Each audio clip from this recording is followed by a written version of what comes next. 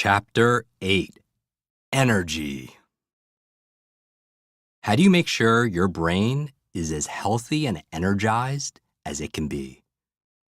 What should I make sure to have in my diet if I want my brain to be at its strongest? How do I consistently get a good night's sleep? You have a clear purpose for learning or doing something, and you've broken down the project or goal into small, simple steps.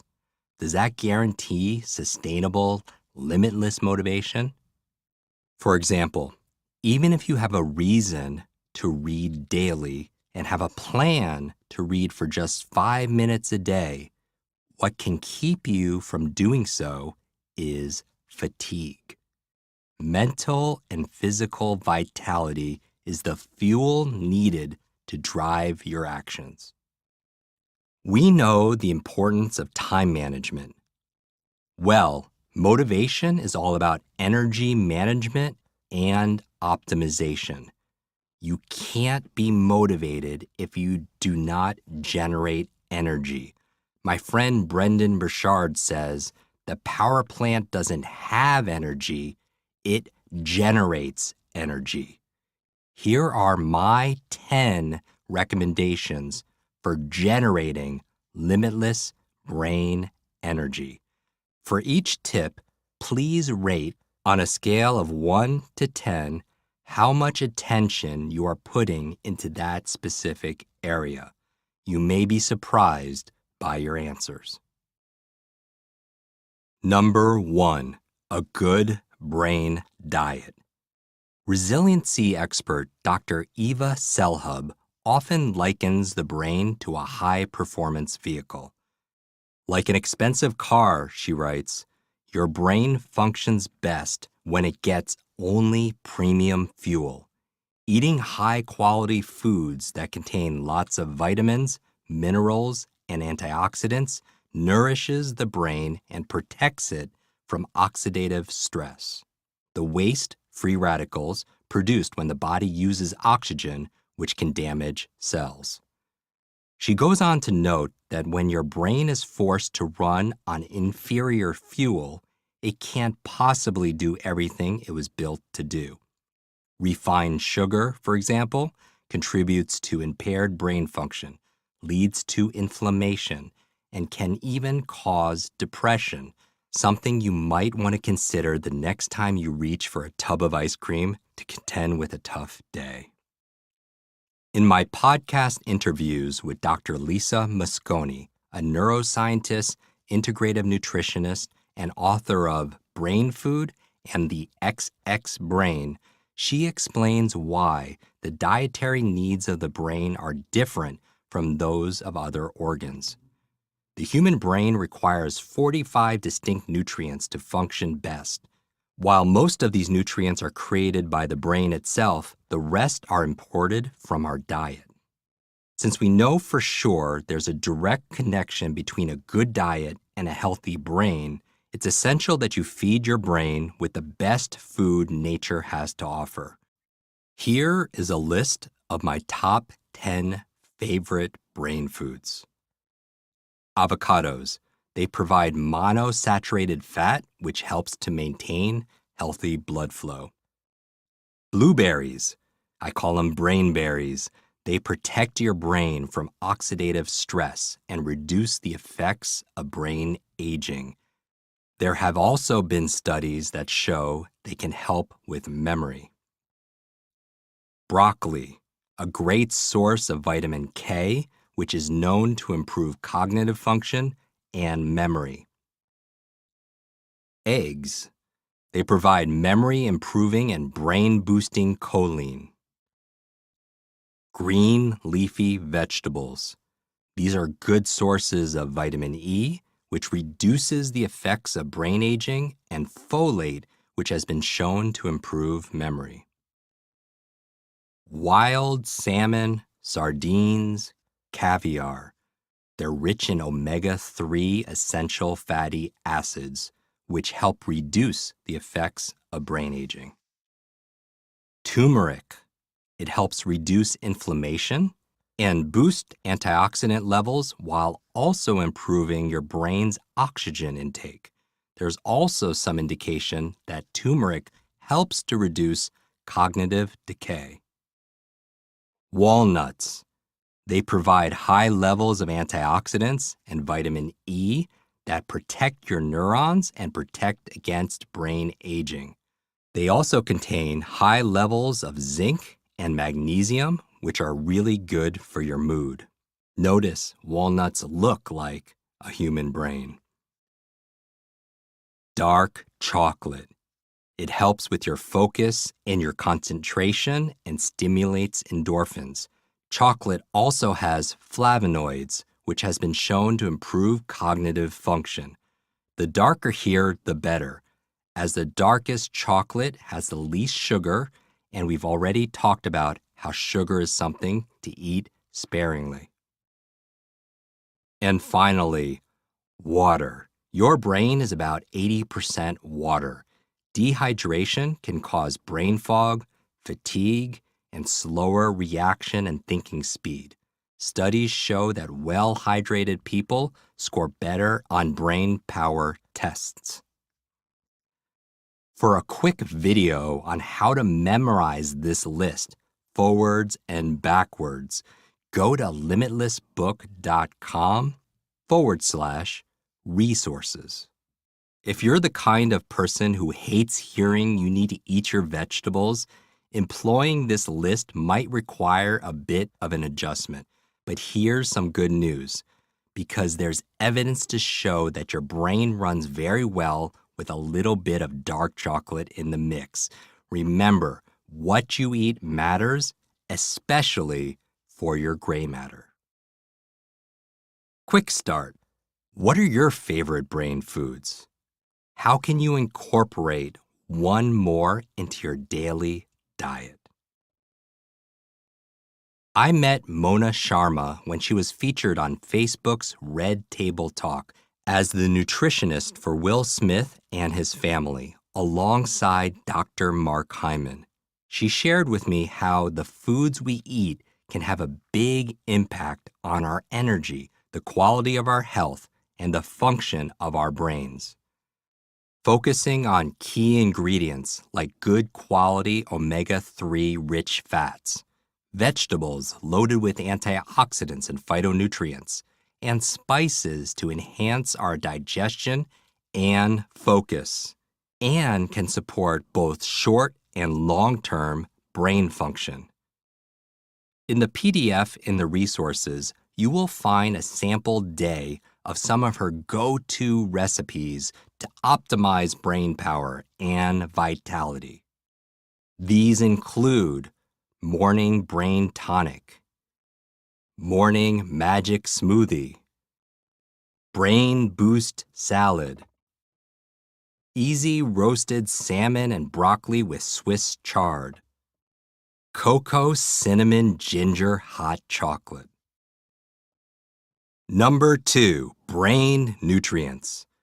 As we've discussed, diet affects brain function. But what if you aren't able, because of your schedule or lifestyle, to regularly eat a rich brain food diet? Research has shown that particular nutrients have a direct effect on your cognitive ability. I always prefer getting my nutrients from real, whole, organic foods. Talk to your qualified health practitioner to learn what you might be deficient in. In my podcast episode with Max Lugavere, author of Genius Foods, we discussed the benefits of supplementing with phospholipid DHA. Your brain uses this to create healthy cell membranes. This is important because our cell membranes form all the receptors involved in mood, executive functioning, attention, and memory. B vitamins have been shown to improve women's memories. Curcumin, the nutrient found in turmeric, can forestall cognitive decay. You can get a list of nutrients and their effect on the brain from the National Institutes of Health website. There are natural sources for all these nutrients, but getting all of them into your diet might not fit your lifestyle or your palate. The good news is that supplements are readily available for all of these, though not all supplements are created equal. Make sure to do your research. You can also combine these with the brain foods discussed in this chapter to give your brain the fuel it needs. For a list and links to some of my favorite brain supplements, go to limitlessbook.com/resources. Number 3, exercise. Exercise changes the brain in ways that protect memory and thinking skills, writes Heidi Godman, the executive editor of the Harvard Health Letter. In a study done at the University of British Columbia, researchers found that regular aerobic exercise, the kind that gets your heart and your sweat glands pumping, appears to boost the size of the hippocampus, the brain area involved in verbal memory and learning. I could almost hear some of you complaining or making excuses as you listen to this last paragraph. Exercise is boring. You don't have time for it. You can't afford a gym membership. But the simple fact is that exercise is enormously valuable if you want to unshackle your brain. Think about it. When you're active and moving, you feel sharper, right? Some of us even need to move around in order to get our brains operating at top efficiency. That's because there's a direct correlation between exercise and brain function. And you don't need to become an Olympic athlete in order to keep your brain sharp. There's lots of evidence to show that even 10 minutes of aerobic exercise a day can have enormous brain benefits. As your body moves, your brain grooves. Check out a few of my favorite exercise videos at limitlessbook.com/resources. Quick start. Set your phone alarm to remind yourself to move a few minutes every hour. Number 4, killing ants. Dr. Daniel Amen, a clinical neuroscientist, author of the bestseller Change Your Brain, Change Your Life, and a frequent guest of ours, comes home one night after a particularly bad day at the office dealing with suicide risks, angst-ridden teens, and dysfunctional couples to find thousands of ants in his kitchen. It was gross, he wrote. As I started to clean them up, the acronym came to me. I thought of my patients from that day.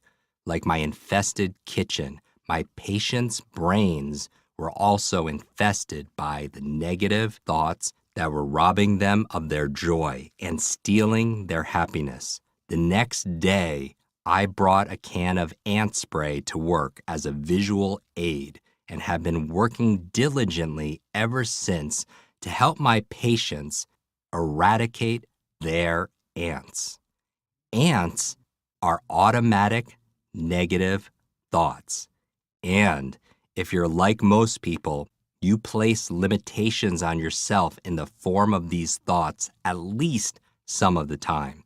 Maybe you tell yourself that you aren't smart enough to learn a skill that you'd really like to have, or perhaps you repeat on an endless loop how pushing yourself to accomplish something is only going to lead to disappointment. Ants are everywhere, and there isn't enough ant spray in the world to get rid of all of them. But eliminating them from your life is an essential part of unlimiting your brain. The reason for this is simple. If you fight for your limitations, you get to keep them. If you regularly tell yourself that you can't do something, or that you're too old to do something, or that you don't have the smarts to do something, you won't do that thing. Only when you move on from this kind of destructive self-talk can you truly accomplish what you want to accomplish. Quick start. What's your biggest ant? What could you replace it with now? Number 5, a clean environment. A 2018 piece in the medical journal The Lancet identified that air pollution might cause 30% of all strokes and thus must be one of the leading contributors of the global stroke burden. It went on, given the strong association between stroke, vascular risk factors, and dementia, the suggested link between air pollution and dementia is to be expected. The air you breathe is critical to the way your brain functions. If you've ever been stuck in a room with a smoker, you know how hard it is to even think while you're breathing that toxic air. Conversely, if you're hiking in the mountains and take a deep breath from the crisp, clean atmosphere, you can feel your senses thriving. If you live in a factory town or a big city with pollutants everywhere, there isn't a lot you could do about the air around you. Fortunately, there are devices available to clean the air in your home and in your office, and you can make an increased effort to get to cleaner spaces more frequently. A clean environment goes beyond air quality. Removing clutter and distractions from your surrounding will also make you feel lighter and improve your ability to focus. So take time to Marie Kondo your mind and remove any unnecessary stuff. Quick start. What is the one thing you could do today to clean your environment? Number 6, a positive peer group.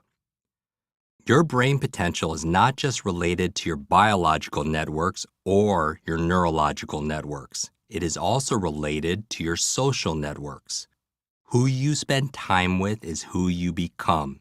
Motivational speaker Jim Rohn says that you are the average of the 5 people you spend the most time with. Whether you believe that or not, I don't think any of us can disagree with the notion that the people around us have a meaningful influence on our lives. A recent Temple University study showed that people, specifically teenagers in this study, act differently when they are alone than they do when they are with others. In reporting on the study for the New York Times, Tara Parker Pope said that Dr. Steinberg, one of the authors of the study, notes that the brain system involved in the reward processing is also involved in the processing of social information, explaining why peers can have such a pronounced effect on decision-making. Because of this influence, those you spend time with will have a genuine effect on brain function. Certainly, they affect your self-talk, as most of us tie at least part of our beliefs to the beliefs others have about us. But they can also affect everything from what you eat, to how much you exercise, to even how much sleep you get. There are a lot of books out there dedicated to helping you to distinguish people who are good for you from people who are not. But for the purposes of this chapter, just take a few minutes to think about who your peers are, how much influence they have on your life, and how this affects your desire to unlimit yourself. Quick start. Who is someone you need to spend more time with? Reach out and make a date with that person now. Number 7, brain protection. This probably goes without saying, but protecting your brain is critical if you're going to make the most of your brain. You have only one brain. If you were given only one car to use for the rest of your life, how well would you treat that car? You would take care of it as if your life depended on it. Accidents are unavoidable, but putting yourself in situations where brain injury is less likely improves your chances of avoiding the worst. Hard contact or extreme sports may not be the ideal if you want to make the most of this precious asset.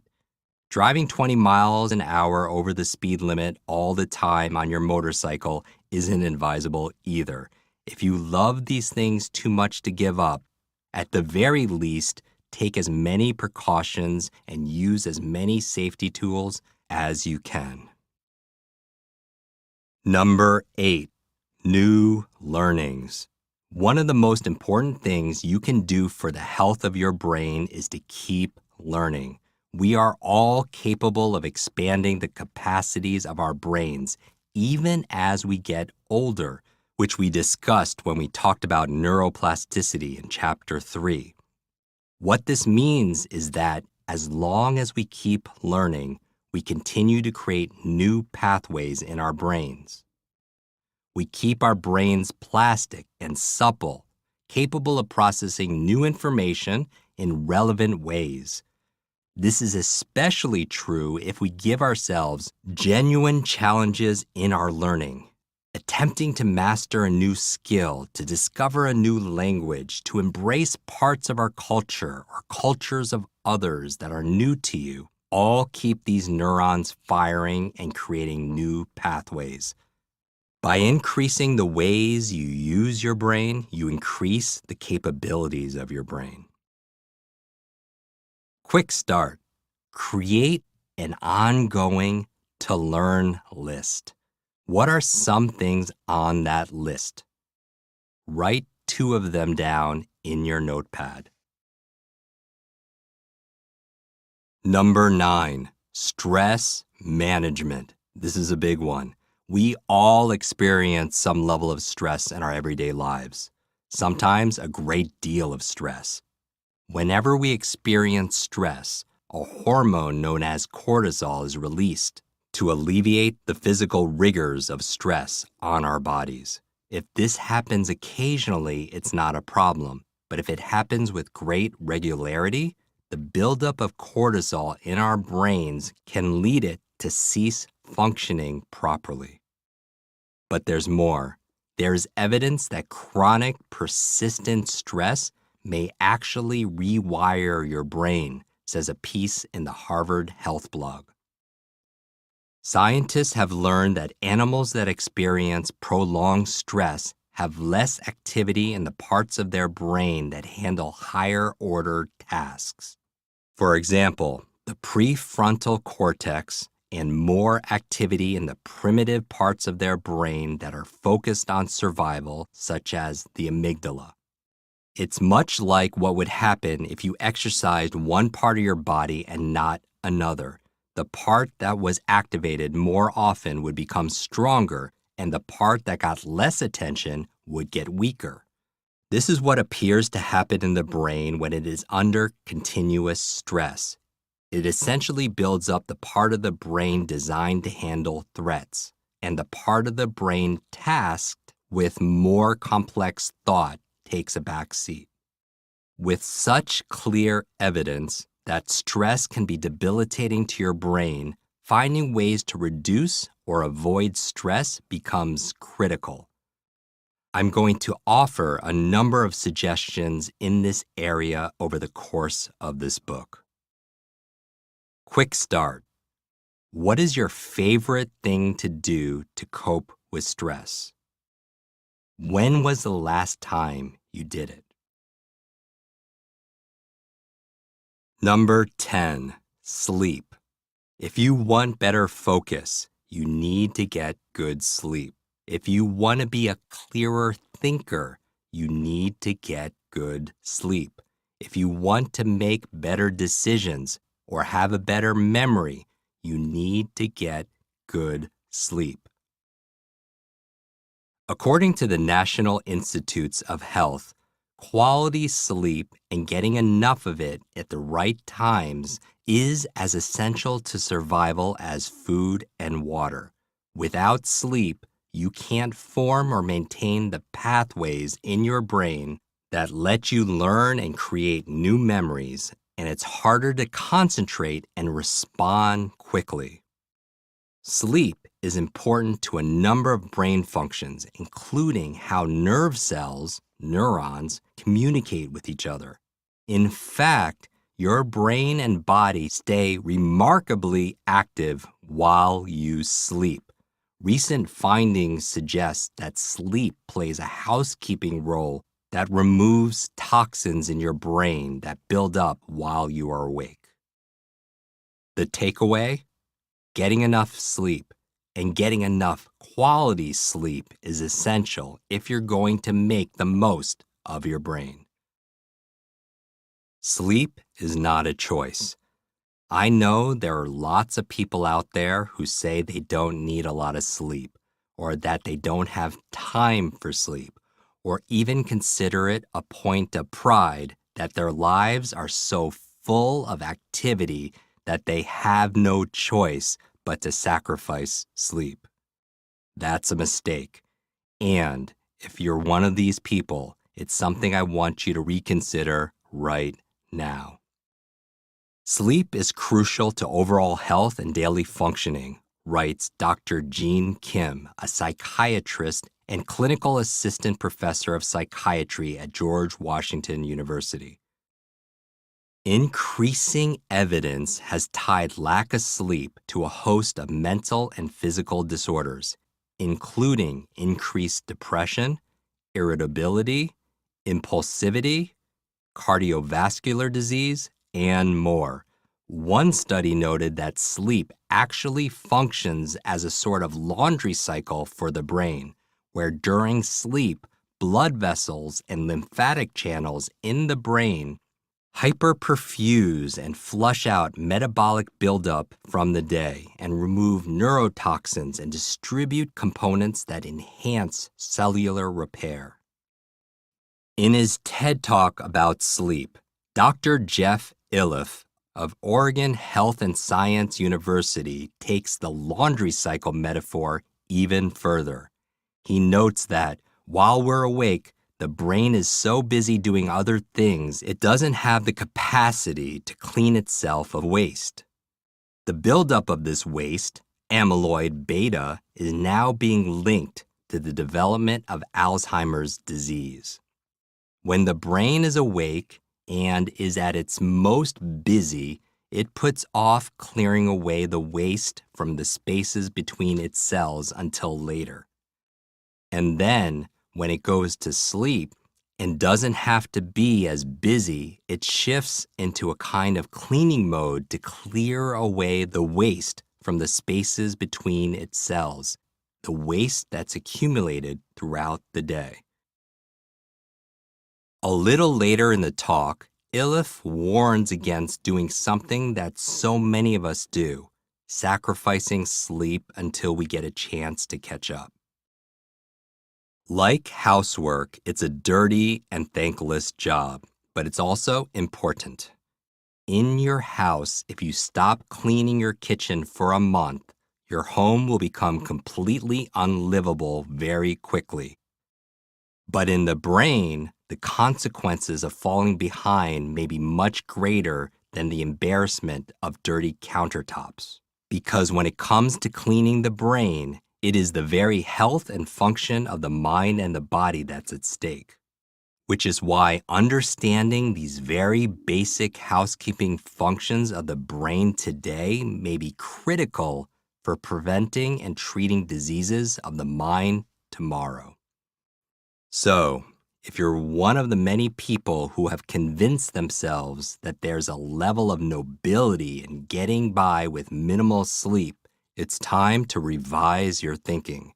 There's simply too much to gain from a good night's sleep, including what you can learn from your dreams. I'll teach you how to remember your dreams in an upcoming chapter. Getting through the night. It's one thing to say you're going to get a good night's sleep. It's another thing entirely to accomplish it. About a quarter of all Americans experience some level of insomnia every year. There is, however, very strong evidence connecting exercise to sleep, even among chronic insomnia sufferers. A study performed by Dr. Catherine J. Reed and others found that aerobic exercise had strong positive results on a group of participants who'd previously regularly encountered sleep problems. Results from this study indicate that a 16-week program of moderate intensity aerobic physical activity plus hygiene education is effective in improving self-reported sleep quality, mood, and quality of life in older adults with chronic insomnia, the authors wrote. These results highlight the potential of structured physical activity programs to improve the effectiveness of standard behavioral approaches for the treatment of insomnia, particularly in a sedentary, older adult population. A group at Northwestern University's Feinberg School of Medicine built upon this study by drilling down on the data gleaned and then studying the interconnection between exercise and sleep. What they found is important to consider. Exercise is not a magic pill. If you're having trouble sleeping, you can't solve the problem with one session at the gym. They found that even after 2 months, the effects of exercise on sleep were minimal. But by the end of the 16-week study, the results were considerable, with participants getting as much as an hour and a quarter extra sleep per night. So, there's a clear connection between exercise and sleep, but we're going to need to give it time. But given the overall benefits of exercise on your health, committing to an exercise routine is always a good idea, even if you won't feel the benefits on your sleep right away. There are varying ideas about how much exercise is necessary to affect sleep, but a commonly stated amount is 2.5 hours a week of aerobic exercise, coupled with some resistance work.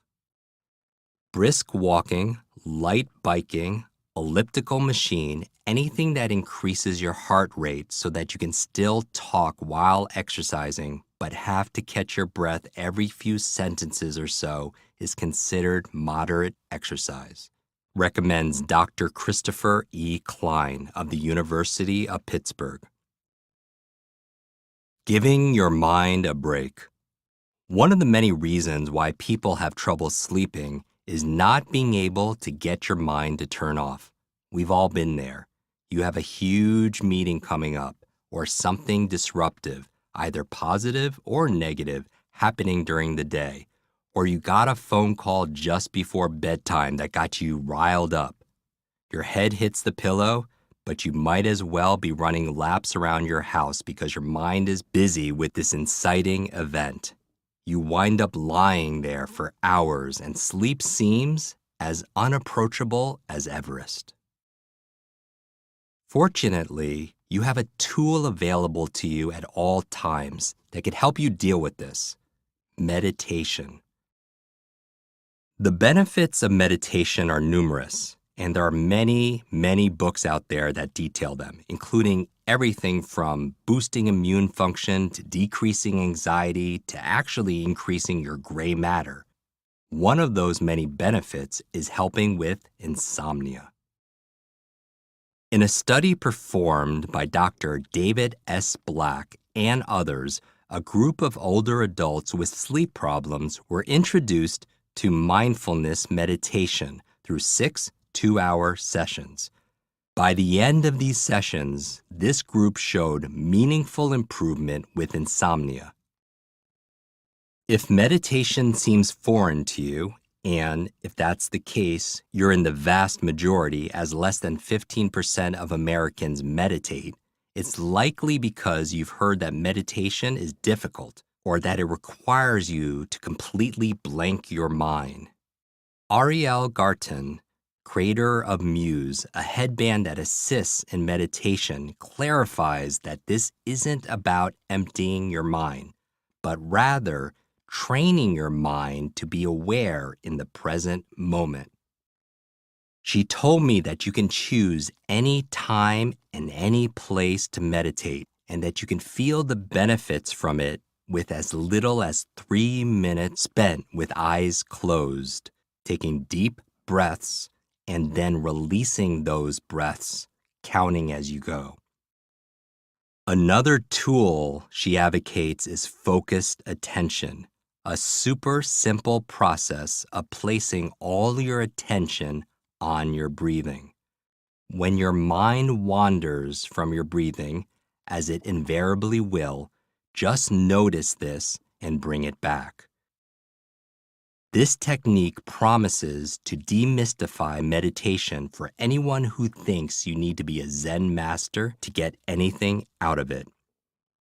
Few people are capable of locking our focus on one thing for an extended period, so it's good to know refocusing is equally valuable. When you regain your attention on your breathing, Garton says you're exerting an important skill. You're learning to observe your thinking. You're not caught up in your thoughts, but you're in a process of observing that you're thinking. You begin to recognize that you can have control over your thoughts and that you can choose what you are thinking. My meditation coach, Emily Fletcher, author of Stress Less, Accomplish More, has a very unique process for meditation called Ziva. You can watch a full video of us going through her process at limitlessbook.com/resources. Quick start. What is your top sleep tip? Write it in your notepad now.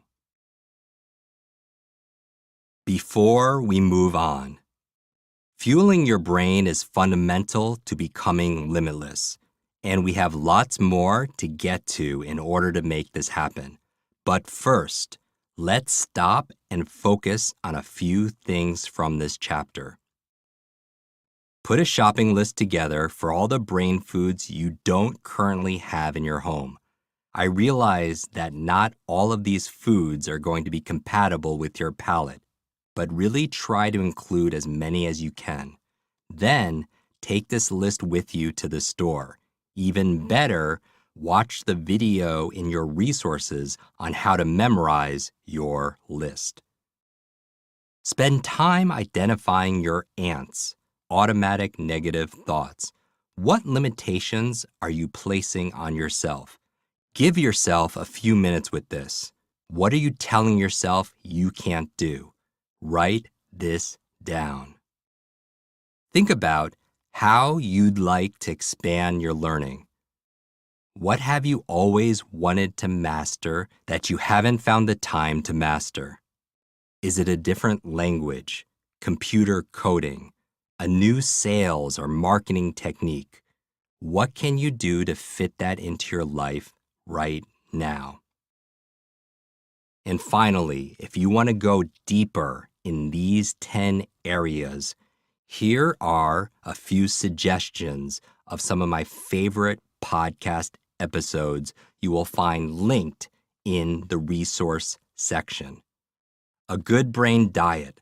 Listen to my conversations with Naveen Jain about the gut biome, Dr. Lisa Mosconi, author of Brain Food, Max Lugavere, author of Genius Food, Dr. Mark Hyman, a 12-time New York Times bestselling author, and Liana Werner Gray. Listen to our conversation about food and cancer. For brain nutrients, I recommend the episodes with Max Lugavere, Dr. Lisa Mosconi, Dr. Mark Hyman, and Dave Asprey. For exercise, refer to my conversations with Sean Stevenson and Aaron Alexander. If you want help killing ants, listen to my episodes with Dr. Daniel Amen and Nick Ortner, author of the New York Times bestselling book, Tapping Solution.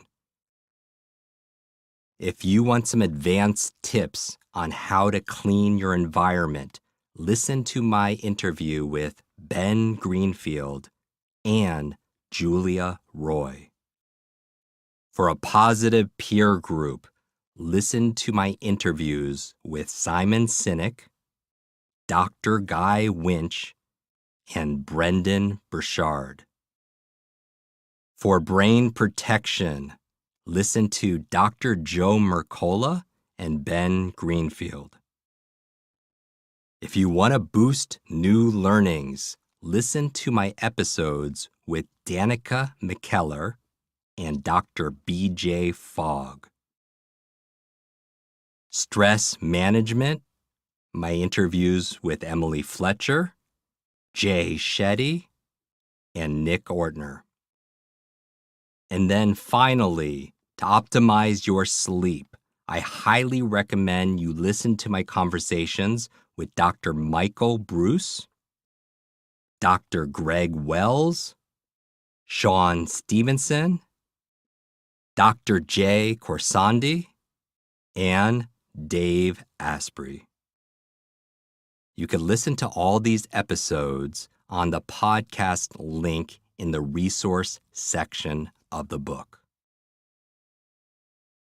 Energy. Wow, it's something we don't often think about when it comes to motivation. We just assume like it's something that we have, right?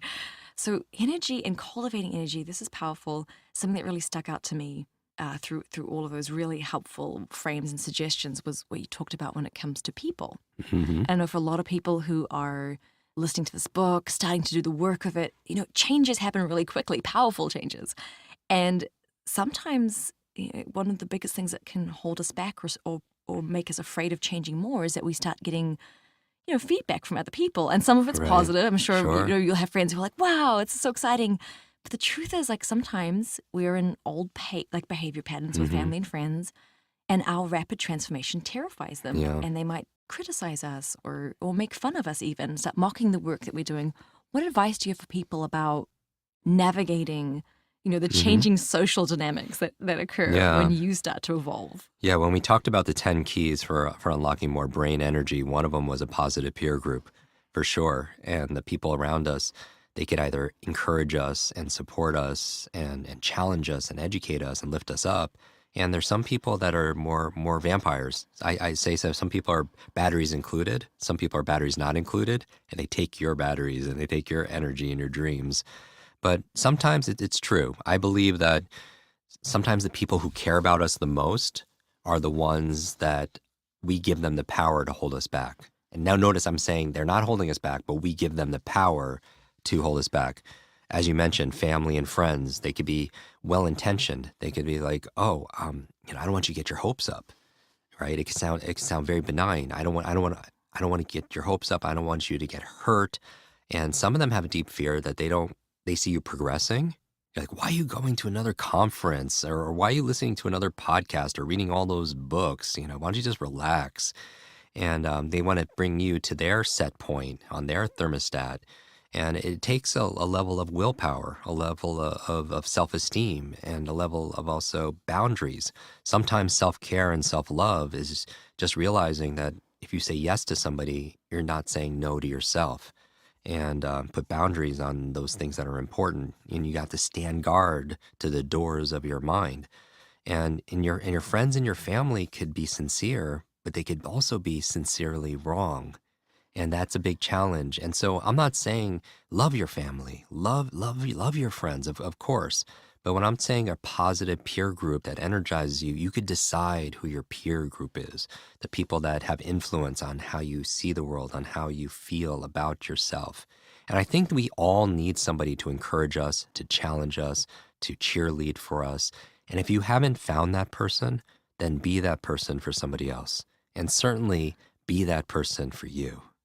So we don't have to cut everybody out who's not quite on board with us. We can hold that in compassion while also finding, maybe people who can support us. What about then the flip side, which also happens, is that we start doing this. We start eating clean. We start restocking our pantries. We've cleaned our space. We're like really boosting our energy, and we're feeling such benefits that, of course, what do we want to do? We want to get everyone around us to do this. Of course, we're like, of course. You've got to do this. We become like, We're evangelists. Totally. And in my experience, just again, well-intentioned, we want the people around us who we love to experience the benefit. Often it backfires. So if someone who's listening right now is so excited and just wants to give this benefit to their family and friends, what's the best way to actually go about uplifting everyone around us? Yeah. I would imagine when I first learned these skills back when I was 18 years old, I became that evangelist. I was so upset that this stuff wasn't taught back in school. And I started talking to everyone who would listen about this and wanting to help them to be able to change. But it's near impossible to change somebody else. And this is what I mean by that. People have to want to be able to change on their own accord. Because just think about how hard it is to change ourselves, much less try to change somebody else. And what I would recommend is that people are watching you. They purely are watching. And it's not, don't say it, show it. Don't promise it, prove it. It's much better well done than it is well said. And the life that we live are the lessons we really teach other people.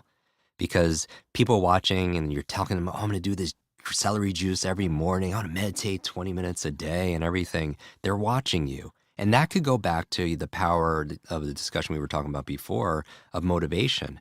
Maybe what's keeping you on track and motivated is people are watching. And you inspire people even when you're going through difficult times. You don't have to be perfect, but you inspire people with your grit and your grace. And people more likely are going to do what you do rather than what you say. And they're thinking, and they're watching from the distance, and they're like, is this person, are they serious this time? Are they really going to be able to follow through? And then your results will speak for themselves, for sure. And then they have to go on their own time, because when the teacher, when the student is ready, the teacher will appear. But my suggestion is don't try to change them, being a living, inspiring example for them, because nobody wants to be preached to. Or if you do want to introduce it, do it in a way that's not like overwhelming. You don't want to listen to hours and hours of an audiobook and then just like, oh my God, let me tell you everything I did. Like, We're only eating avocados from now on. That's it. But you could do something fun in a small, simple step, which is a great segue to the next conversation. Maybe you take your spouse or your child or your teammate or your boss and you introduce one little thing. And then one little thing leads to another little thing and another little thing. Not something overwhelming like, okay, we're just going to eat organic food and the whole family's going to read an hour a day because I listened to it that's too big of a step. So we meet inch by inch, it's a cinch. Yard by yard, it's way too hard. Well, let's learn a little bit more about that, this next vital part of the puzzle, taking it step by step. Chapter 9. Small, Simple Steps. What is the smallest, simple step I can take now? How do we start good habits or end bad ones? What daily routine will help me become limitless? You have a reason or purpose to do something. You have the necessary energy to do it. What is missing? A small, simple step. S3. The tiniest action you can take to get closer to your goal.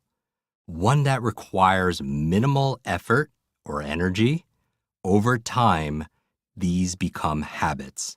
That's the reason I've filled this book with the small, simple steps called quick starts. Back in the 1920s, a Russian psychologist, Bluma Zygarnik, was sitting in a Viennese restaurant when she noticed that the waiters swirling around her in the busy eatery were highly efficient at remembering customer orders while they were in the process, but tended to forget who had what as soon as the orders were filled. Intrigued by this, she ran a study where she had people perform simple tasks while they were sometimes interrupted.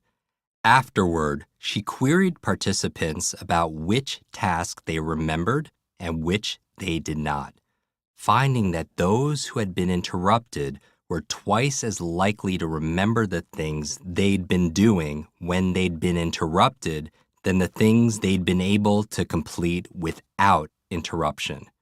She came to the conclusion, subsequently known as the Zeigarnik effect, that uncompleted tasks created a level of tension that keeps that task at the front of our minds until it is completed. In all likelihood, you're familiar with this tension from your experience with procrastination. When you have something you know you need to do and you keep putting it off, it weighs on you, even making it more difficult to do anything else well as long as this task goes uncompleted. What you need to do seems hard, or it seems less fun than the other things you could be doing, or it's going to be uncomfortable, or you've simply convinced yourself that you have plenty of time to get to it later. We still struggle to complete tasks when we are clear on our vision for our lives and know who we want to become. Why is it so hard to act even when we have sustained motivation? One of the most significant reasons that people fail to act is that we feel overwhelmed by what we need to do. A project or chore might seem so big and time-consuming that you can't imagine how you're ever going to get it done. We look at the project in its entirety and immediately feel that the task at hand is too big, so we shut down or put it off. Incomplete tasks and procrastinating often lead to frequent and unhelpful thought patterns, says psychologist Hadassah Lipschitz. These thoughts can impact on sleep, trigger anxiety symptoms, and further impact on a person's mental and emotional resources. Be kind to yourself. If you struggle to get something done with some amount of regularity, there's a good chance you feel guilty about this and you beat yourself up over it. It's likely you give yourself a much harder time about it than is helpful. We already know that unfinished tasks create tension in your brain. If you layer guilt and shame on top of this, you're making it even harder to get a task done, and you're making yourself miserable. Feeling guilty when you're away from work, when you aren't in a position to do anything about it, is not helpful and can be painful, writes Dr. Art Markman, a professor of psychology and marketing at the University of Texas, Austin. It will make you feel worse about your job in general and spoil time that you could be spending with friends, family, or engaging in an enjoyable activity. Shame, though, is a different story. There is evidence that people will explicitly procrastinate to avoid shame. Feeling shame about work you have not completed is likely to make the problem worse, not better, making it an emotion that is almost never helpful. Feeling bad about your lack of progress is likely to make it more difficult for you to stop procrastinating. So give yourself a break. Beating yourself up isn't going to improve anything. And since you're listening and reading this book now, you're already taking steps to avoid procrastinating in the future. In my experience, the best way to deal with this is to find a way to break the task into bite-sized pieces, which lead to habits that lead towards success. Circling back to the Zeigarnik effect, every time you complete one of these smaller tasks, you get to take the weight off your mind. And as each of these subtasks is finished, you're that much closer to completing the task overall. Take baby steps. Podcast guest Dr. B.J. Fogg, the founder and director of the Behavior Design Lab at Stanford University and the author of Tiny Habits, has been studying human behavior for more than 2 decades. What he's learned is that only 3 things can change a person's behavior long term. One is to have an epiphany, which very few people can summon on demand. Another is to change your environment, which is possible for nearly everyone, but not necessarily feasible at any given time. The third is to, as Dr. Fogg puts it, take baby steps. I like the way this story illustrates the principle of small, simple steps. A king was watching a great magician perform his act. The crowd was enthralled, and so was the king. At the end, the audience roared with approval, and the king said, "What a gift this man has, a God-given talent." But a wise counselor said to the king, "My lord, genius is made, not born. This magician's skill is the result of discipline and practice. These talents have been learned and honed over time with determination and discipline." The king was troubled by this message. The counselor's challenge had spoiled his pleasure in the magician's arts. "Limited and spiteful man, how dare you criticize a true genius? As I said, you either have it or you don't, and you most certainly don't." The king turned to his bodyguard and said, "Throw this man into the deepest dungeon." And he added, for the counselor's benefit, "So you won't be lonely, you could have 2 of your kind to keep you company. You shall have 2 piglets as cellmates."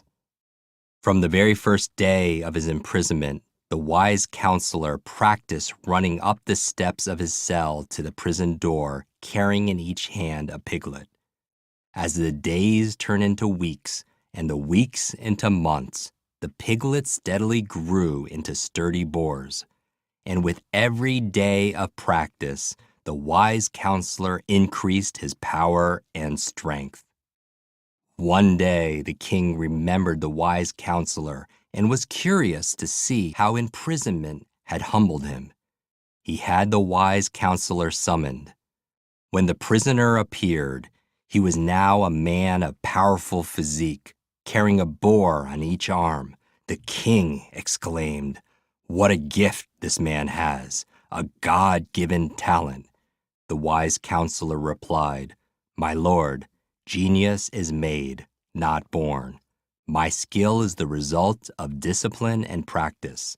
These talents have been learned and honed over time with determination and discipline."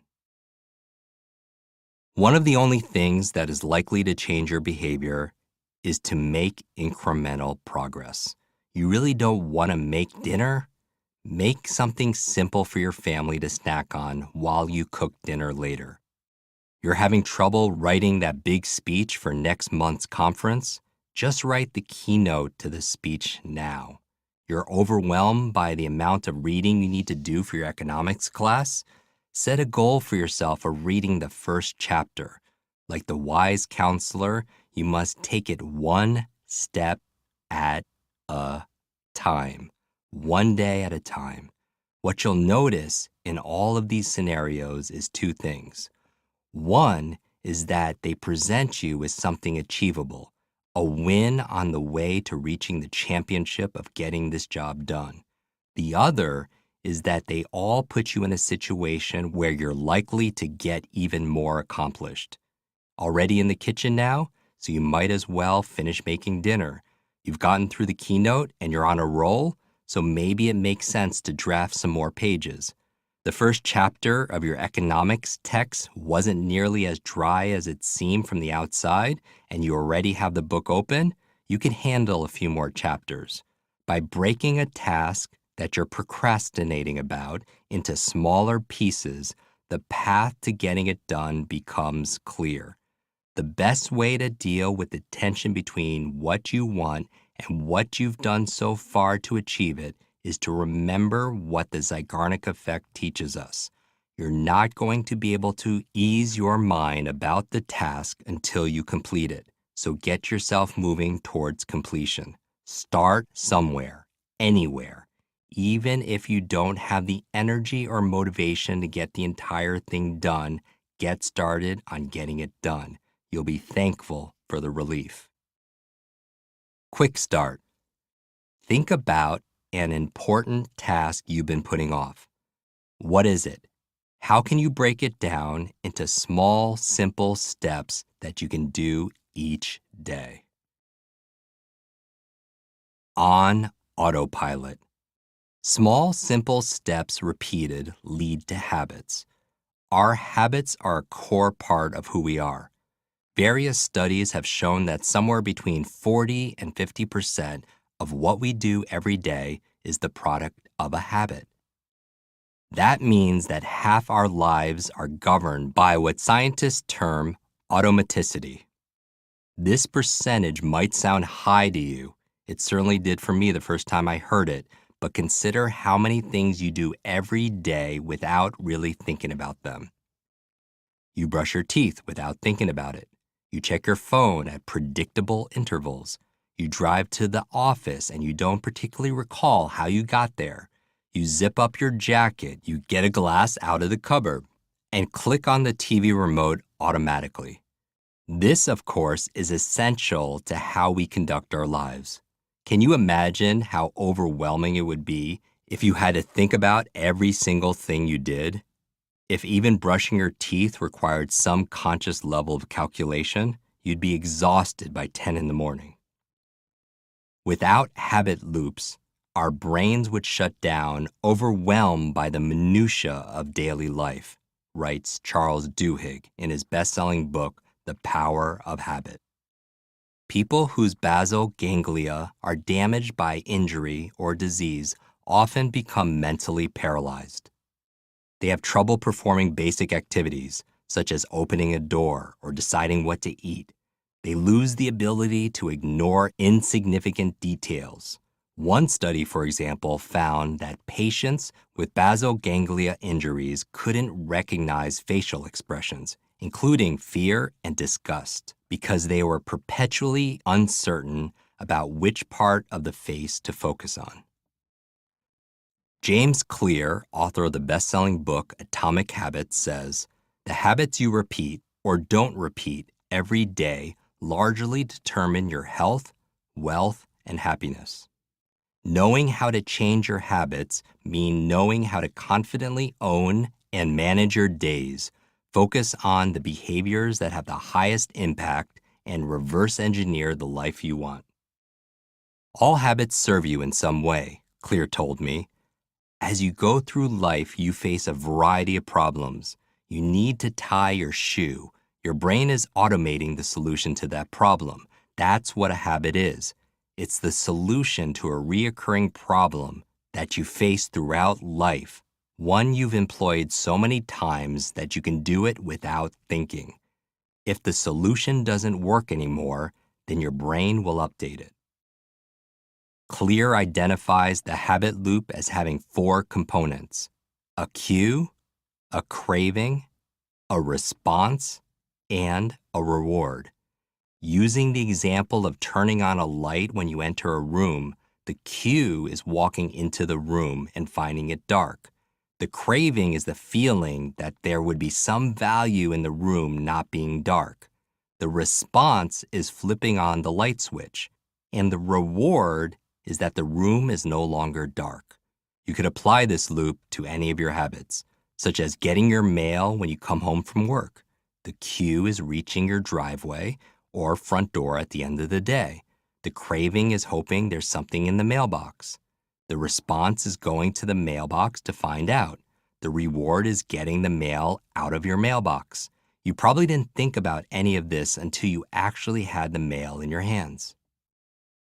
Creating habits to automate essential parts of our lives is a fundamental streamlining technique that we do largely unconsciously, often to our benefit.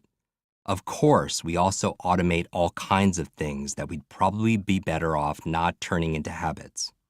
I'm sure you know some version of this. Perhaps a cue is walking past your kitchen pantry. The craving comes from the knowledge that your favorite chips are in the pantry and your innate desire to eat them. The response is that you go into the pantry, open the bag of chips, and take out a big handful. And the reward is crunchy, salty, fatty deliciousness. That doesn't benefit your health in any way. our negative habits operate with the same level of automaticity as our healthy ones. Those chips are in your stomach before you've even had the opportunity to register that you are stuffing them in your mouth. Now, because you're in the process of becoming limitless, you know that perpetuating negative behaviors is a drain on your superpowers. So, how do you break bad habits? And, just importantly, how do you create new habits that will help you? Getting in the habit. Before we get into this, let's talk for a moment about how long it takes to form a habit. In a study for University College London, participants went through the process of developing a new healthy eating, drinking, or exercise habit, such as drinking water with lunch or jogging before dinner. They were asked to perform this new behavior based on specific situational cues every day for 84 days. For the majority of the participants, they wrote, automaticity increased steadily over the days of the study, supporting the assumption that repeating a behavior in a consistent setting increases automaticity. By the end of the study, they found that it took an average of 66 days for the new behavior to become a habit, though it took individual participants as little as 18 days and as many as 254 days. It is also widely assumed that breaking a habit isn't about ending that habit, but rather about replacing it with a different, more constructive habit. Dr. Elliot Berkman, director of the Social and Affective Neuroscience Laboratory at the University of Oregon, notes, it is much easier to start doing something new than to stop doing something habitual without a replacement behavior. That's one reason why smoking cessation aids, such as nicotine gum or inhalers, tend to be more effective than the nicotine patch. So, if the process of starting a new habit, such as setting aside time to read every day, is fundamentally the same as the process for ending a negative habit, such as grabbing those chips every time you pass the pantry, how does it work? As with so many of the things we've discussed in this book, motivation plays a key role. Speaking specifically about the effort to break habits, Dr. Thomas G. Plant, adjunct clinical professor of the Department of Psychiatry and Behavioral Sciences at Stanford University School of Medicine, said, "It depends how much you really want to break the habit. Many people are ambivalent. They want to lose weight, but they like the foods they eat. They want to reduce their alcohol consumption, but love their happy hour. They want to stop picking their nails, but it reduces stress for them. So one important issue is how strongly you really want to break the habit in question. Second, how established is the problem habit? It is easier to break a new habit than an old one. Third, what are the consequences of not breaking the habit? Will a partner leave you? Will you lose a job? Will you get sick? Will something really bad happen if you don't change? Dr. B.J. Fogg created the Fogg behavior model to identify the circumstances that need to be present for behavior change to occur.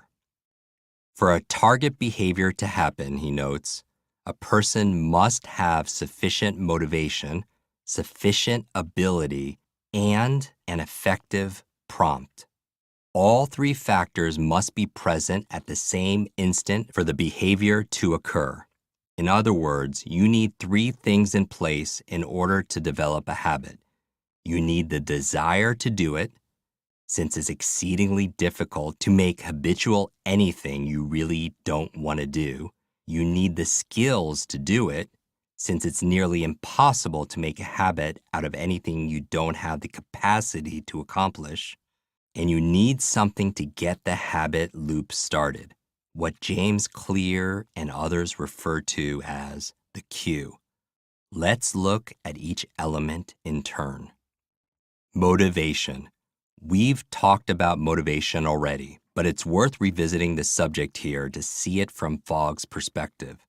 Fogg identifies 3 key motivators. Number 1, pleasure pain. This is the most immediate motivator. In this case, the behavior has a nearly immediate payoff, positive or negative. I believe pleasure pain is a primitive response, says Fogg, and it functions adaptively in hunger, sex, and other activities related to self-preservation and propagation of our genes. Number 2, hope, fear. Unlike the immediacy of the previous motivator, this one is all about anticipation. When you're hopeful, you're anticipating something good happening. When you're fearful, you're anticipating the opposite. This dimension is at times more powerful than pleasure pain, as it is evidenced in everyday behavior, Fogg notes. For example, in some situations, people will accept pain, a flu shot, in order to overcome fear, anticipation of getting the flu. Number 3, social acceptance, rejection. Humans have always desired to be accepted by their peers, dating back to the time when being ostracized could mean a death sentence, and this remains an extremely strong motivator. The power of social motivation is likely hardwired into us, and perhaps all other creatures that historically depended on living in groups to survive. Ability. Fogg equates ability with simplicity, noting that when something is simple for us, we are considerably more likely to do it. He defines 6 categories of simplicity. Number 1, time. We only perceive something to be simple if we have the time available to perform the function. Number 2, money. Similarly, if something stretches our financial resources, we do not consider it simple. Number 3, physical effort. We consider things that are physically easy for us to be simple. Number 4, brain cycles. Simple things don't tax our thinking, and we shy away from things that require us to think too hard. Number 5, social deviance. This goes back to the acceptance motivation. A simple act fits into societal norms. Number 6, non-routine. How far something is out of one's normal routine will define its level of simplicity. These 6 categories of simplicity are why small, simple steps are so important in the motivation model. Prompts. Finally, Fogg notes 3 types of prompts. 1, spark. A spark is a type of prompt that immediately leads to a form of motivation. For example, if opening your email leads to a level of fear over what you might find there, you're likely to adopt a habit that will change that fear. 2, facilitator. This type of prompt works when motivation is high but ability is low. For example, if you want to use a certain kind of software on your computer but are tech adverse, a tool that makes that software easier for you to use is likely to cause you to adopt this behavior. 3, signal. In some cases, you'll have both high motivation and high ability. The only other thing you need to make a behavior a habit is some kind of reminder or signal. If you love making brain smoothies, all you need is to walk into your kitchen in the morning and see the blender to prompt you to make one. Quick start. Can you identify the habits you want to break? What is that one habit that's holding you back from doing other important things in your day? Write it down, then identify the prompts that trigger you to perform that habit. Creating a new habit. The fog behavior model shows us everything that needs to be in place for a particular behavior to become a habit. We know that making habits of behaviors we consider good for us are important to our growth, and we also know that the key to breaking bad habits is to replace them with more constructive ones. But how do you make something a habit? Just remember, win. W is for want. Make sure you really want it. It's nearly impossible to turn something into a habit if you don't want to do that thing. Do one of the motivators in the fog model apply to the habit you're trying to adopt? If not, is there something close to this habit that might accomplish something similar for you? I is for innate. Does the new habit you're trying to adopt align well with your innate abilities? Remember that you're unlikely to make something a habit when it is consistently difficult for you to perform. If the habit you're trying to adopt is something that you're good at or you know you can be good at, you're well on your way. N is for now.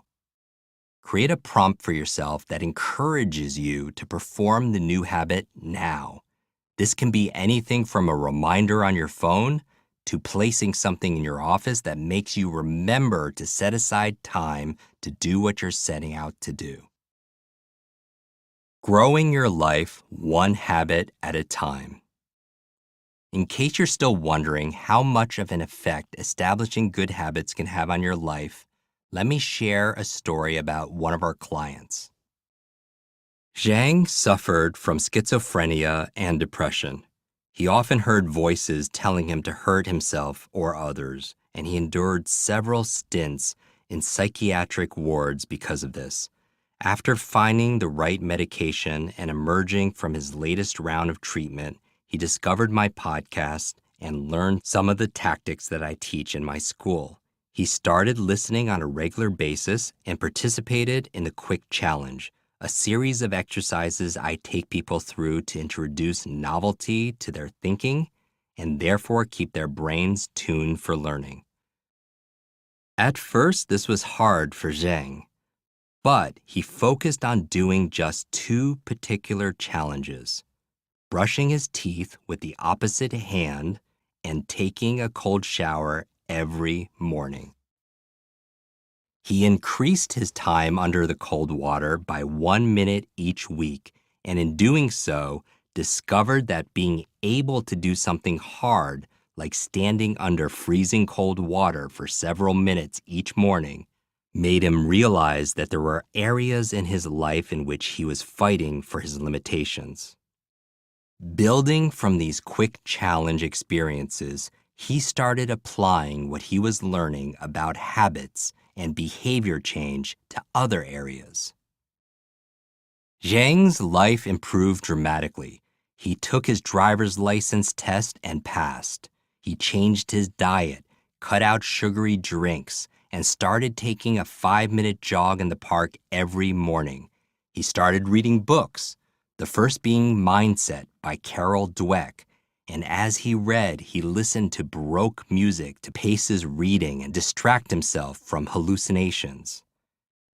It took him a month to finish the book, but when he did, he felt a sense of confidence he never had before. Trips to the library became a regular thing.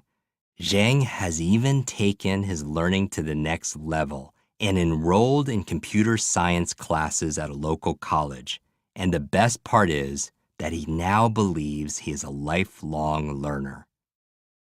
You may think that because of all your past failed attempts to change your habits and routines, you're doomed to failure forever. Zhang's story shows that by changing just 1 or 2 small habits in your day, incredible progress can follow. Something as simple as brushing your teeth with the opposite hand can be the start to an entirely new way of life. Establishing a morning routine. Why is your morning routine so important? I strongly believe that if you jumpstart your day by jumpstarting your brain with a series of simple activities, you have a huge advantage. In addition, if you set up winning routines early in the day, you can benefit from what Tony Robbins calls the science of momentum. The notion that once you set accomplishment in motion, you can keep it in motion with much less effort than if you were trying to accomplish something from a standing start. I have a carefully developed morning routine to help me win the day that involves priming my mind. I don't do every single one of these things every day, especially when I'm traveling, but I always do most of them. And I know for certain that it gets me mentally prepared and poised for performance, productivity, and positivity from the minute I get up. Let me walk you through a typical morning. Before I get out of bed, I spend some time reflecting on my dreams. Dreams are an expression of the work your subconscious is doing while you're sleeping, and there's gold to be mined with them. Many geniuses throughout history have regularly accessed and often gleaned their best ideas and made their greatest discoveries from their dreams. Mary Shelley came up with the idea for Frankenstein in her dreams. A dream was the source of Paul McCartney's Yesterday and Einstein's theory of relativity. So the first thing I do every morning, even before lifting my head from the pillow, is think back on my dreams to see if there's an idea or a perception or a new way of looking at something that can be useful to what I'm trying to accomplish. I know that some of you have trouble recalling your dreams, so I'm going to provide you with a quick mnemonic technique designed to help you do so. Just think of the word dreams. D is for decide. The night before, make a conscious decision that you're going to recall your dreams. If you set the intention, your chances improve dramatically. R is for record. Keep a pen and paper by your bedside, or even have a recording app readily available on your phone. As soon as you wake up, record any lingering remembrance of your dreams. E is for eyes. Keep your eyes closed right after you awaken. Dreams can disappear within minutes, and if you keep your eyes closed, this will help you reflect. A is for affirm. Before you go to sleep, affirm that you are going to remember your dreams, because affirmation is a critical tool in accomplishment. M is for manage. For lots of reasons, but specifically here for the sake of remembering your dreams, it is important to manage your sleep and establish good sleep routines. S is for share. Talk about your dreams with others. When you do so, you bring them more and more to the surface, and you develop the routine of tapping into your dreams so you can discuss them later. The first thing I do after I get out of bed is make the bed. This is a success habit, my first accomplishment of the day. It's an easy win, and it has the added advantage of making my bedtime more pleasant because it's always nicer to return that night to a bed that is made. It's why in the military they train you to make your bed first thing in the morning because it sets you up to be excellent at everything you do. How you do anything is how you do everything. After that, I have a tall glass of water. Hydration is so important first thing in the morning because our bodies lose a lot of water while we sleep through the simple act of breathing, respiration, perspiration. Remember, our brains are approximately 75–80% water. So if we're going to fire up our brains, we need to be well hydrated. I also sometimes have a glass of celery juice, which boosts the immune system, helps flush toxins from the liver, and helps restore the adrenal glands. Hat tip to Anthony William, the medical medium, for this idea. Right after this, I take my probiotics to make sure my second brain is getting what it needs. Then I brush my teeth with my opposite hand. I do this to train my brain to do difficult things because it stimulates a different part of your brain and because it forces and trains me to be present. I can't be doing other things in order to do this well. Then I do a 3-minute workout. This is not my full workout for the day, but I want to get my heart rate up first thing in the morning, as it helps with sleep and weight management and with oxygenation to the brain. Once I finish with that, I take a cold shower. I'm sure some of you will cringe at the idea of starting the day pummeling yourself with cold water, but cold therapies of this type do a great job of resetting the nervous system and have the added benefit of helping manage inflammation. When I'm out of the shower, I go through a series of breathing exercises to fully oxygenate my body. Then I do about 20 minutes of meditation to give me a clear mind as I enter the day. The process I use, Ziva meditation, was developed by my meditation coach, Emily Fletcher, a 3-step process that involves mindfulness, meditation, and manifestation. To watch a video of it, go to limitlessbook.com/resources. Next, I make my brain tea, a combination of gotu kola, ginkgo, lion's mane, MCT oil, and a few other things. Then I'll sit down to spend some time journaling, getting my first thoughts of the day down on the page. My goal in any given day is to accomplish 3 things for work and 3 things for me personally, and I set this agenda now. Time permitting, I follow this with about a half hour of reading. I set a goal to read a minimum of 1 book a week, and making this part of my morning routine keeps me on course. Finally, I drink my brain smoothie, a combination of many of the brain foods we discussed earlier in this chapter. No salmon in here, in case you were wondering. Now, admittedly, this routine requires a good deal of time.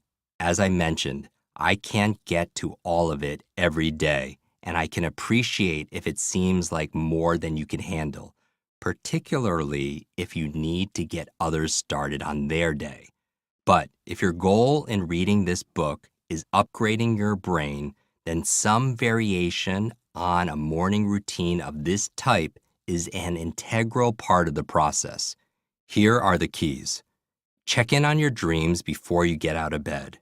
There is so much gold to mine here, so I strongly recommend you do not skip this step. Get yourself hydrated and oxygenated.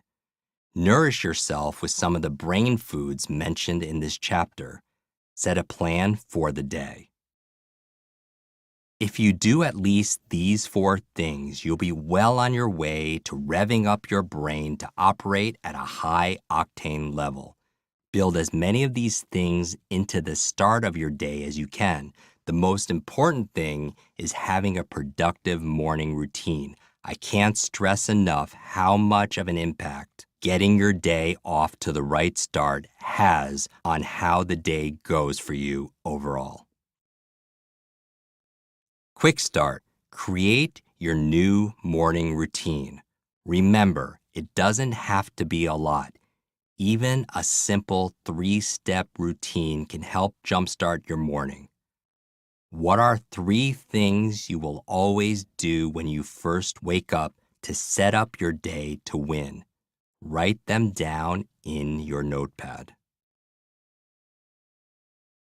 Before we move on, none of us would be able to live without habits, of course, but consciously working to bring constructive new habits into your life and to replace bad habits with better ones will take your superpowers to a new level. Before you move on to the next chapter, here are a few things to do. Bolster your understanding of the habit loop by thinking about the 4 components of some of your most common habits, like making your breakfast or taking the dog for a walk. What's the cue, the craving, the response, and the reward for each of these? Spend a few minutes thinking about a habit that you'd love to replace with a more constructive one. Using the FOG behavioral model, what new behavior can you adopt that fits neatly into the model? Walk yourself through the process of starting a valuable new habit using WIN. So now we have a reason, we've found out why, we've created energy in our life, making sure that we're supported. And I love this last chapter because Yeah. I've had this in my life where I've been really like, I know what I want to do and why I want to do it. And I feel like with the energy, but what I've taken on is so big Right. that I've just become completely overwhelmed and paralyzed. And you're not I'd wake motivated. up and be like, and then freeze and then not Right. do anything and then and then feel really bad about myself because it just felt like I want to be at the top of the mountain and I have no idea how to get there. So these small, simple steps sound so empowering. It really is the next step because, if you're, think about this, and this becomes a tool, this framework, the limitless model, if you will. We already went through, you and I, mindset, and now we're talking about motivation, and then we'll get into the methodology and the methods. But motivation is really key. And there's this, again, this myth that people feel like they have to enjoy everything that they're doing. And, whether it's working out or anything, and that's a benefit. I mean, find the joy in the things that you want to do for yourself. But as you mentioned, it's this big mountain and it's can be very overwhelming. And where do you start? And my suggestion for everybody who's listening is once you have a reason to read all the time or meditate each day or do the things you want to learn that language and you have the energy and so you have the fuel to do those things, break it down. Don't try to, you can't learn a language in a day, right? Or become fluent. Break it down into one word. Right? Or if you're going to read something, don't worry about reading 45 minutes a day. For somebody who's never read 45 minutes in a month, right? Break it down to one sentence. The idea here is you're going to ask yourself this question: what is the one small step I could take right now to make positive progress in this? Where it's so small, I can't fail. It requires very little energy, very little effort. And That's again, a great feedback loop. I think so many of us have, we've lost faith in ourselves because we've broken promises to ourselves so many times. We do this, we make these, we get like, hoorah motivated and we make some ridiculously big promise. And New Year's resolution. What a New Year's resolution. And then we break it. And so like, I know for myself, Yeah. for the longest time, I would make, a promise or a commitment. And some voice in the back of my head was like, yeah, like you're really going to do that. But this is really cool because this feels like it could repair that relationship by setting us up to win. Yeah. And then like learning that, oh wow, I can do this. And then I'm sure like you sit down to read a sentence, you're probably not going to stop at the end of the sentence. So it's a filling the reservoir, which is great. Exactly. We addressed that in a previous chapter when we're talking about purpose. As part of it is the identity. If we start eroding on our identity that we're not someone who follows through on something by our behaviors, because we make a public declaration that I'm gonna read this, I'm gonna work out, I'm gonna do this, make sure I spend 35 minutes with my kids each day, just with them and helping them, and then we start not being congruent with that. We start losing our own belief that we are people that follow through, and we change the way we see ourselves as somebody who procrastinates or something else. One of the best ways to overcome that compromised identity is by behaving in little ways that are nurturing for ourselves.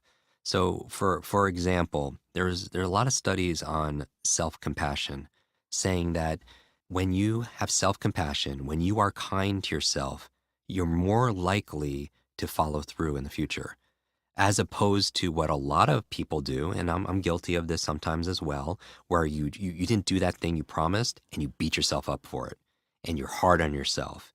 And what studies and research is saying, those people who do that are less likely to follow through in the future, as opposed to the people who are like, Hey, I'm human. I had a really long day today. A lot of things came up that I didn't expect, and I just can't complete it. And you're kind to yourself. And so when you're loving and kind to yourself and you're understanding with yourself, you're more likely to make the positive change the next time. And so, I agree. We are these complicated beings, and yet it's very, very simple. I'm not saying simple is easy. Simple could sometimes be difficult. So I'm not saying it's not going to be hard, but I'm saying to everybody who's listening to this, it's going to be worth it. I love that. Really working with something that's simple and effective, even if, like you said, it doesn't mean it's going to be easy, but there's something in that simplicity that makes it so elegant and so effective. Mm. So then, with this helping us, reasons, we got our energy, we have these small, simple steps. Let's explore, like, what are the great states this could lead us to? Just flow. Chapter 10: Flow. Why is flow so important to becoming limitless? How do I achieve a flow state? What are the key enemies of flow? I'm sure there have been times when you were so completely caught up in what you were doing that everything else disappeared, and it just felt like the most natural thing you've ever done.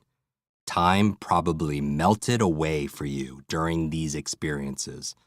People regularly tell me about focusing so deeply on what they were doing that they had no idea that afternoon had become night, or they missed multiple meals in the process.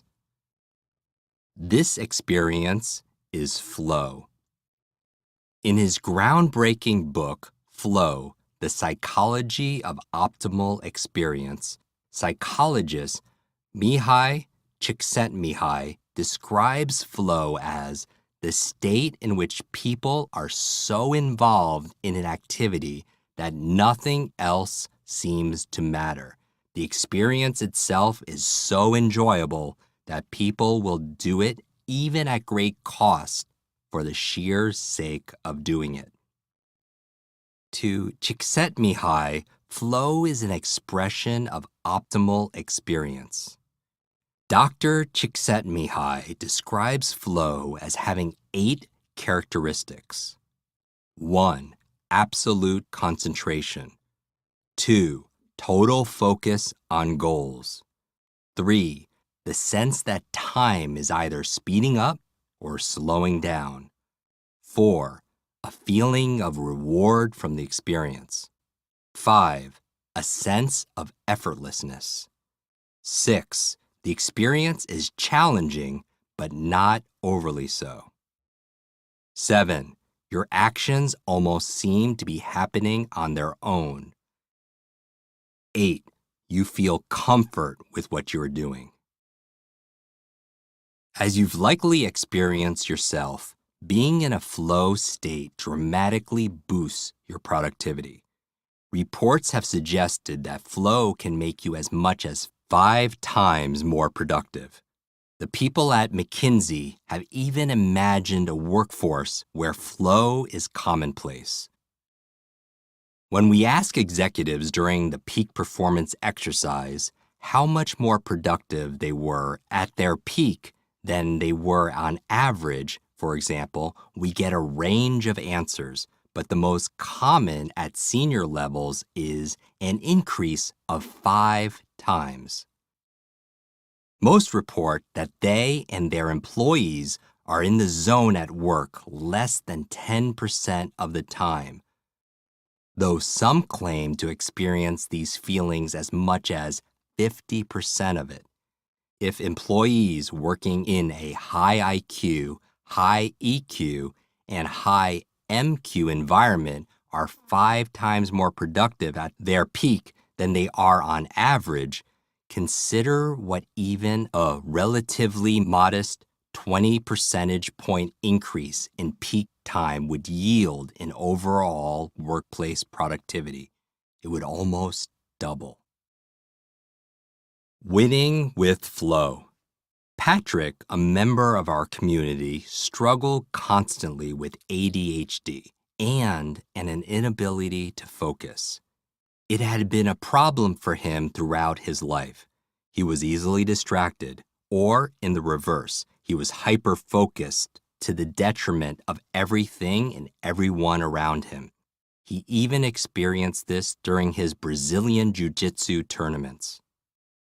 He had difficulty deciding which technique to use with opponents and felt as though he was trying to use every move at once, even though many of them weren't appropriate for the situation.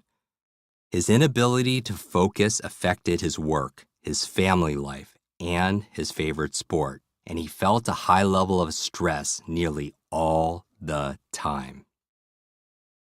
Then one day he started listening to episodes of my podcasts where he heard about the stages of flow, which we will get into in a moment, as well as several high-performance habits. Patrick applied what he learned to his everyday life and saw immediate results. He was finally able to identify and understand what he was struggling with, and he immersed himself in his pursuits more fully than ever before. Finding flow was the key. In his next tournament, Patrick was able to release his intense focus and take his mind off the problems that had distracted him in the past. He found his flow quickly and felt like he was in the Matrix. He could see his opponent's moves coming before they happened. Even better, he was able to find flow in other areas of his life too. The better he did in his martial arts tournaments, the better he did in life.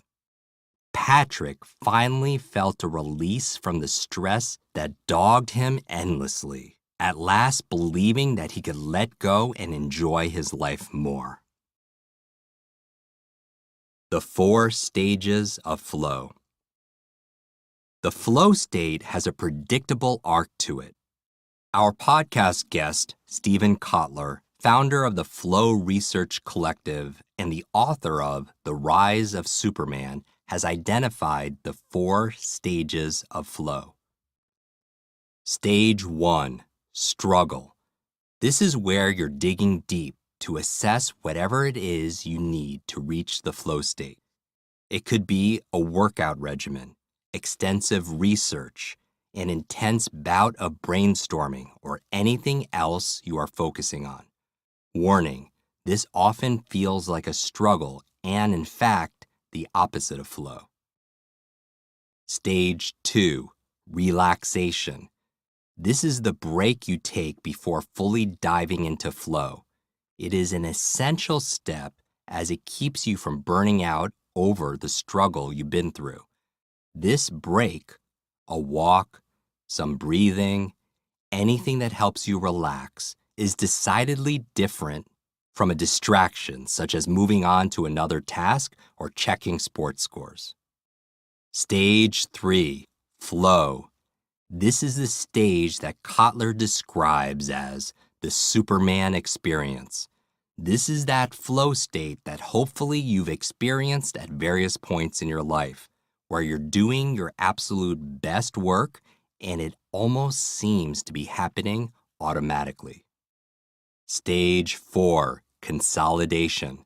In this final stage, you pull together everything you accomplished during the flow stage.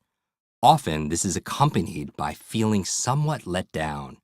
All kinds of positive chemicals have been running through your brain while you're in flow, and now that high is ending, but another cycle can be waiting just around the corner. Kotler believes that finding flow is the source code of motivation. When you find flow, you get maybe the most potent dose of reward chemistry your brain can give you, which is the reason he believes flow is the most addictive state on earth. Once we start to feel flow in an experience, we are motivated to do what it takes to get more. But it's a circular relationship. If you have motivation to accomplish a task, but you have no flow, you will eventually burn out. Motivation and flow need to work together, and they must be coupled, with a solid recovery protocol like good sleep and nutrition. Quick start. Have you ever experienced the flow state? Where were you? What were you doing? How did it feel? What did you achieve at the end of it? Visualize that state. Even if you can't visualize, imagine that you can. Finding flow. If you're going to become limitless, you're going to want to get yourself into a flow state as often as possible. So how do you do this? I can offer 5 ways. Number 1, eliminate distractions. Earlier, we talked about the importance of keeping distractions to a minimum. If you're going to find yourself in a flow state, eliminating distractions is absolutely essential. It can take you up to 20 minutes to reconnect with what you're doing after you've been distracted from doing it. How are you ever going to get into the flow if you're constantly rebooting because a text message drew away your attention, or because you just wanted to make a quick check of social media before you got back to work? So, put everything else aside and concentrate completely on what you're doing. Number 2, give yourself enough time. Make sure you have a block of time set aside to get into flow. It's commonly believed that when conditions are right, it takes about 15 minutes to achieve a flow state, and that you don't really hit your peak for closer to 45 minutes. Clearing out only half an hour or so isn't going to allow you to accomplish much. Plan to set aside at least 90 minutes and ideally a full 2 hours. Number 3, do something you love. When we think of flow, we tend to think of people achieving at extremely high levels, the athlete perfecting her game, the musician crafting the ideal guitar solo, the writer quickly putting words down on the page as though taking dictation rather than creating. What's common among all these people is that they are doing something that matters to them a great deal. They wouldn't be satisfied with only being moderately competent, as they aren't performing a task with which they have a casual relationship. They're doing things they love. I've been talking to people about flow for decades. I don't think I've ever heard someone mention being in a flow state about something they were doing only to pass the time. It's like the difference between driving an old junker and driving a brand new Aston Martin. Both might get you to the office, but you're only likely to really get into the driving experience with one of them. If you find certain annoyances in something you're doing, or if you find it to be dull much of the time, these negatives are going to prevent you from truly getting into the flow. Number 4, have clear goals. One of the most efficient flow preventers is lack of clarity. If you don't know what you're trying to accomplish, it's likely that casting around for a mission will keep flow at bay. A novelist friend of mine separates the plotting of his novels from the actual writing for precisely this reason. For him, plotting is an arduous task, with lots of fits and starts, whereas he takes tremendous pleasure in choosing the right words for his stories and making his characters come alive. By plotting ahead of time, he knows exactly what he's going to write about on any given day, and regularly finds himself disappearing into the flow of his work for hours at a stretch. So, once you've carved out the time, give yourself a clear purpose for how you are going to use that time. If you set yourself on a mission at the outset, and it is something you're excited about achieving, you're likely to find yourself deeply immersed in that mission. Number 5, challenge yourself a little. When I talk to people about flow, I consistently hear that they are most likely to achieve flow when they're doing something that is a little bit of a challenge. In other words, they're outside of their comfort zone, but not way outside of it. The logic here is clear. If you do something that you can do with both hands tied behind your back, you're probably going to be bored fairly quickly, and boredom and flow are incompatible. On the other hand, but if you do something that you love that also has a moderate level of challenge to it, trying to hit a baseball to just one part of the field, trying to form a new tuning on your guitar, or writing from the perspective of a new character, for example, this level of challenge is likely to keep the task exciting for you and therefore engage you deeply. Conquering the enemies of flow. Training yourself to achieve flow regularly and even in multiple sessions in the same day will have you performing like a superhero. But we all know that superheroes are constantly challenged by supervillains, and a number of them are lurking around every corner, stalking your flow and trying to extinguish it. Here are 4 supervillains you need to keep at bay if your flow is going to thrive. Number 1, multitasking. We've talked about this before, even in this chapter, but it bears repeating. Being a master multitasker is not synonymous with being limitless. In fact, research repeatedly shows that people who multitask are considerably less productive than those who focus on one task at a time. Given that you now know about flow, it should be obvious that multitasking is the mortal enemy of this feeling. You're never going to get into flow to craft that epic solo or create that jaw-dropping presentation if you're also checking in with colleagues, sending off a quick note to a friend, and reading your company email. The only way to vanquish the supervillain multitask is to ignore him completely, clear your schedule of everything else, and get into flow. Number 2, stress.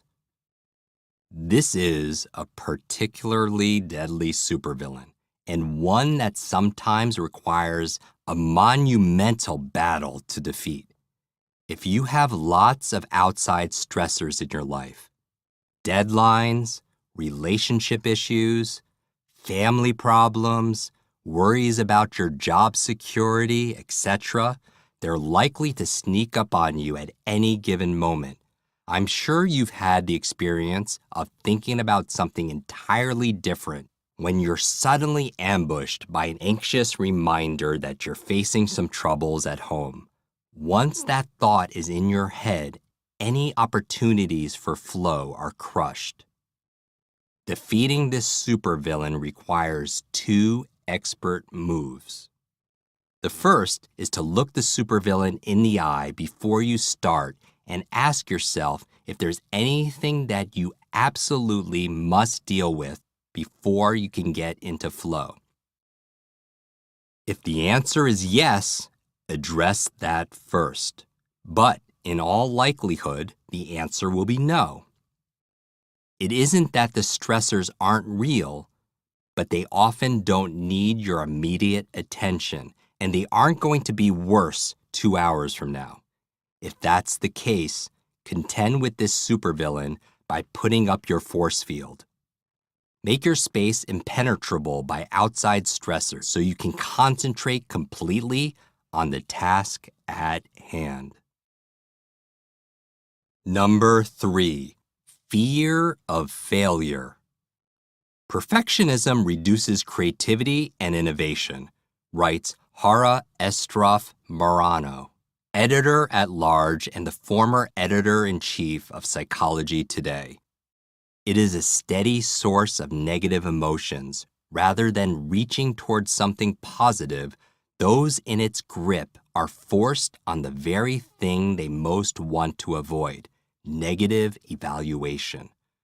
Perfectionism, then, is an endless report card. It keeps people completely self-absorbed, engaged in perpetual self-evaluation, reaping relentless frustration and doomed to anxiety and depression. If you go into a task with the belief that you absolutely must perform this task perfectly and that failure will be devastating, you're going to be so focused on not failing that you'll never get into the state where you can truly excel. Remember earlier when we talked about how one of the ideal conditions for flow is pushing yourself just a little outside of your comfort zone.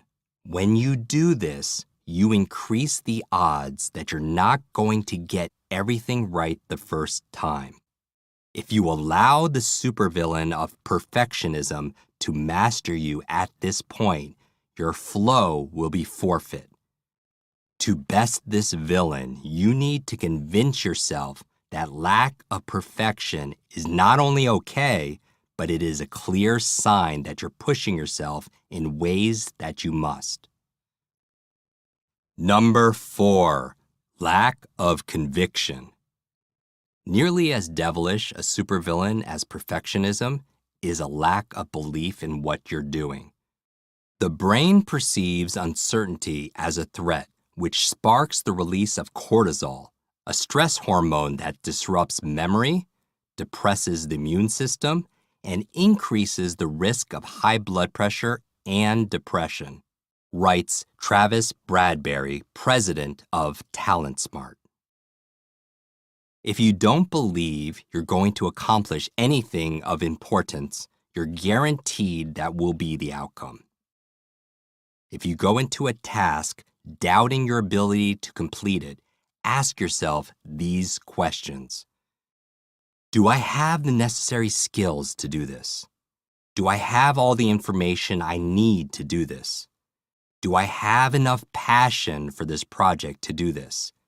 If the answer to any of these is no, set the task aside until you can answer each of these questions in the affirmative. But if the answer to all 3 of these questions is yes, take the supervillain down and get into the flow. Before we move on, the flow experience is one of the greatest highs any of us will ever experience. It is also fundamental to becoming limitless. By this point, you should have a better sense of what flow is and how to get there. Before we move on, take a little time to try out the following. Reflect on a few times you've been in the flow. What were you doing? What was consistent about those experiences? How can you get back there more often? Take out your calendar and find a spot in the next few days where you can carve out 90 minutes to 2 hours. This needs to be a time when you can free yourself of all distractions. Now, what are you going to do with that time to dramatically boost your productivity? And finally, how often do you go into a project with one of the supervillains we talked about in this chapter stalking you? What can you do right now to defeat that supervillain before going into your next project? Flow really does sound like the ultimate creative state. You know, and when you read the examples and just listening to you share, we get excited, like, I want to get into flow, like, I want to do that. Something that, I write a lot. I do, doing comedy, there's a huge amount of kind of ideally flow state experiences. But one of the things I struggle with, I think I'm not the only one, is that sometimes I try to force myself into flow. Like I sit down, I'm like, okay, I'm gonna get into flow now. and then like the pressure to get into flow blocks me and I choke. Yeah. Like I choke and I go, oh, what if I can't get into flow? Or what if I get into flow and what I create is stupid? And like the pressure I then, it's absurd. But do you have any suggestions around someone who chokes at the gate of flow? Yeah, I think a lot of people who listen to this chapter are thinking like, man, I want to live there. and how do I force it? And some people, that's not how flow works. That's the way to get out of flow is through that conscious forcing effort. It's interesting because when I remember I was speaking at an event, I was backstage with Dr. Wayne Dyer, and a magnificent mentor. And he never prepped before he went on stage. He never went through notes, and he went out there with this level of confidence and this level of trust. And granted, he did the work, right? Because he lived his dharma. He studied all the time. But as soon as he stepped on stage, he surrendered to the experience. And even, when I would talk to him after he got on stage, before I go on stage, he's just like, he was just a vessel, and it just channeled right through him. And I'm sure with your show, as a teacher, as a lawyer, or as a comedian, whenever you're on that stage, it's interesting that through line where there's always a stage. I'm sure you've had a set where it just, you lose sense of time and you're in that zone. And the reason why we put this in the motivation section is, yes, the formula for motivation is having a purpose, having energy, breaking it down into small steps. But some people would suggest, including our multiple podcast guests, Stephen Kotler, who wrote The Rise of Superman, and Stealing Fire, who's an expert on flow, they would say that you don't have to motivate yourself when you're in flow. When you're in that zone, you don't have to push yourself to do that. And if you try to do it like consciously, you could use the parameters, but really what the goal is to set your environment up so it supports the flow. There's a level of, as I was talking about with Dr. Wayne Dyer, of surrender, knowing you've done the work. And remember, it has to be a little challenging. If it's, you cannot get into flow in an easy task, because that's boredom, and boredom doesn't support flow. The task also can't be overwhelming. That's why I'm saying break it down into small steps that are challenging, but you're going to be able to accomplish that, because if it's too overwhelming, so it's always challenge and competence. If the challenge is too high and your competence is too low, that creates frustration and stress. You can't get into flow that way. And if you reverse it, if the challenge is too low and your competency is too high, that's too easy. And so you're never going to get engaged and you're going to be bored. So the goal here is you can't force flow. At best, you could set up an environment and make sure you do the work and the training and challenge yourself in a way that you get engaged, but not so challenged where it becomes stressful. Okay, so how do you know if you are in flow? What does flow look like? Yeah, what does it look like? What does it sound like? What does it feel like? 3 elements that are common through a flow state. So, and you could be aware of it as you're reviewing your experiences, as you're studying or you're speaking or you're learning or remembering things. I want you to remember SET, SET, because I love the acronyms, right? SET is, the S is you lose your sense of self. When you are in the zone, whether you're playing sports or you're dancing or you're with your partner, you're making love, you do anything, you lose your sense of self, your ego. It's not there. The E in SET is it's effortless. It is effortless, meaning you don't have to really, really try. You're not pushing. Your strengths are coming to bear, if you will. So you lose your sense of self. And that's a first indicator that you're in flow. The E is, it's, wow, this is effortless. I'm in flow, right? I'm in the zone. And finally, the T is you lose your sense of time. If everyone could remember the last time they were experiencing a flow state, or, as athletes call it, the zone, you don't know how much time went by.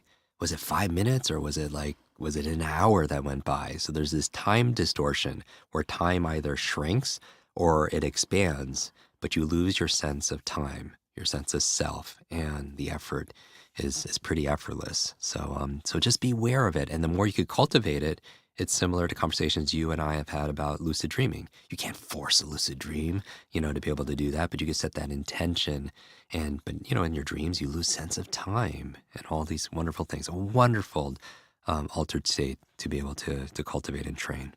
What I like about this with the flow state and what you've just shared is even though there's this moment of surrender, I think a big part of that is if we get that limitless mindset right, if we create a strong sense of purpose and energy, and we get the steps, it's like we're setting ourselves up Yes. for success. So when we get to that door, we can surrender and go into this flow state. Mm-hmm. So now that we've gone through all of those things, now I have to ask you, where are the goodies? Like, I want to know Jim's famous methods. So I think the next part, we're going to deep dive into that. We're going to go into the methods of accelerated learning. I cannot wait.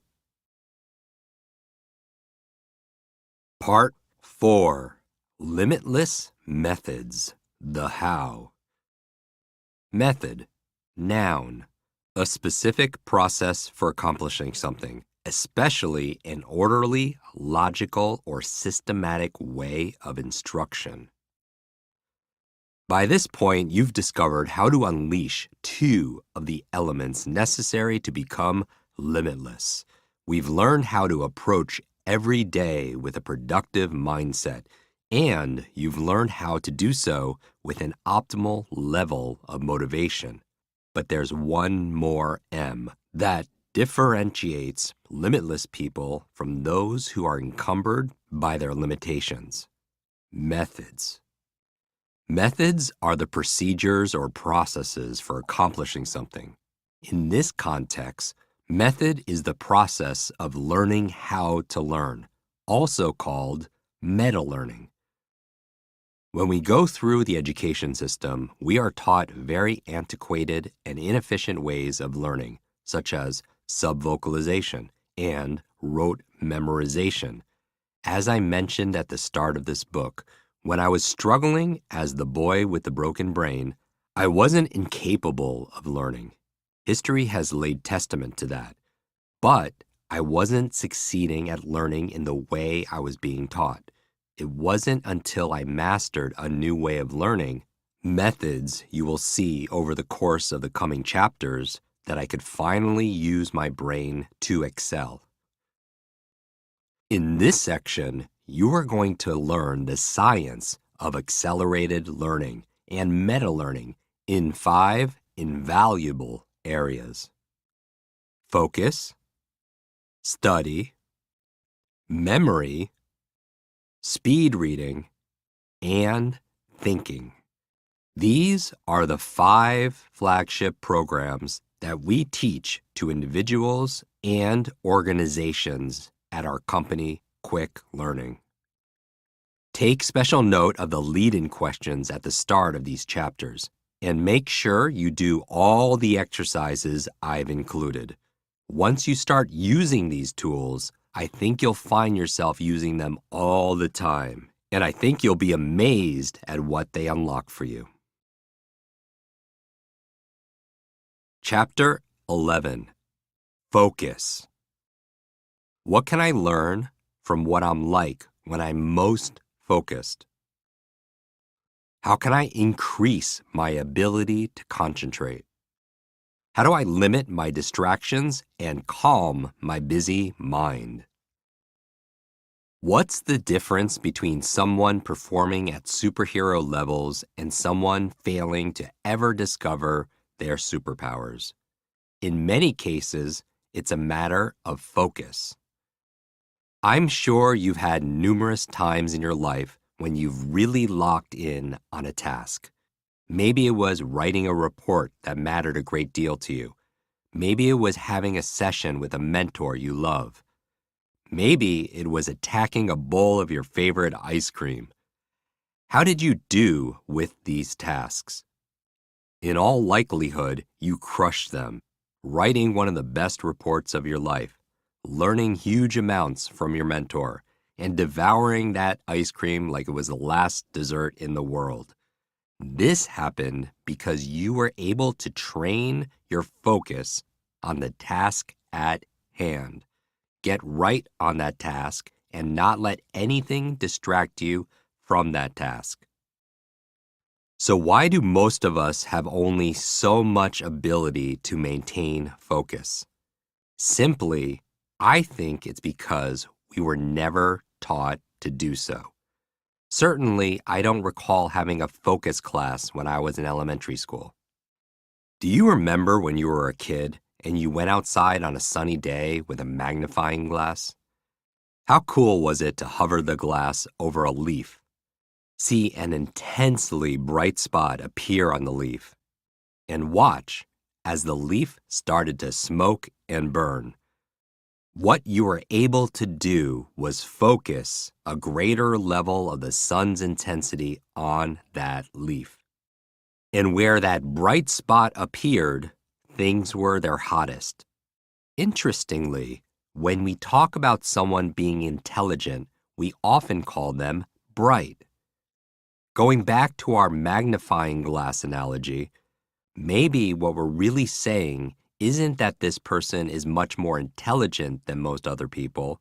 Maybe that person is just more focused. Focus allows us to train our brain power on a particular task to burn through that task. It's amazing what we can accomplish when we're focused. Conversely, when we're less focused, we're less likely to accomplish what we truly want to do because we're not as committed, both emotionally and physically, to doing it. The primary enemy to focus is distraction. Quick start. Rate your current level of concentration from 0 to 10. Now rate your desire to increase this level. Your concentration is like a muscle. You can train it to become stronger with practice. Practicing concentration. Concentration is at the crux of all human success and endeavor. Hindu priest, entrepreneur, and former monk Dandapani told me during one of my podcasts.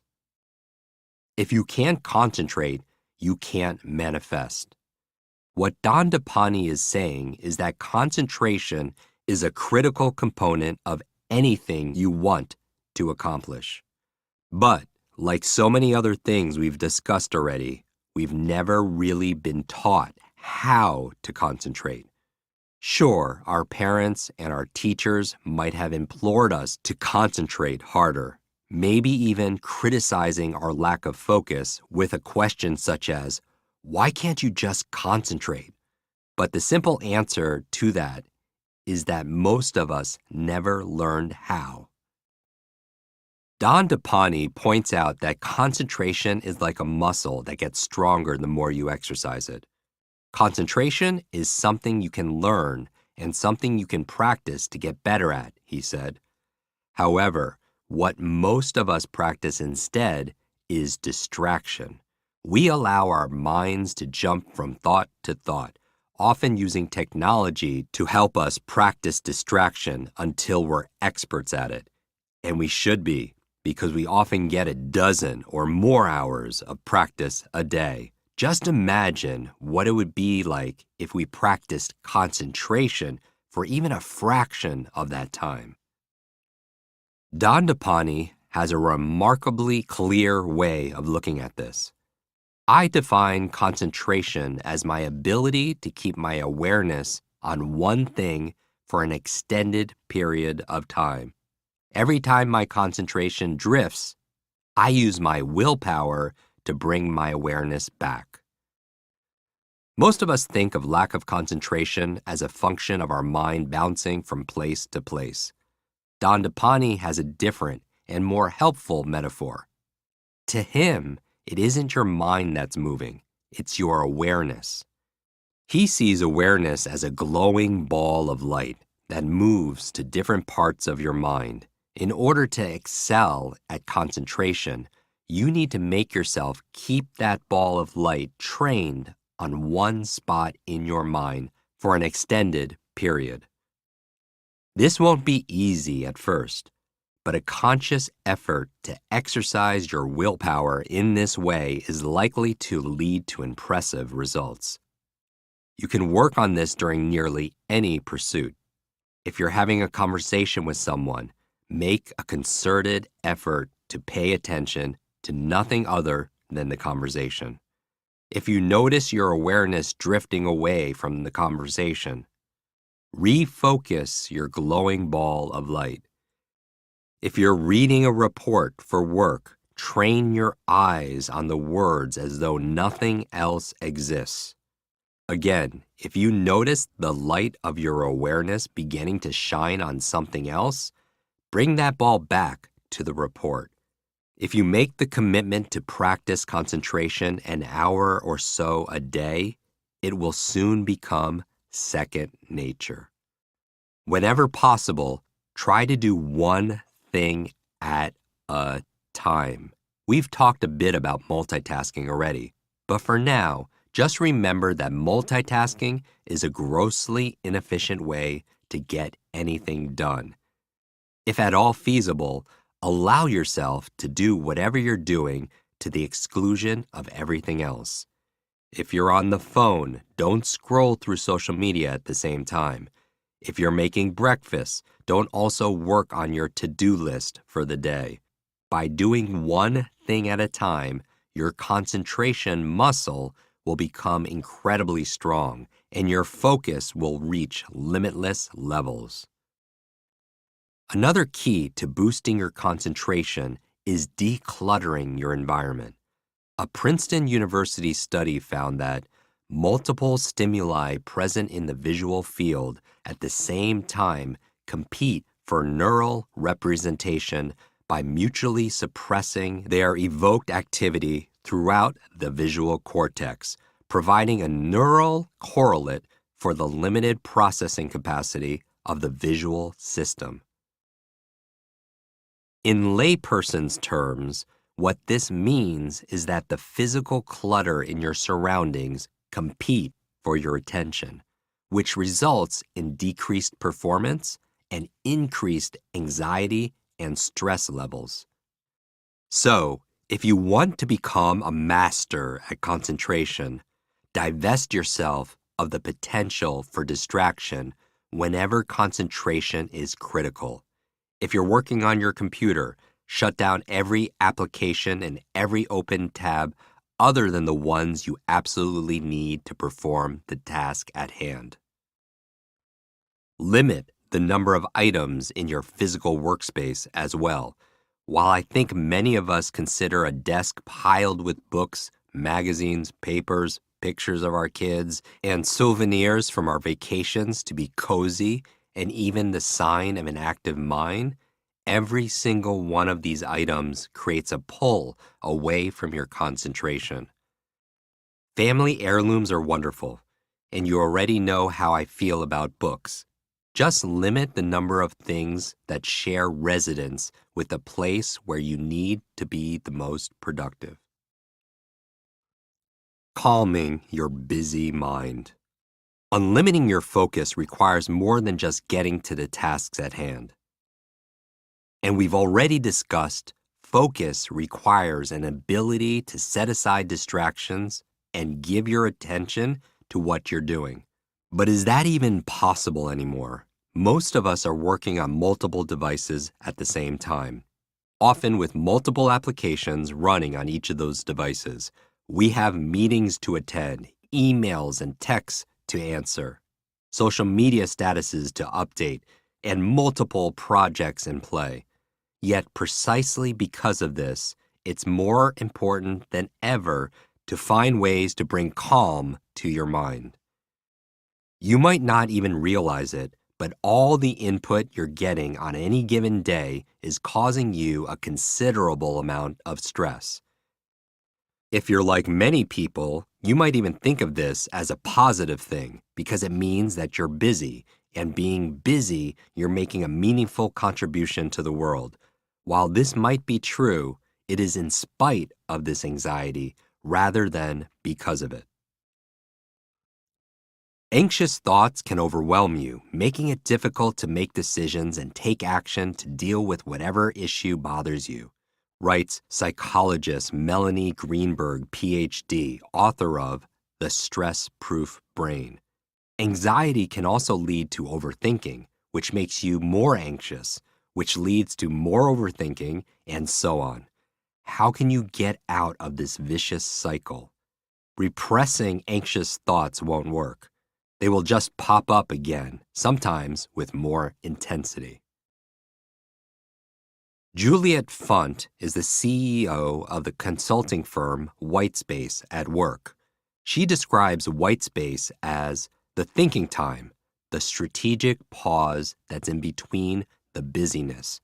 When she was on my podcast, Juliet called Whitespace the oxygen that allows everything else to catch fire. What both Greenberg and Funt are identifying is the need for all of us to have more time when our minds aren't cluttered. It's obvious how doing this will positively impact our mental health, but what's less obvious is how it will also dramatically improve our focus and our productivity. Some interesting studies in neuroscience underscore this, showing us how distraction is actually changing our brains.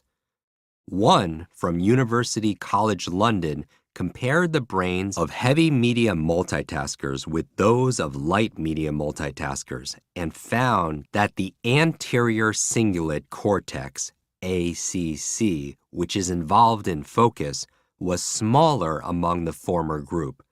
Conversely, a study at the Max Planck Institute found that among people going through training exercises to increase attention, their ACCs grew thicker. And distractions can be a serious time sink. A study from University of California, Irvine shows how distractions can really disrupt your day. You have to completely shift your thinking. It takes you a while to get into it, and it takes you a while to get back and remember where you were, said Gloria Mark, lead author of the study. We found about 82% of all interrupted work is resumed on the same day. But here's the bad news.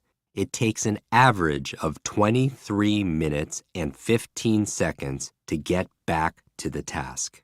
That's more than 20 minutes every time you're distracted. And how often are you distracted every day?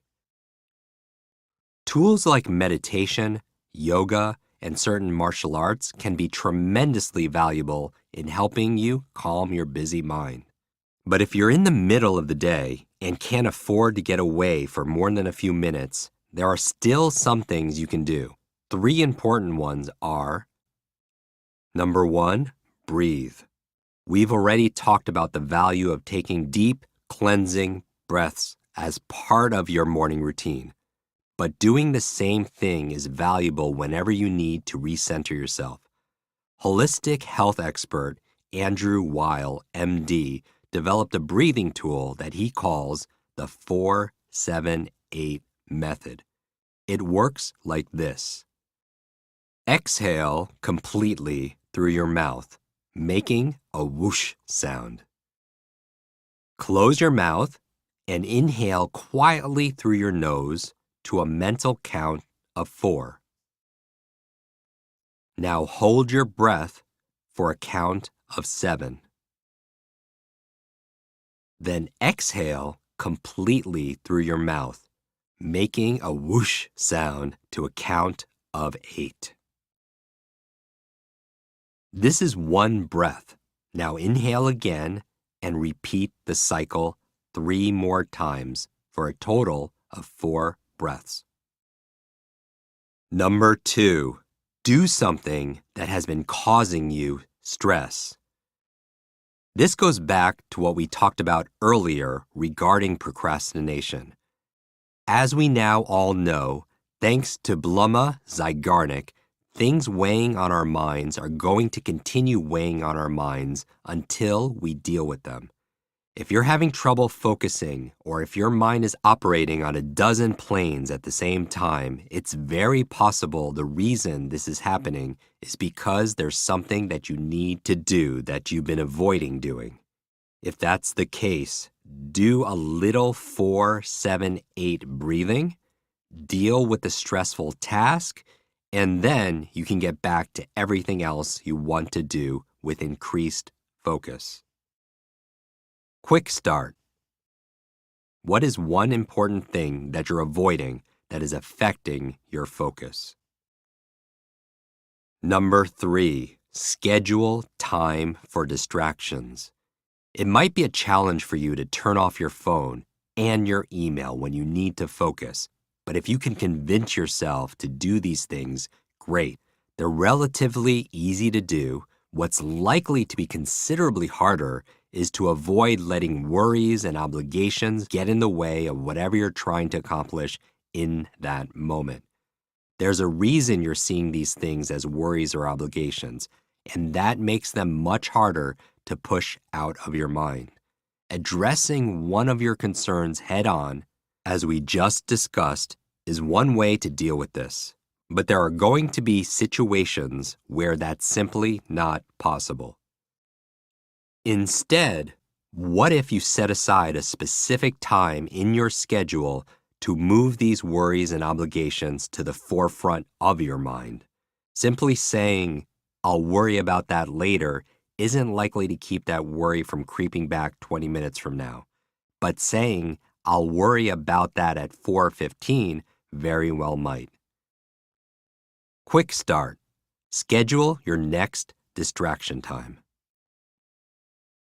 Before we move on, unlimiting your focus is a key to unleashing your superpowers. When your mind is truly focused, when you're completely throwing yourself at a task, you achieve at levels that are impossible when you're distracted or divided in your thoughts. Before we move on from this chapter, let's try a few things. Take a good look at your to-do list and identify the thing or things on it that is likely to invade your thoughts until you get it done. Formulate a plan for dealing with that task using some of the anti-procrastination tools you now have.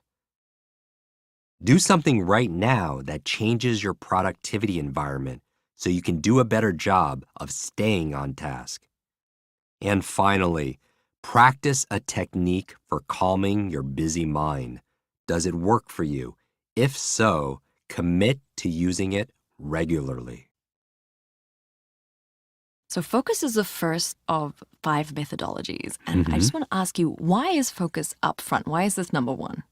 That is a wonderful question. I'm glad you actually noticed that. Is the reason we cover focus first is because if you don't have that, you can't do any of the other methods.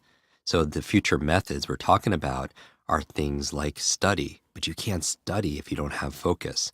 Things like memory, it's not your retention, it's your attention and your focus that's important.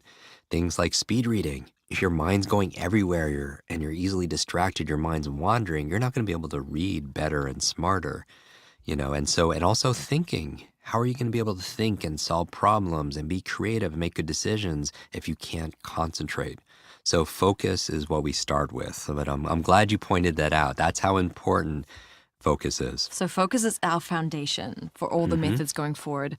And wow, focus is something we really are lacking in. It's something, I think about listening to that chapter, I realized how unfocused I am, how my default is to be distracted. And especially what came up for me that chapter, once let's say we clear our spaces and we create the best optimum conditions, there is a reality where we are now available to people in a way we weren't before. The amount of emails, text messages, MSN messages, Telegraph, all the different stuff constantly coming at us and bombarding us from people we like, people we love. It feels so urgent. I find it really challenging to create space from that. I feel like that's one of the biggest distractions we have because it does feel so urgent to respond to people. What perspectives or advice do you have around creating healthy parameters in relationship with that? It's similar to the conversation that you and I had about the people we spend time with.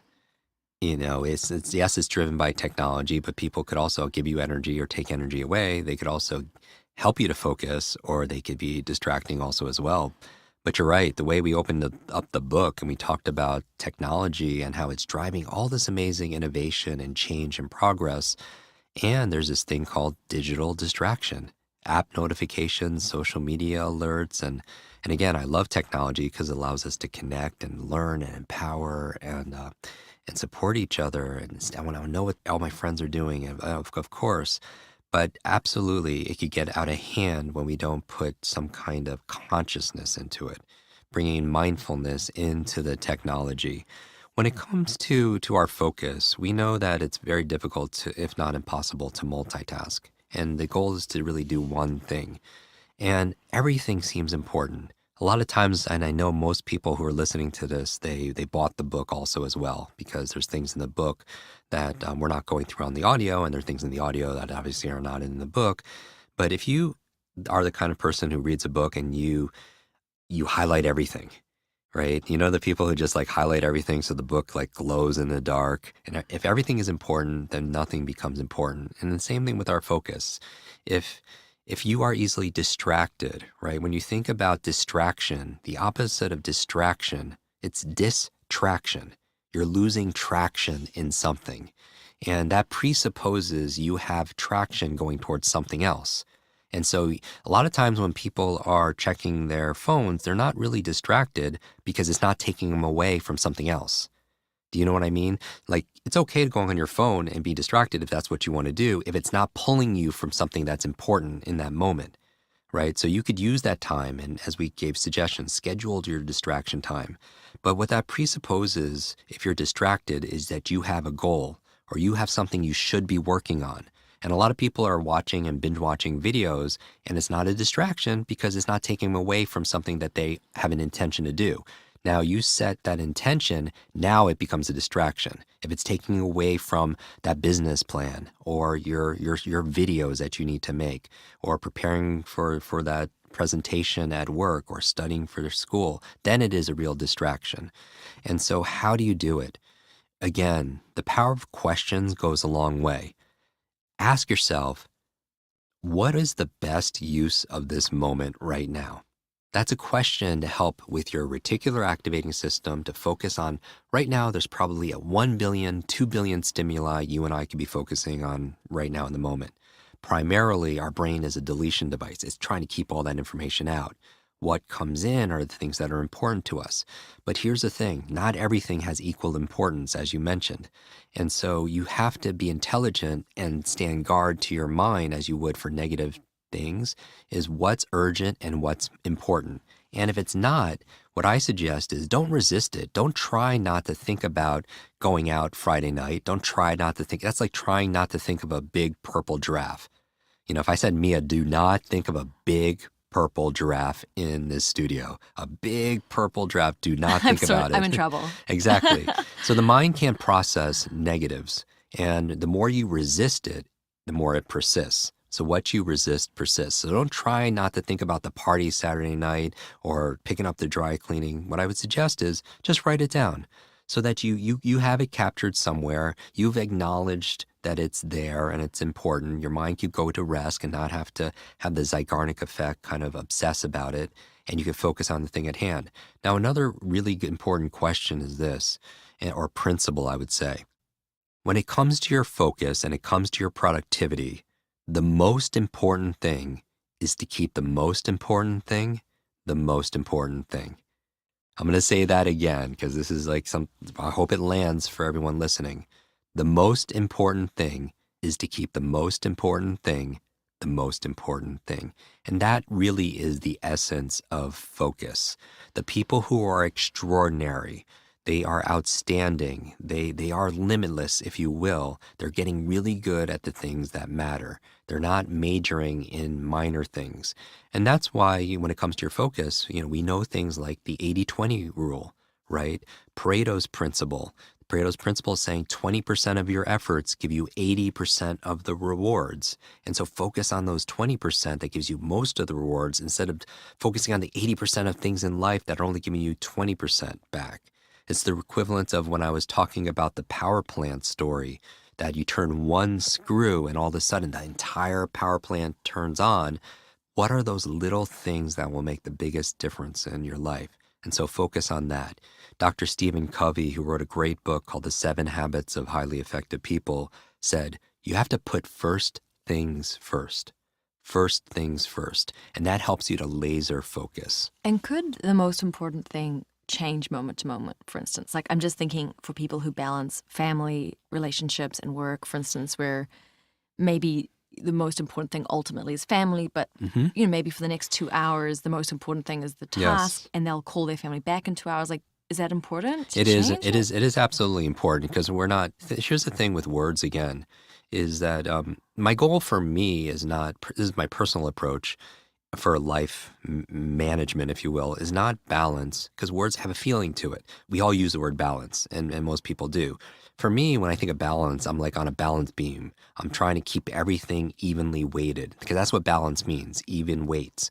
And so for me, I don't look for life, work, health balance. I look for harmony. That's my word, meaning that I don't need to spend the equal amount of focus and time to my health as I do to the kids, as I do to my career, as I do spend the same amount of time in the gym. That's not how I'm looking to balance. How I'm looking to do it is like a symphony. You have an orchestra, and not every single person or instrument is playing the equal amount of time, but they all come in at the right moment and they create this incredible art. I And love that that's analogy. and that's the goal with our work. That's an empowering analogy. I think I always imagine balance as almost like a trade-off too. Like you're trying to Hmm. juggle all these things and make them equal, but that's so much more intelligent and effective. All right, so with focus as our foundational sort of a methodology, let's find out about the next few. Yeah, we're going to talk about the power of study. Chapter 12. Study. If I'm going to be a lifelong student, how can I optimize my study time? Is cramming the best way to learn something? How do I become a better note taker? One Friday night, after a very busy work week, I received a call. The person on the other end of the phone told me that we had a common friend and that this friend had suggested he reach out to me. Sure, how can I help you? I said. For the first 30 seconds of our call, this man had seemed entirely calm, but with that question, his voice became more animated. You've got to help me, please. My speaker can't make it out tomorrow because of an emergency. He was supposed to give our keynote. I told him that I was sorry to hear about his predicament, but that I didn't take speaking assignments on the spur of the moment. I usually book speaking gigs 6 months in advance, and I always gave myself time to prepare for them. That didn't deter this caller.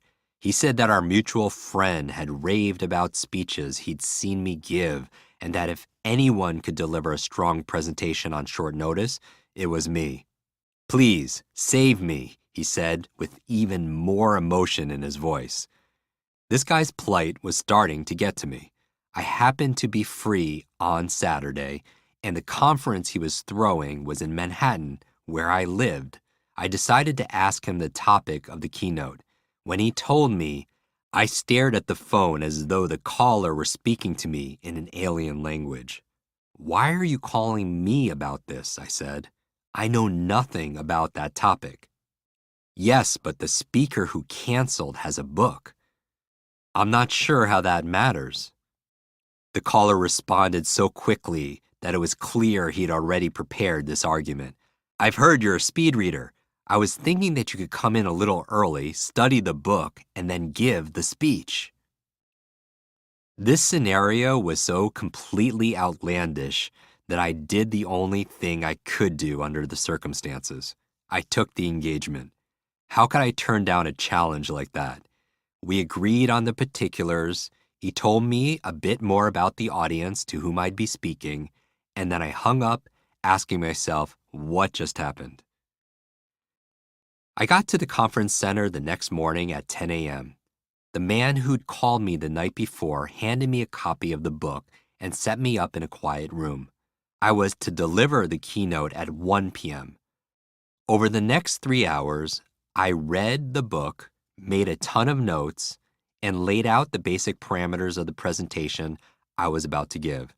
I then went up on stage and gave the keynote from memory, and it turned out to be the most highly rated talk of the conference. I was exhausted, but I have to admit that the entire experience was quite a rush. You are unlikely to ever find yourself in a situation like this. But As outrageous as the caller's request had been, I knew I could do this, because with competence comes confidence. I'm not saying this to impress you. I'm saying it to express to you what's possible. To illustrate to you how any sense of constraint fades when you've learned how to absorb a subject in a sitting, remember what you've learned, have the ability to highlight the most essential points, and have an understanding of how people learn. In other words, many of the things we're discussing in this book. I never would have been able to deliver that particular keynote if I hadn't been a quick study. And just like the other skills we've been addressing here, this isn't an ability you either do or don't have. Instead, it's an ability you've either cultivated or haven't. You can learn how to unlimit your studies. And when you do, it'll be a superpower you'll employ the rest of your life. We've had students report to us where they're going in for a job interview, for example, and on their way to the job interview, they'll go on their phone online and go and memorize all the key information about that company. They'll go through their team and memorize all their names. And when they're sitting in the waiting room, going in and preparing to go for the interview, they'll memorize the content that's sitting in the waiting room. And from there, during the interview, they'll start recalling facts and figures, and it's a wonderful way to stand out. It's not just what you know or who you know, it's who knows you. This individual here, the story we just got in our private Facebook group, he left saying goodbye to every single one by name. Even people he did not meet, he just remembered them from the website. And guess what? He got the job. Quick start. Think about a topic or subject you'd like to learn this month. How would you go about studying this topic? What's your current approach or process? The 4 levels of competence. Since the 60s, psychologists have noted that there are 4 levels of competence or learning. The first, known as unconscious incompetence, is when you don't know what you don't know. For example, you might not even be aware of the fact that something like speed reading exists. So, you're also not aware that you're currently not capable of doing it. In the next level, known as conscious incompetence, you're aware of what you don't know. For example, you're aware that people have learned to read and comprehend much faster through speed reading techniques, but you yourself have not had any training in this area, nor do you understand what tools are necessary to become a speed reader. The third level is conscious competence. What this means is that you're aware of a skill and have the capacity to perform that skill, but only when you actively put your mind to it. You can do it, but it takes work. Continuing with speed reading, this would be akin to speed reading successfully, but only when you focus on employing a speed reading technique. Similarly, at this stage for other activities like typing or driving, you could do it, but it requires your conscious attention.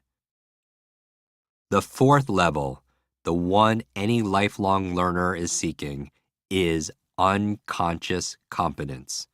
In this case, you know how to perform a skill, and it's second nature to you. With speed reading, you would reach the point of unconscious competence when this simply becomes the way you read.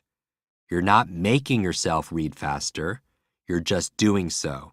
You are typing or driving without your deliberate attention. Now, the key to get from conscious competence to unconscious competence is obvious. It's practice.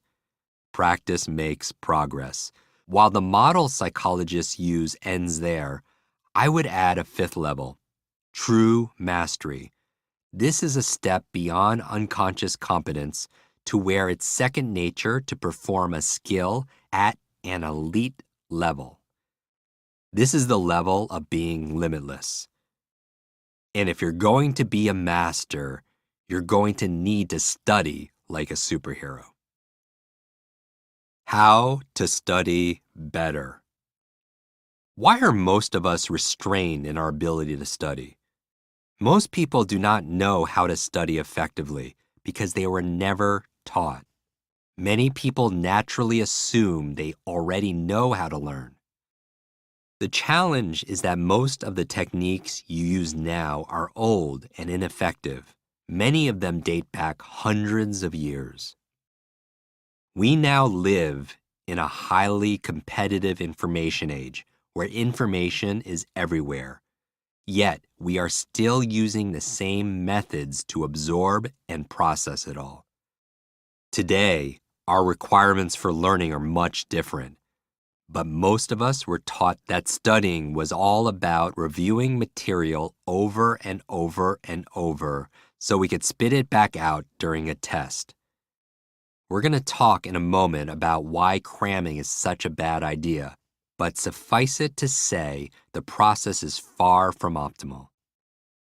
The most successful people in the world are lifelong students. That means they're continuously learning new skills, keeping up with the latest in their chosen fields, and staying apprised of what other fields might be able to offer to them. As we discussed earlier in this book, there are enormous benefits to spending a lifetime learning. So if you're going to approach your goal of being a limitless learner, you're going to want to make study a part of your entire life. This is something that James, one of our students, discovered, although it took a little time. James struggled with his education, and after high school, he spent 3 years working at a liquor store, even though he'd always dreamed of becoming a successful businessman. He realized that in order to fulfill his dream, he was going to have to go to college, but, he told me, it was like pulling teeth. I eventually got my accounting degree, but then got into an accounting firm, and then went into banking. But for the longest time, I couldn't build up to being a wealth manager. I got into an analysis position, and that required a lot of learning, a lot of studying, and I was just barely getting by. I had the people skills, and I had the discipline, but the studying part was really hard for me. A lot of the designations I have now, I failed the tests a few times before I got those designations. When it was time to take my CFP exam while I was working, it just became so burdensome. James was 6 weeks away from his big test, a test that normally requires 12 weeks of study, when he learned about my speed reading program. This allowed him to turn the corner, improve his studies, helping him, quote, keep my brain healthy through the whole process of intensively studying, end quote, and providing him with a big boost on the day of the test. James got his CFP designation, and this allowed him to get a new position where he works directly with clients as a wealth manager. He continues to use his newly refined learning skills while going through the vast number of prospectuses he needed to read and understand. James could easily have allowed restrictions to stop him in his tracks. Instead, he learned to unlimit his old ways of studying to overcome the obstacle in his career. But what about cramming?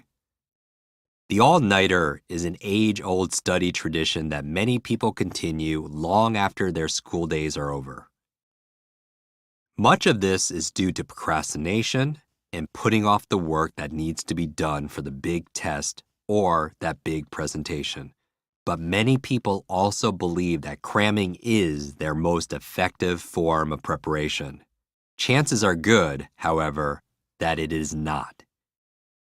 In reality, cramming is associated with emotional, mental, and physical impairments that reduce the body's ability to cope with its environment, wrote journalist Ralph Hibutsky in the Seattle Post-Intelligencer.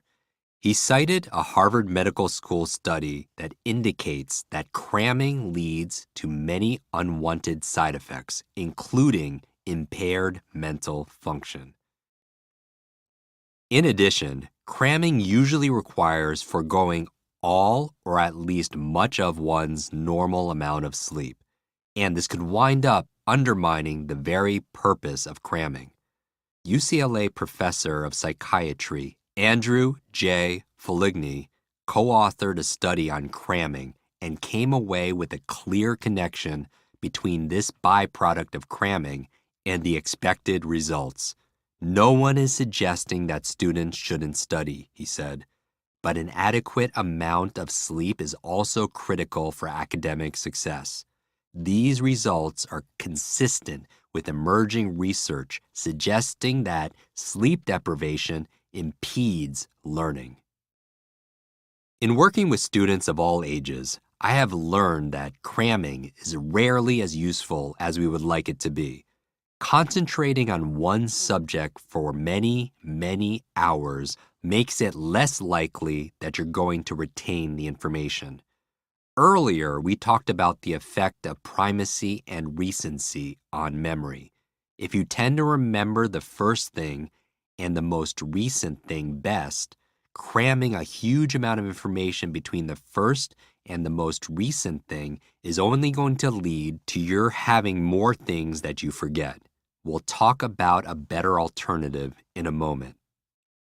Whether you're a high school junior taking 5 AP classes with the goal of gaining acceptance to a top college, or a corporate head faced with the need to stay on top of your rapidly changing industry, you're likely facing two challenges simultaneously: a mountain of information to scale and little time in which to scale it. If this is you, you're going to want to make sure you're studying as efficiently as you can.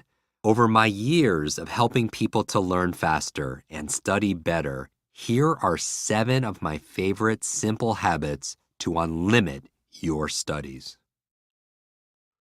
Habit number 1, employ active recall. Active recall is a process through which you review material, then immediately check to determine how much of it you've remembered. This allows you to draw the distinction between simple recognition, familiarity with the words on the page, and recollection, making the material an active part of your memory. Most students do not realize how important it is to force themselves to recall, writes neurologist Dr. William Clem of Texas A&M University. In part, this is because they are conditioned by multiple choice tests to recall passively, that is, recognize when a correct answer is presented, as opposed to generating the correct answer in the first place. Studies of student learning practices reveal how important to memory formation it is to retrieve information you are trying to memorize. To employ active recall, do this. First, review the material you are studying. Second, close the book, pause the audio, turn off the video or lecture, and write down or recite everything you remember from what you just reviewed. Third, look at the material again. How much did you remember? Make sure you have enough time to allow yourself to go through this process multiple times. As Clem points out, the studies showed that optimal learning occurred when an initial learning session included repeated study and forced recall testing of all items at least 4 times in a row. This leads me to the next important habit to adopt. Habit number 2, employ spaced repetition. As discussed earlier in this chapter, cramming has many downsides. While it is natural to procrastinate, leaving yourself in situations where you need to study a tremendous amount of material all at once makes it likely you aren't going to learn that material at all. The reason is that trying to work that way puts us in direct opposition to the way our brains work. Alternatively, if you space out your reviews of the material, focusing more heavily on information that you haven't retained in the past, you're using your brain to the best of its abilities. Spaced repetition is simple but highly effective because it deliberately hacks the way your brain works, agrees James Gupta, CEO of the online learning platform Synapse. It forces learning to be effortful, and, like muscles, the brain responds to the stimulus by strengthening the connections between nerve cells. By spacing the intervals out, you're further exercising these connections each time. It produces long-term, durable retention of knowledge, and, in my experience, once people start using it, they swear by it. Spaced repetition seems to work most effectively when you can review the material at similar intervals. This is why it's important to give yourself enough time. Perhaps you perform the review once in the morning and again right before dinner for 4 days in a row, and then move on to other material you need to study at similar intervals. Use this technique in concert with active recall. Review the material, test yourself on what you remember, then take a break before coming back to this particular material. Habit number 3, manage the state you're in. As we've talked about earlier in this book, the state you're in when you perform any activity will have the greatest impact on your success. For example, if you had a really bad day and you were asked to give a presentation for your job or take a test, you most likely would not perform to the best of your ability. This is because your state of mind did not promote optimal performance. On the other hand, if you're feeling great, when the same opportunity arises, you would definitely produce better results. The more positive and resourceful your state, the greater the results you'll produce. Studying is no different. Your posture also controls the state of your mind. Sit or stand as if you're about to learn the most crucial life-changing information. Did you just have to move?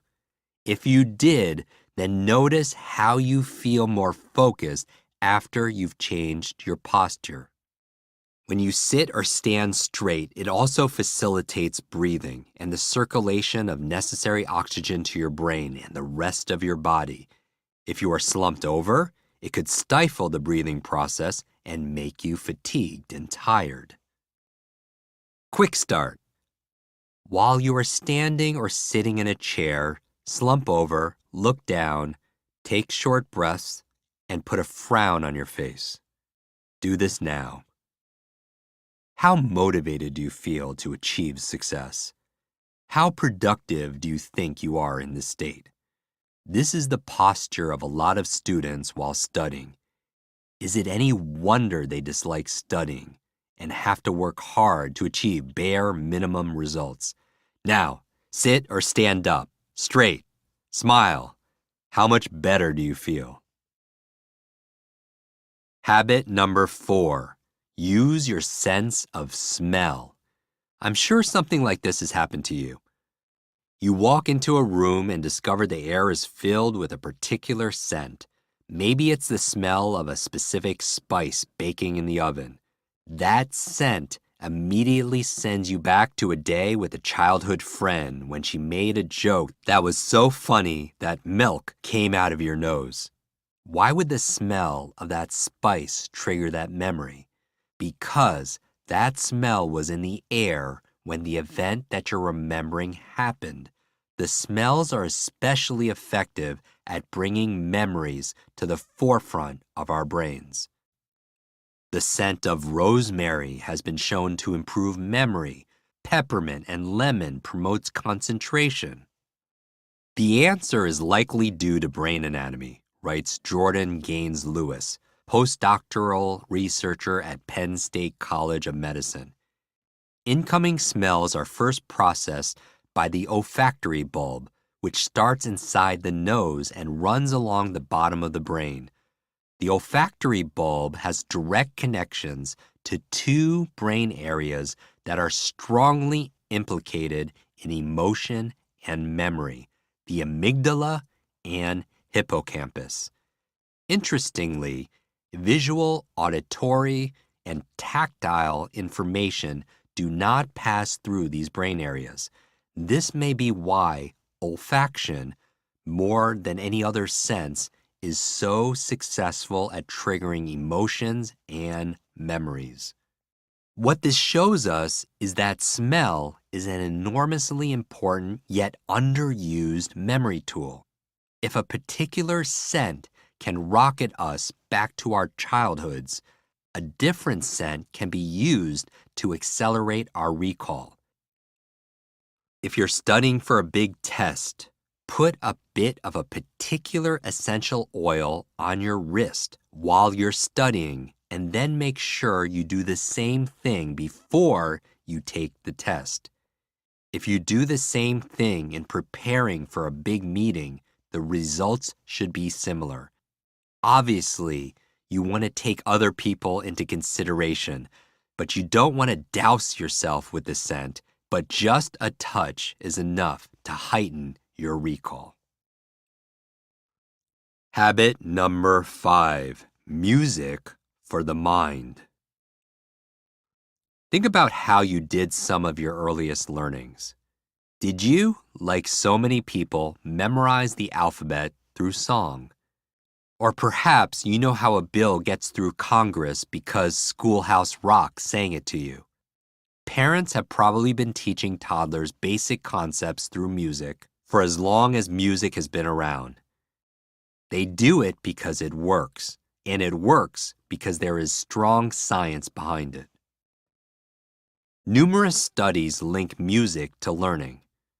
The arousal and mood hypothesis, introduced by Dr. E. Glenn Schellenberg, identifies a connection between music and mood and the subsequent connection between mood and learning, suggesting that music can put us in conditions that improve our ability to learn. Baroque music seems to have some particularly valuable qualities. Music stabilizes mental, physical, and emotional rhythms to attain a state of deep concentration and focus in which large amounts of content information can be processed and learned, states music and learning expert Chris Boyd Brewer. Baroque music, such as that composed by Bach, Handel, or Telemann, that is 50 to 80 beats per minute, creates an atmosphere of focus that leads students into deep concentration in the alpha brain wave state. Learning vocabulary, memorizing facts, or reading this to music is highly effective. There's no similar evidence that the results would be the same for, say, rap or K-pop.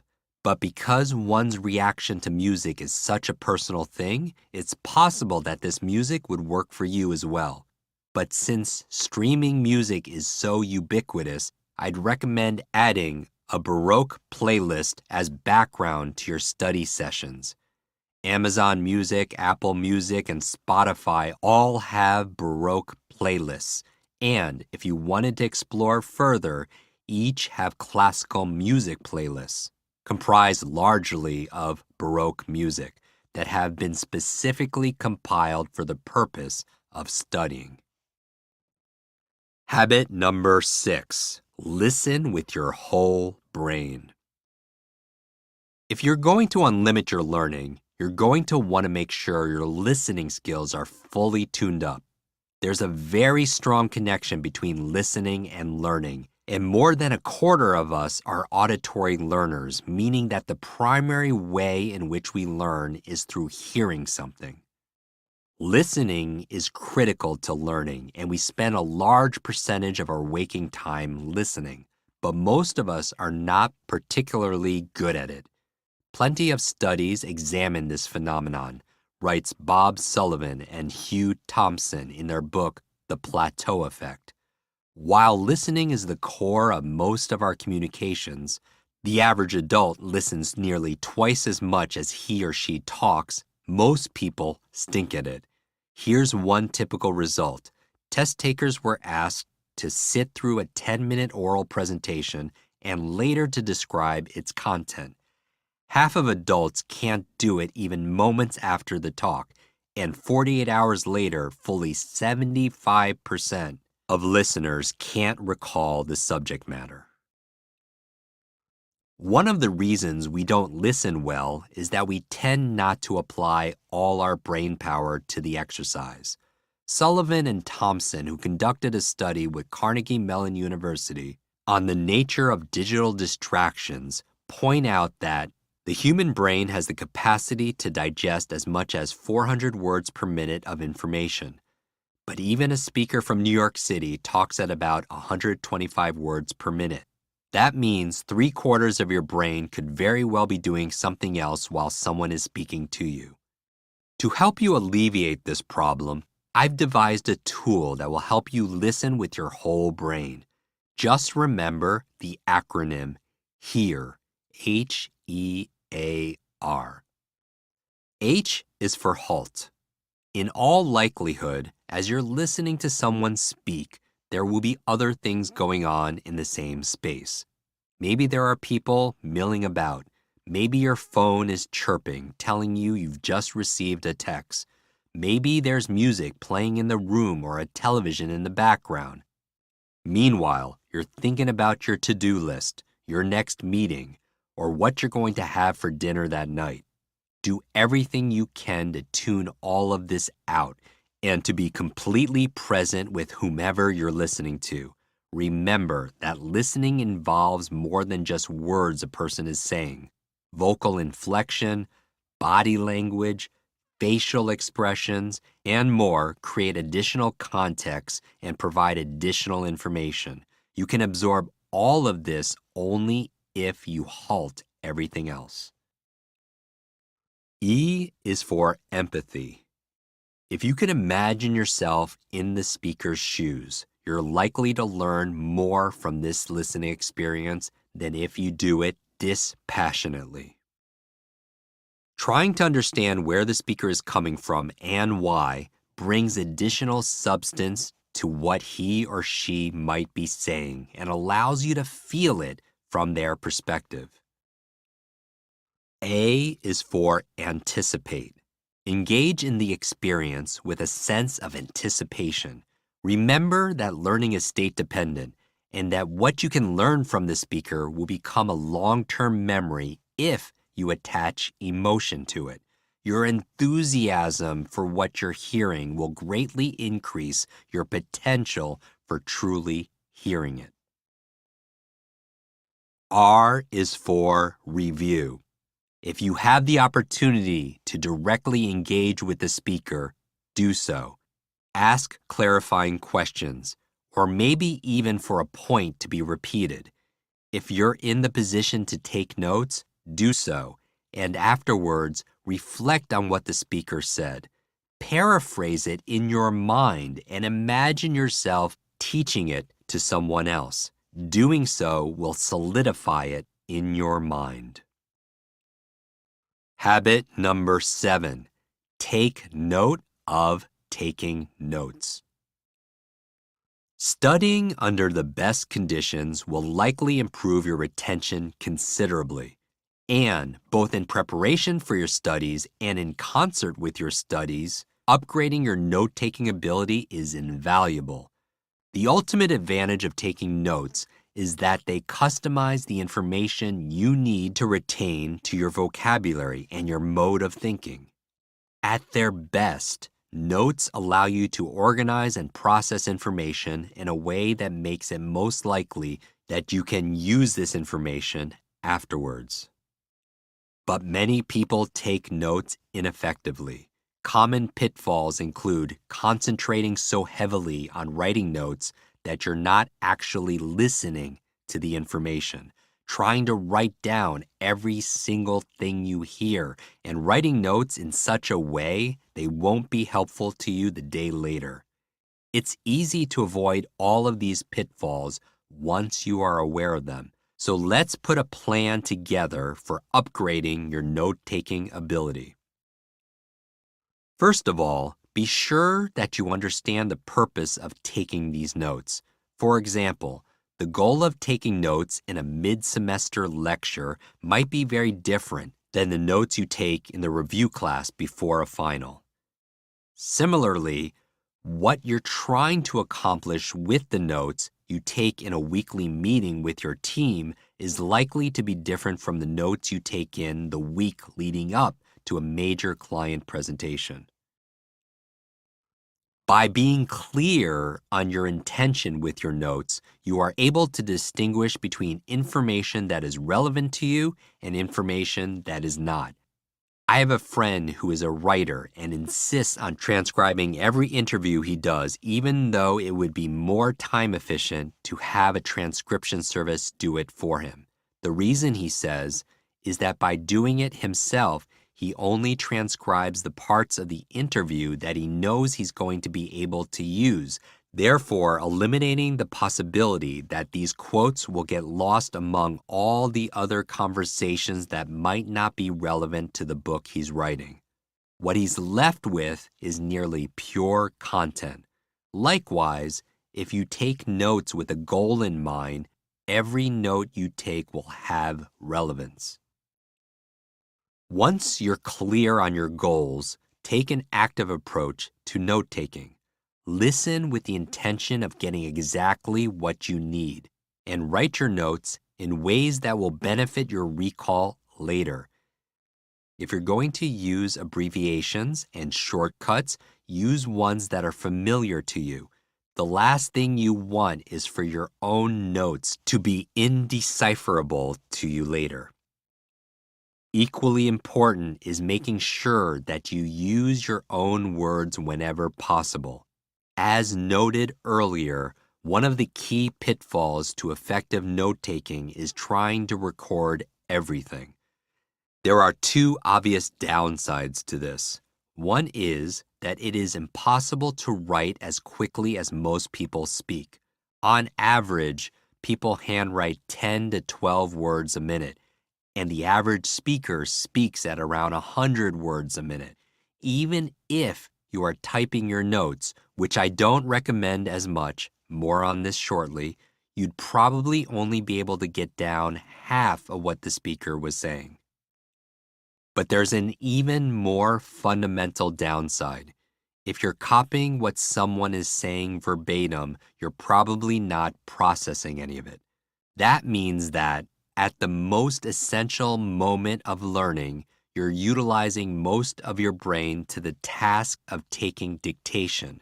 When you use your own words in your notes, you begin to process the information, and that greatly enhances learning. And while we're on the subject of writing, I'd recommend you handwrite your notes.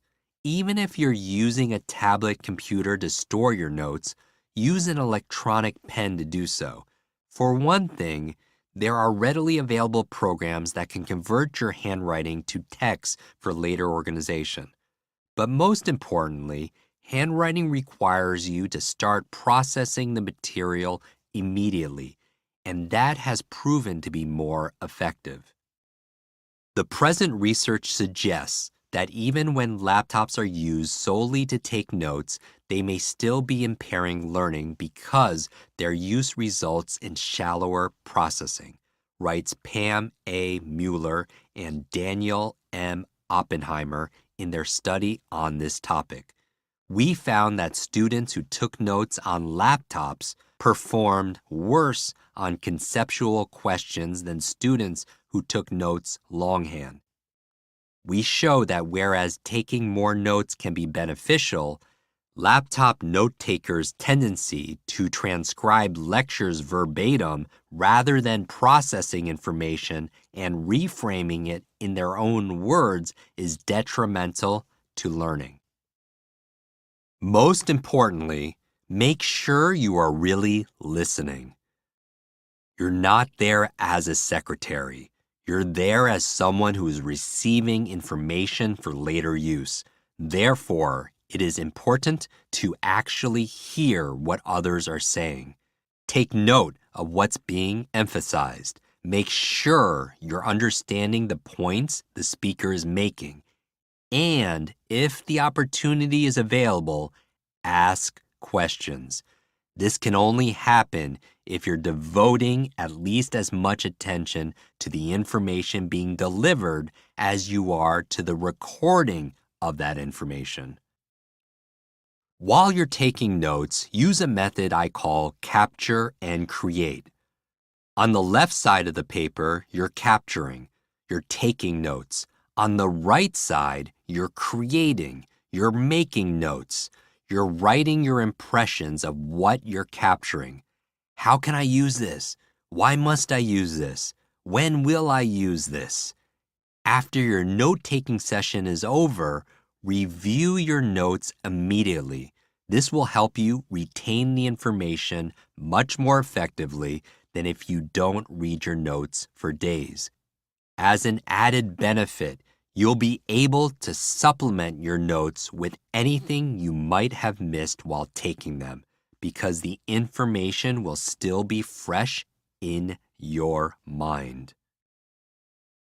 A tip for upgrading your note-taking. If you want to make sure you're always getting the most from your note-taking, remember the mnemonic TIP. T-I-P.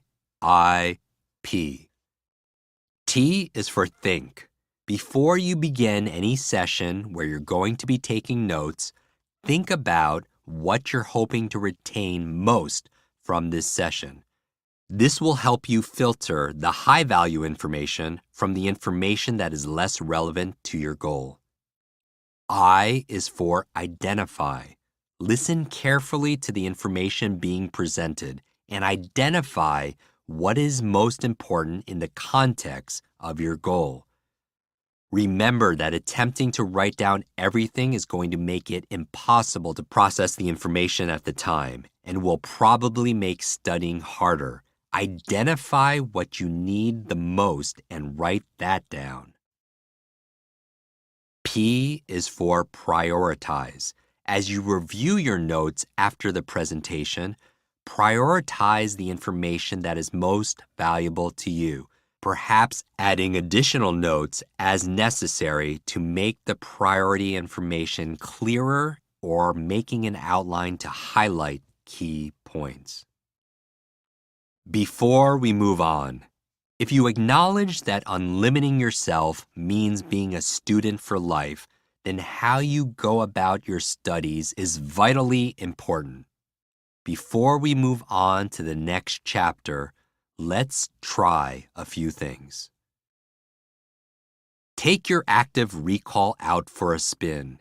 Introduce yourself to some new material and immediately assess how much of it you retained. This audio is a perfect example. Find a music playlist that works for you. There are many of them available, and the right music is likely to enhance your ability to absorb information. So take some time to find one that you like. Maybe you'll even want to have it in the background while you listen or read the rest of this book. And finally, try out your new note-taking skills. Maybe go through this chapter again and take notes about it. Or watch one of our videos online and take notes of that instead. Use the skills you've learned here to upgrade this experience. If you go to limitlessbook.com/resources, you'll see more tools and videos of how I take notes. I'm laughing, Jim. listening to that chapter because study is something I've done my whole life. I've done so many years of study, and I'm laughing because I haven't done it right. And I have never been taught how to study. You're right. We were taught what to study and never how. And so we end up cramming. Crazy. Now what I really loved out of that was that not only have I never been taught to study, but I never even thought about using other senses, what you put in there about the smell and the music. So can you tell us a bit more about how we can engage our senses for excellent study techniques? Absolutely. I wish you had access to this when you were studying law and education. That would have been a lot of people. They end up cramming, which is not the way, as you've learned in this chapter.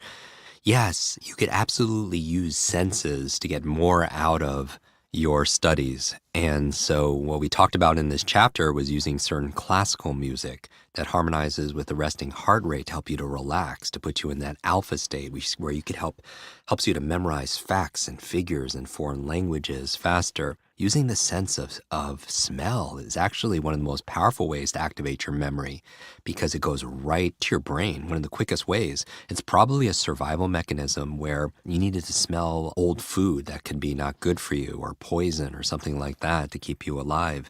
And there are actually, as we're talking about in the chapter, you learn things best in the environment you study in. So if you need to perform somewhere, it's great to study in that environment.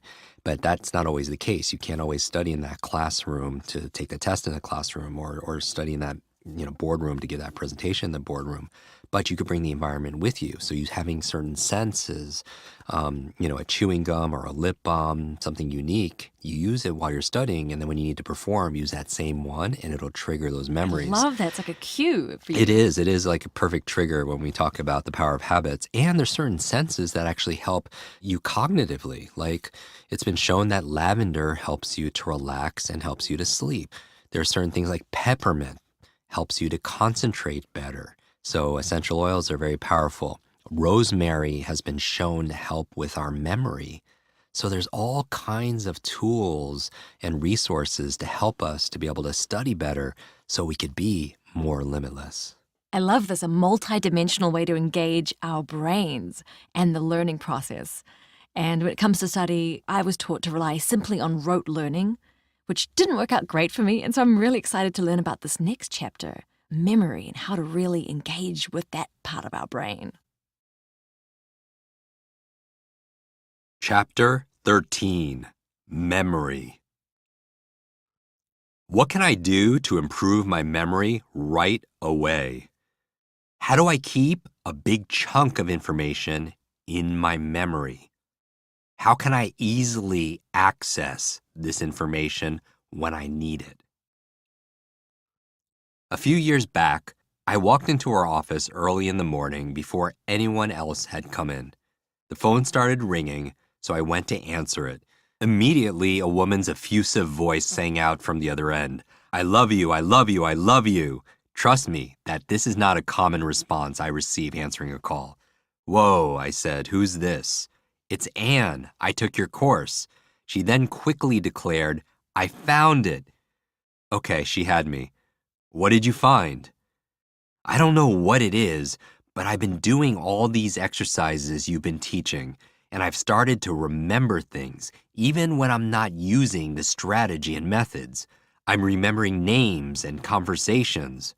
So she hadn't answered that question either. I realized I was going to have to let her tell her story the way she wanted to tell it. Over the next few minutes, I learned that a few years earlier, she'd been given a family heirloom from her grandmother. It was a necklace that had been passed down from generation to generation, and her grandmother skipped over her own daughter and her 3 older sisters to bequeath the necklace to her. Anne was extremely honored to receive this gift and vowed to be careful with it. There was only one problem.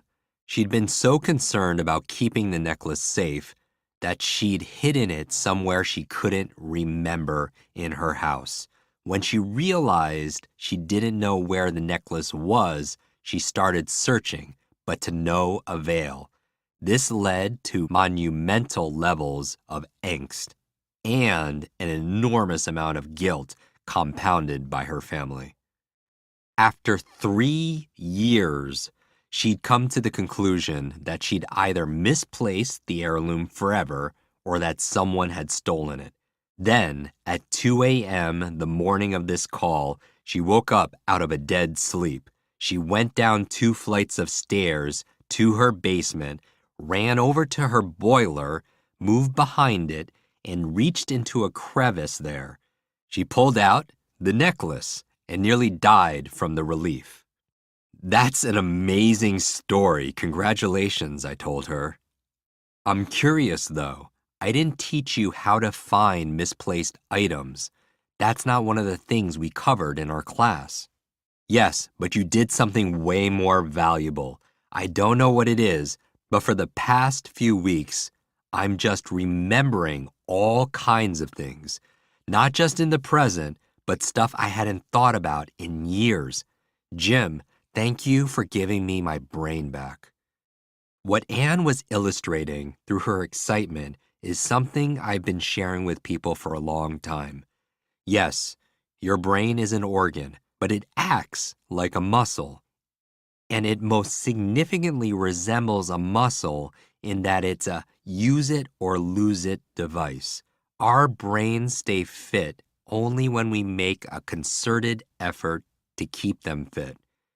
If we fail to keep our brains in shape, either through laziness or being overly dependent on technology to do our thinking and remembering for us, or by failing to challenge ourselves with new learnings, it becomes flabby. Think about it this way. If you have your arm in a sling for 6 to 12 months, you don't come away with a stronger arm. In fact, after you take the arm out of the sling, you're likely to have little functioning at all. Your brain is the same way. If you don't exercise it regularly, it might not be at its best when you need it the most. But if you make the effort to keep your brain in top shape, you'll discover that it's always ready to do superhero level work for you, just as it did for this caller. You can always rely on Mom. Memory is arguably the most important part of the learning process. If you cannot remember, then you cannot learn anything. There is no knowledge without memory. But why do most people have less than ideal memory skills? I think it's because of the way we were taught to memorize things, which was usually through rote memorization. To this day, most schools teach students to memorize by repeating a fact or a quote until it is temporarily burned in, even though people tend to forget this information as soon as they no longer need it. And this type of memory rarely leads to mastery of the material being memorized.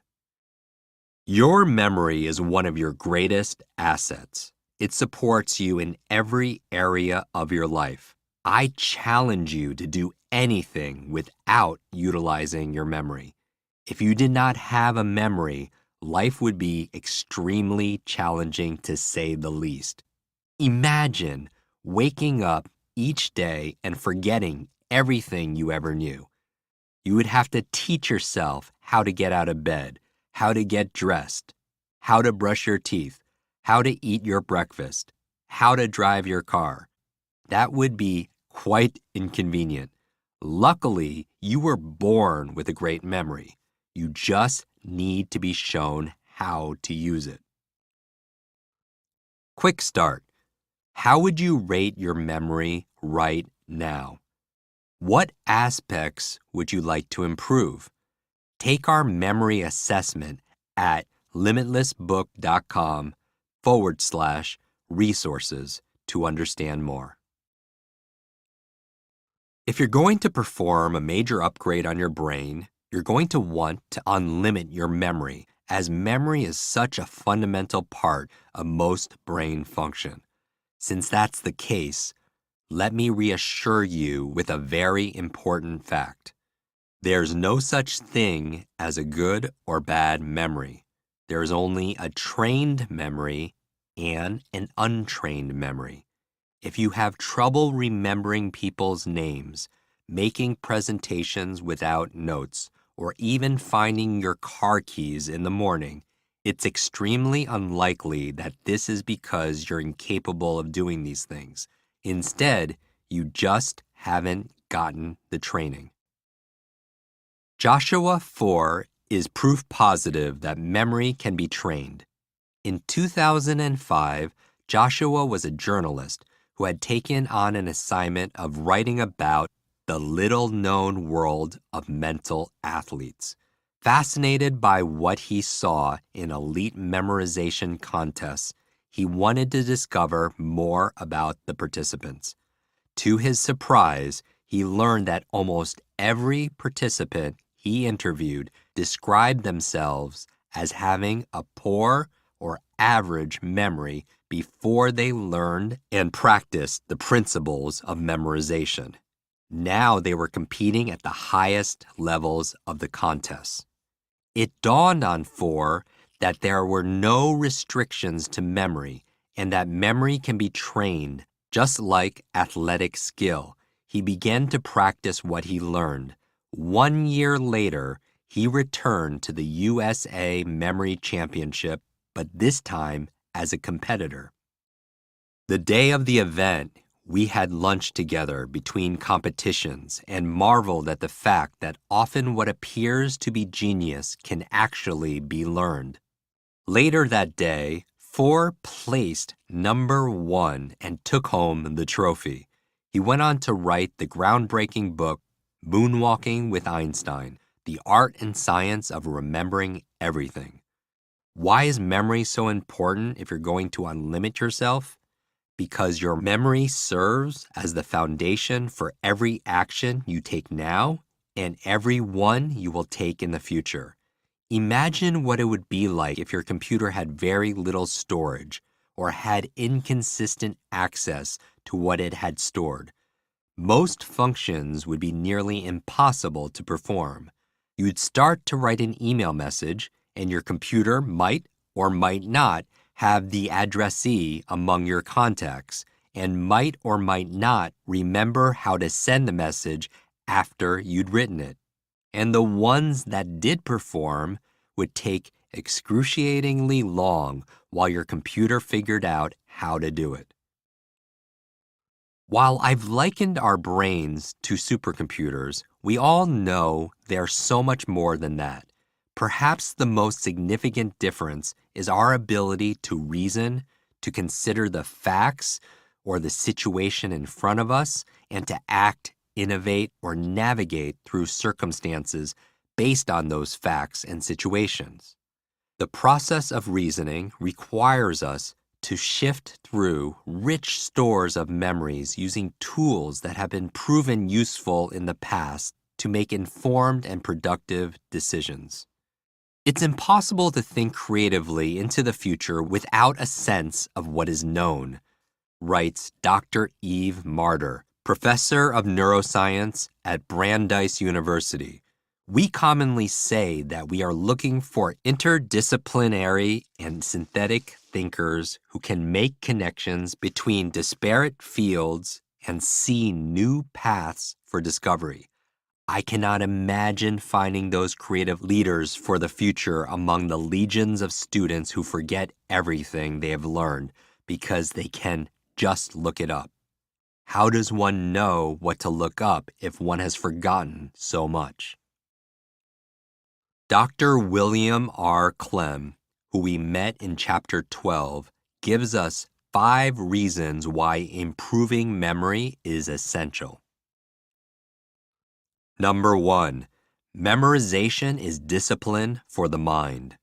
Much needed in an age where so many minds are lazy, distracted, have little to think about, or think sloppily, memorization helps train the mind to focus and be industrious. Number 2, no, you can't always Google it. Sometimes you don't have access to the internet, and not everything of importance is on the web, and a great deal of irrelevant trash will accompany any search. Nor is looking up material helpful under such situations as when you learn to use a foreign language, must write or speak extemporaneously, or wish to be an expert. Number 3, memorization creates the repertoire of what we think about. Nobody can think in a vacuum of information. To be an expert in any field requires knowledge that you already have. Number 4, we think with the ideas held in working memory, which can only be accessed at high speed from the brain's stored memory. Understanding is nourished by the information you hold in working memory as you think. Without such knowledge, we have a mind full of mush. And number 5, the exercise of the memory develops learning and memory schema that promote improved ability to learn. The more you remember, the more you can learn. I want to emphasize that last point. It's not accurate that your memory works like a container, a cup, or a hard drive in that once it's full of data, no more can fit. It's more like a muscle in that the more you train it, the stronger it gets and the more you can store. In this chapter, I'm going to discuss some tools and techniques designed to train your memory. You will be applying basic principles of the mind and developing your memory in such a way that will make learning and remembering more natural, easy, and fun. The most fundamental of these, though, is this: always remember MOM, a mnemonic device I created to kick up your memory instantly. M is for motivation. We've discussed this. The simple fact is that we are considerably more likely to remember things that we are motivated to remember. If someone says to you, "Hey, remember our call tomorrow?" you may or may not remember that you've scheduled a call with that person. If instead he says, "Hey, if you remember our call tomorrow, I will give you $5,000. You will definitely remember you've scheduled the call. You are overwhelmingly more likely to remember something when you have a strong motivation to do so. So, if you want to train yourself to have a stronger memory, give yourself a stronger motivation to do so. Remember the power of questions we talked about in the section on motivation. Reasons reap results. So make remembering personal. If you can convince yourself that there's value in retaining a memory, there's a good chance that you will. O is for observation.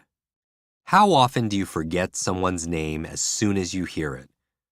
The reason is likely that you weren't entirely paying attention when you heard that name. Maybe you were looking around the room to see who else you knew. Maybe you were still thinking about a conversation you'd just had. For whatever reason, you weren't entirely present. Most of the time when we fail to remember something, the issue isn't retention, but rather attention. If you're serious about boosting your memory, condition yourself to be truly present in any situation where you want to remember something. M is for methods.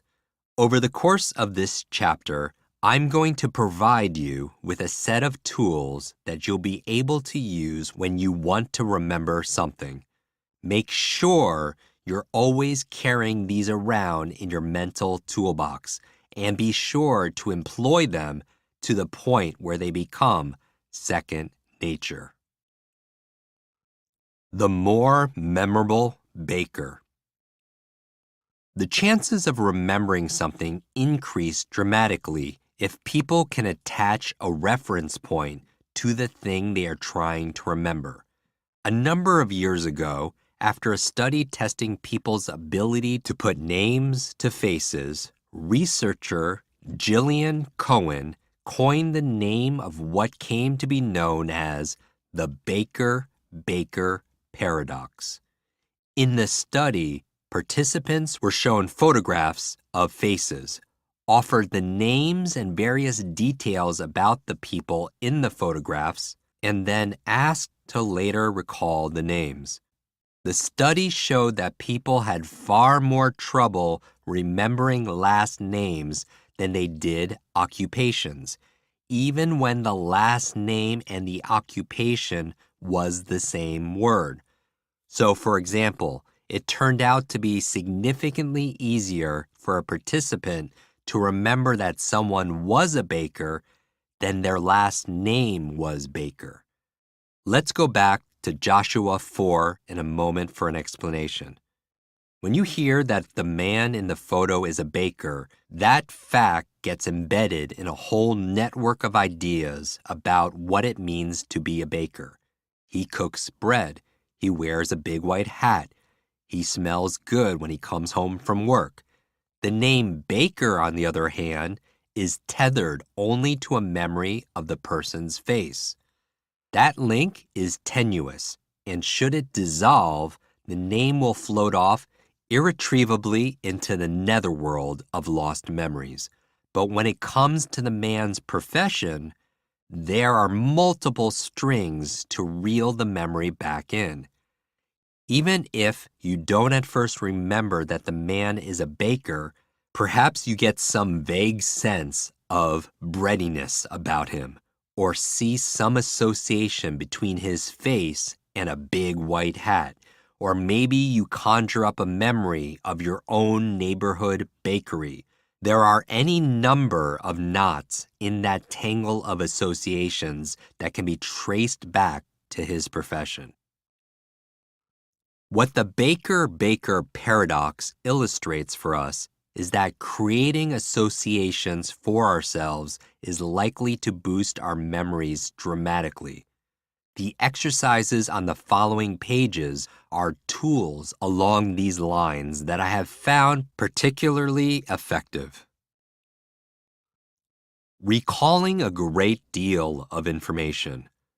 One of the things I do regularly when I'm speaking to large groups is ask audience members to throw out a group of random words, somewhere between 30 and 100, that I will then repeat backward and forward.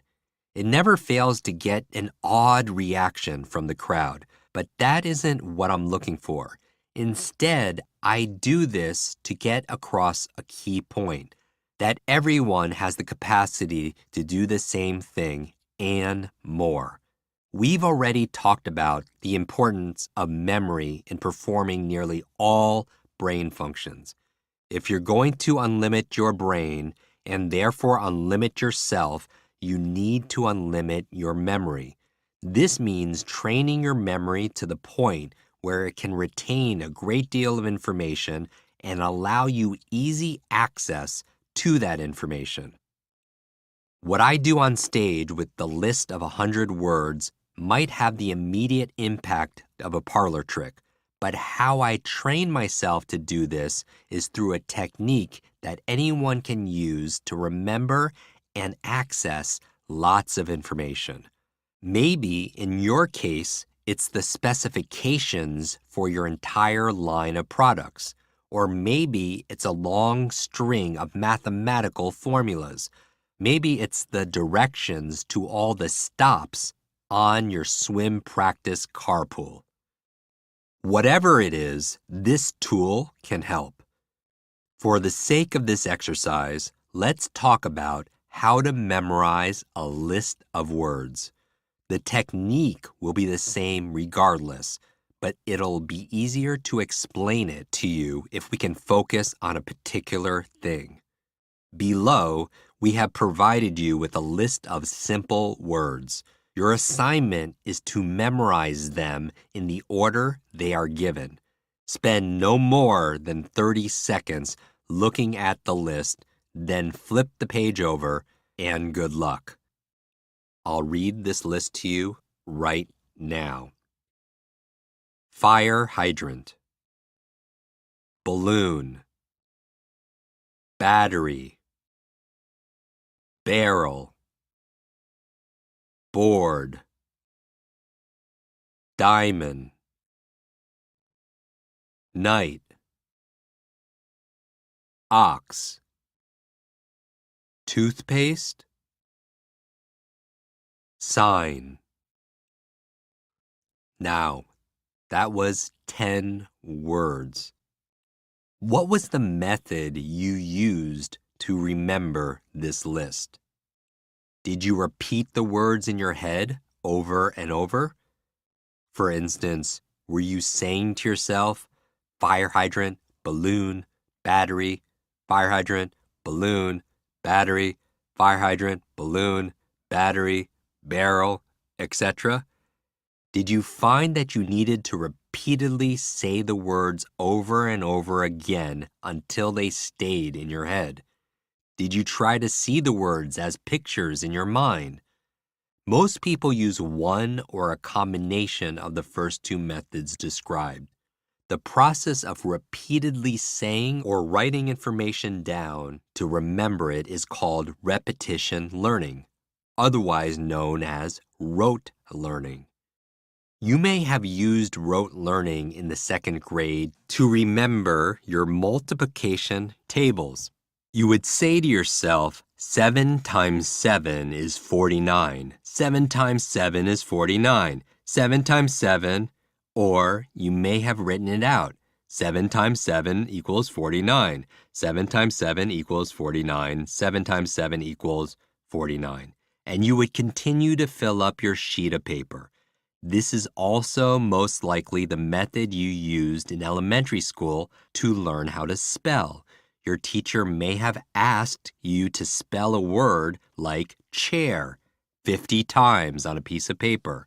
What was happening was your natural learning ability was being stifled. You bored your mind continually with this method until it finally gave up and said, "You win." For the 100th time, Columbus landed in 1492. Just no more of this chanting. Most people find that rote learning to be a very tedious and boring process. It taxes your mind and is extremely ineffective for remembering most things. We know that as much as 85% of the information you take the time to remember in this fashion is lost in only 48 hours. That is why some students find the need to cram, because they know that the material will be lost in a very short period of time. Elementary learning. One of the reasons rote learning is inefficient is because it only involves a small part of your brain. You're using a more analytical part of your brain to process information and store what you need to learn. By implementing rote learning, you only engage part of your mind and an even smaller portion of your potential. In the traditional education system, you probably learn this way in such topics as history. Calvin Coolidge was the 30th President of the United States. Coolidge 30, 30 Coolidge. Chemistry. Glucose C6H12O6. Glucose C6H12O6. Glucose C6H12O6. French. Comment allez-vous means how are you? Comment allez-vous means how are you? Comment allez-vous? How are you? The list goes on and on and on and on. The question you must ask yourself now is the way I learned in elementary school the best method for me to learn today? The answer is most likely no. In school, they taught you 3 R's: reading, writing, arithmetic. Too bad spelling wasn't one of them. I always thought the 4th R should have been recall. Your requirements for learning have changed a lot over the years. Repetition learning had some decent results when you were younger, but in today's world, it will leave you drowning in information and mental fatigue. Note, the word rote literally means an unthinking repetition or mechanical memorization. In this section, I'm going to show you the skills to remember more effectively than you ever thought possible. These skills will help you to replace the feelings of hoping you'll remember with a feeling of confidence in knowing that the information you possess will be available whenever you need it. And now, take a minute without looking back at your notes and try to recall the list in order it was presented. Write down as much as you can remember. Take a minute and do this now.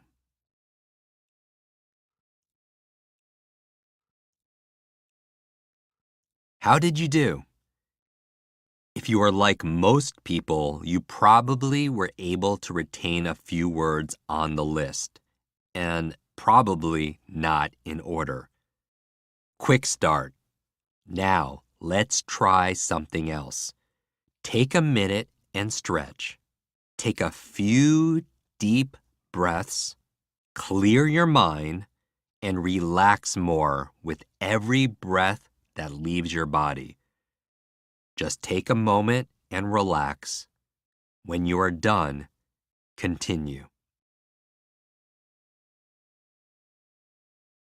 Now that you are relaxed, I want you to, if it's safe, close your eyes, make sure you are comfortable, and I want you to imagine you're standing next to a giant fire hydrant, the biggest one you've ever seen.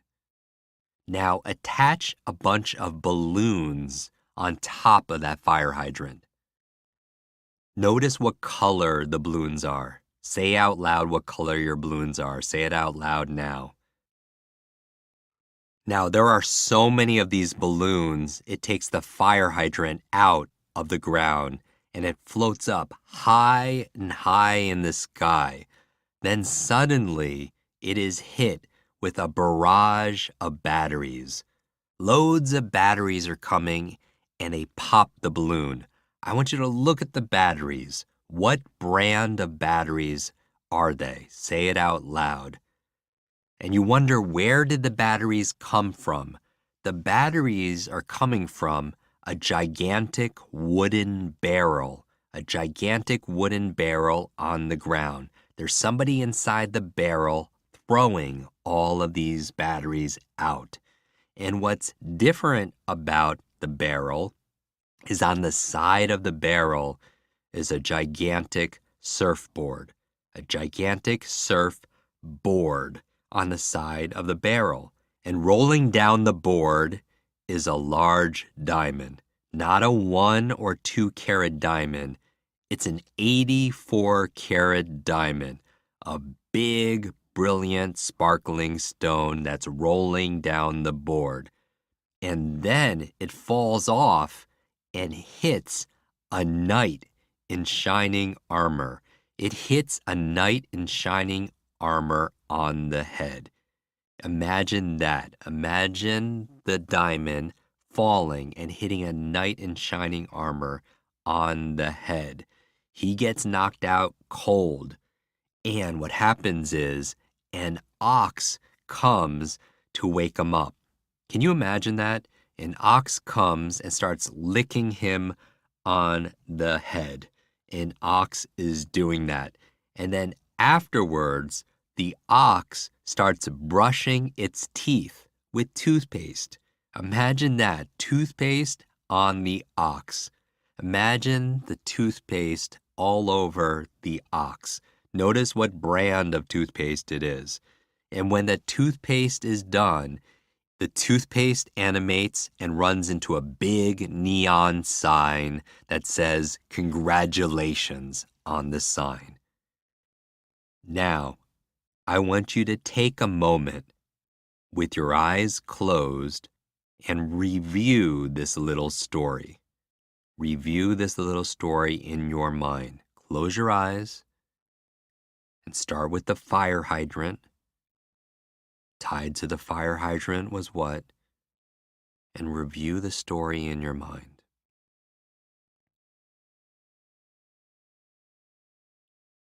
Quick start. Now, without referring back, what I want you to do is write down the 10 words. Take a moment on your notepad and write down the 10 words in order.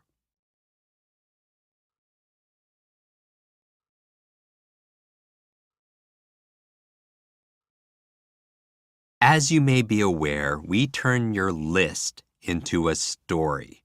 And as you go through the story in your mind, you likely recall many of the words. Let's check your answers right now. Let's do it together. The first word, fire hydrant. Then, balloon. After balloons, batteries. After batteries, barrel. Good, very good. After that, board. After board, diamond. After diamond, night. Very good. After night, ox. After ox, what happened with the ox? Toothpaste. And then finally, sign. Very good. So check your answers and write down the number you got correct. Fire hydrant, balloon, batteries, barrel, board, diamond, night, ox, toothpaste, sign. That's very impressive. I have a question for you. Can you do it backwards? Can you go through this list backwards? Let's do it together. What was the last one? Sign. Before sign, toothpaste. Before toothpaste, say it out loud. This is the active part. Ox. Before ox. Night. Before night. Diamond. Before diamond. Board. Barrel. Batteries. Balloon. And finally, fire hydrant. How did you perform the second time? If you are like most students, you are able to recall more of the words than you did previously. The amazing thing is that once you start training your memory in this way, you can use this tool to memorize vast amount of information. I've used this technique to help actors learn all their lines in a script, to help students memorize things like the periodic table, and to help salespeople speak about a product with a level of granularity that made it seem as though they'd engineered the item themselves. Remember that there's no such thing as a good or bad memory, only a trained memory or an untrained memory. Employing this tool regularly will give you the kind of training that you can access in all kinds of situations. We call this story method chain linking because it's like links you're connecting in a chain. When you could see it and you could hear it and you make it funny in a way that's memorable, you're not going to forget it. Your active focus in memory. This is a very important concept. Most people approach learning as a passive activity. They encounter information in books, notes, or lectures as if the material is absorbed. Great, but if it is not, they feel there's nothing they can do. This passive outlook is the hit or miss approach. It holds that if the information sticks, it's more a result of luck and repetition than focus and skill. By taking a more active approach to learning, you will have greater results and the satisfaction that comes from involvement and personal awareness. Learning passively is weak. Active learning is strong. Now, when we're talking about memory, there are 4 elements you want to consider to making something unforgettable. The first is visualization.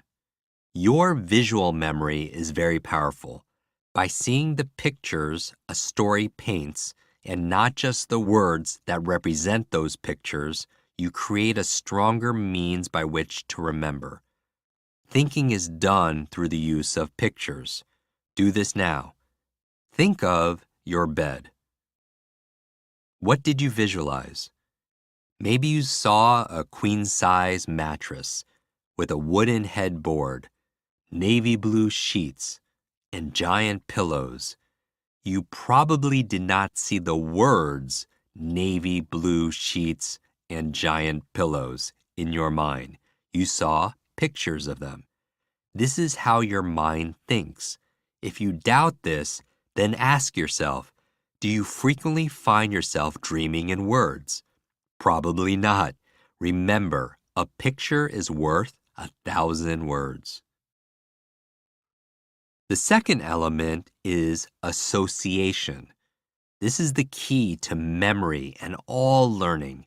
In order to learn any new piece of information, it must be associated with something you already know.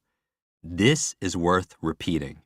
To remember any new piece of information, you must associate it with something you already know. You have done this all your life.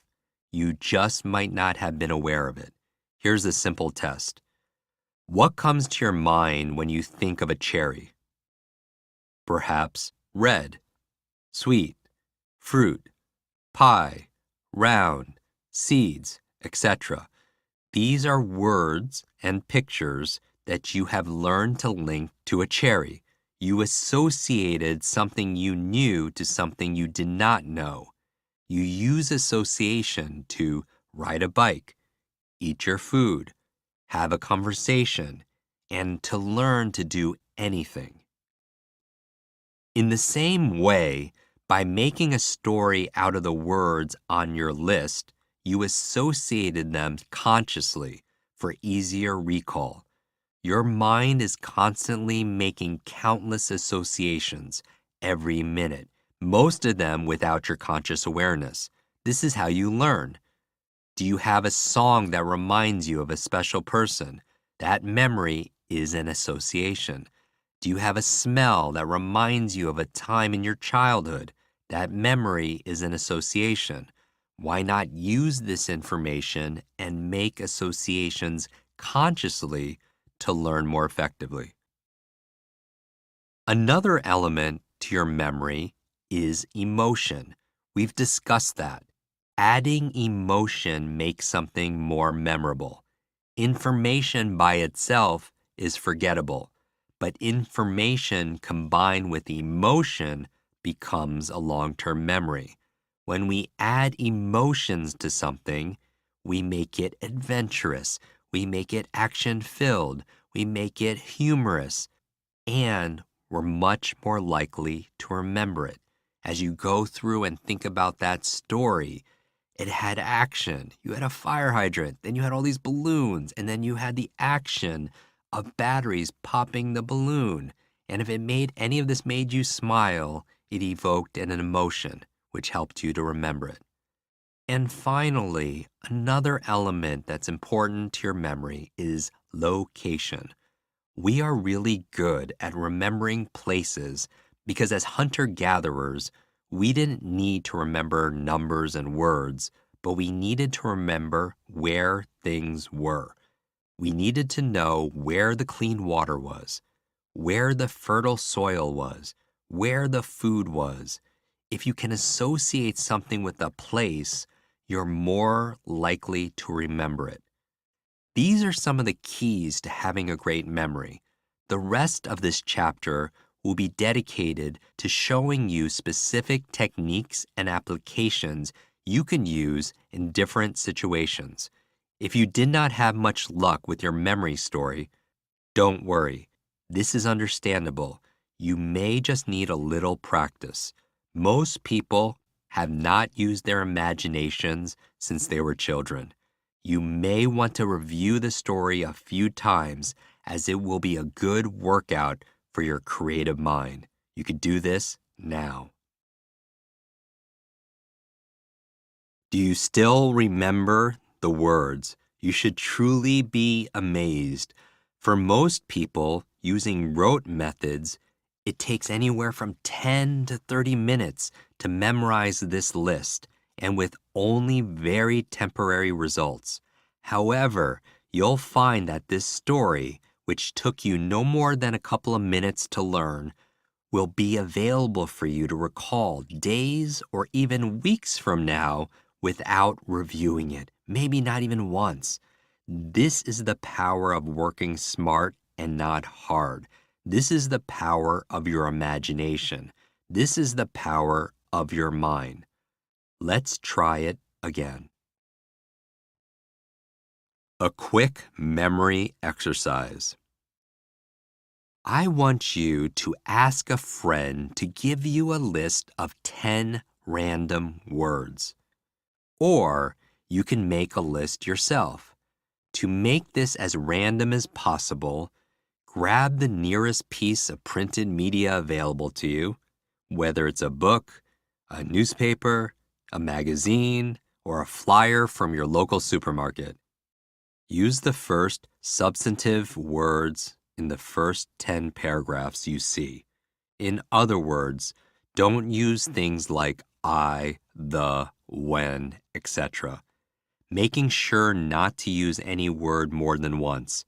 Write these down. Now, flip over the paper you wrote these words on and try to write the list again, in order. Check what you wrote against the original list. How did you do? You probably didn't remember all 10, but you probably didn't forget all 10 either. That's instructive because genius leaves clues, by which I mean that your innate intelligence teaches you about your intelligence. There was a method that allowed you to memorize what you did, and you can access that to move to the next step.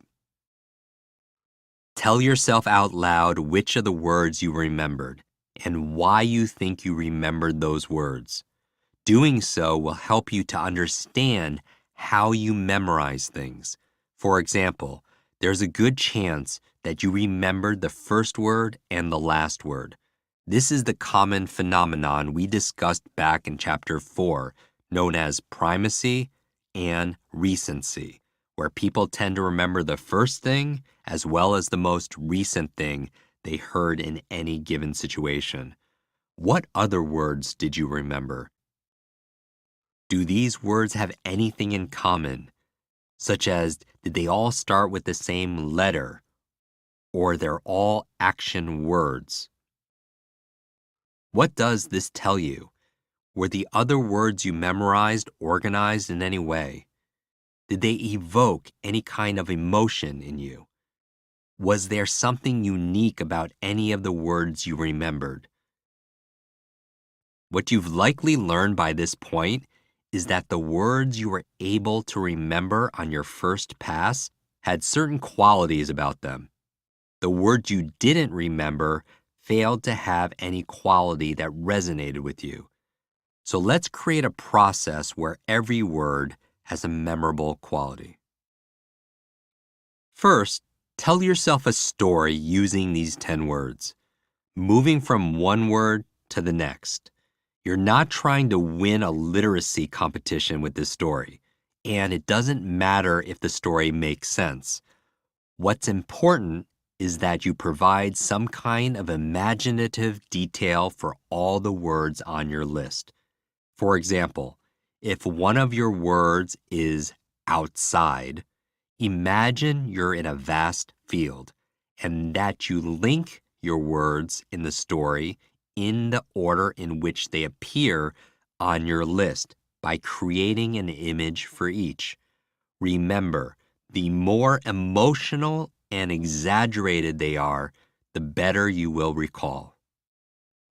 Second, on a separate piece of paper, write down the list again, using the story you created to remind you of the words and of the order in which they appeared. How did you do this time? In all likelihood, you did better, though there may be a chance you still didn't get all of them. And finally, write down the list again, not looking at any of the previous versions of the list you created, but this time, write it down backwards. You'll need to access the story you invented in a different way in order to do this, but this is really going to help lock these words down for you. At this point, you've probably memorized most, if not all, the words on your list. At the same time, you're probably wondering how this is going to help you remember all the details in a presentation you're giving. Delivering a great deal of information without notes. As we've discussed, your memory is fundamental to nearly everything you do. There's really no way to unlimit yourself without having a well-trained memory, because memory governs your ability to reason, to calculate possible outcomes, and to serve as a resource to others. And sometimes you just need to be able to deliver a significant amount of information to a person or a group of people at once. This might take the form of delivering a report to your board, giving a speech to an assemblage, sharing your expertise in a subject in front of your class, or any number of other situations. And in many of these cases, it's critical that you be able to do this without having any notes in front of you, because the notes would suggest that you are less well-versed in the material than you should be. I've been teaching business executives, students, actors, and others a time-honored technique for making their presentations without notes. And when I say time-honored, I mean this quite literally. The method I teach, and that I'm going to share with you now, is a version of the loci method, something that has been around for more than 2,500 years. The legend behind the loci method is that the Greek poet Simonides of Chios survived a building collapse that killed all others in attendance. When officials tried to identify the victims, Simonides was the only person who could help them because he remembered who the victims were based on where they were standing at the time of the collapse. In the process, Simonides created a memory tool that is as effective today as it was in 500 BC. Loci is the plural version of the word locus, which means a particular point or place. The loci method, then, is a memory tool that aligns the things you want to remember with specific points or places that you know well. Here's how I teach it. Let's come up with an example together. Identify the top 10 major talking points from a presentation. These can be the keywords or phrases or perhaps quotes that you want to incorporate.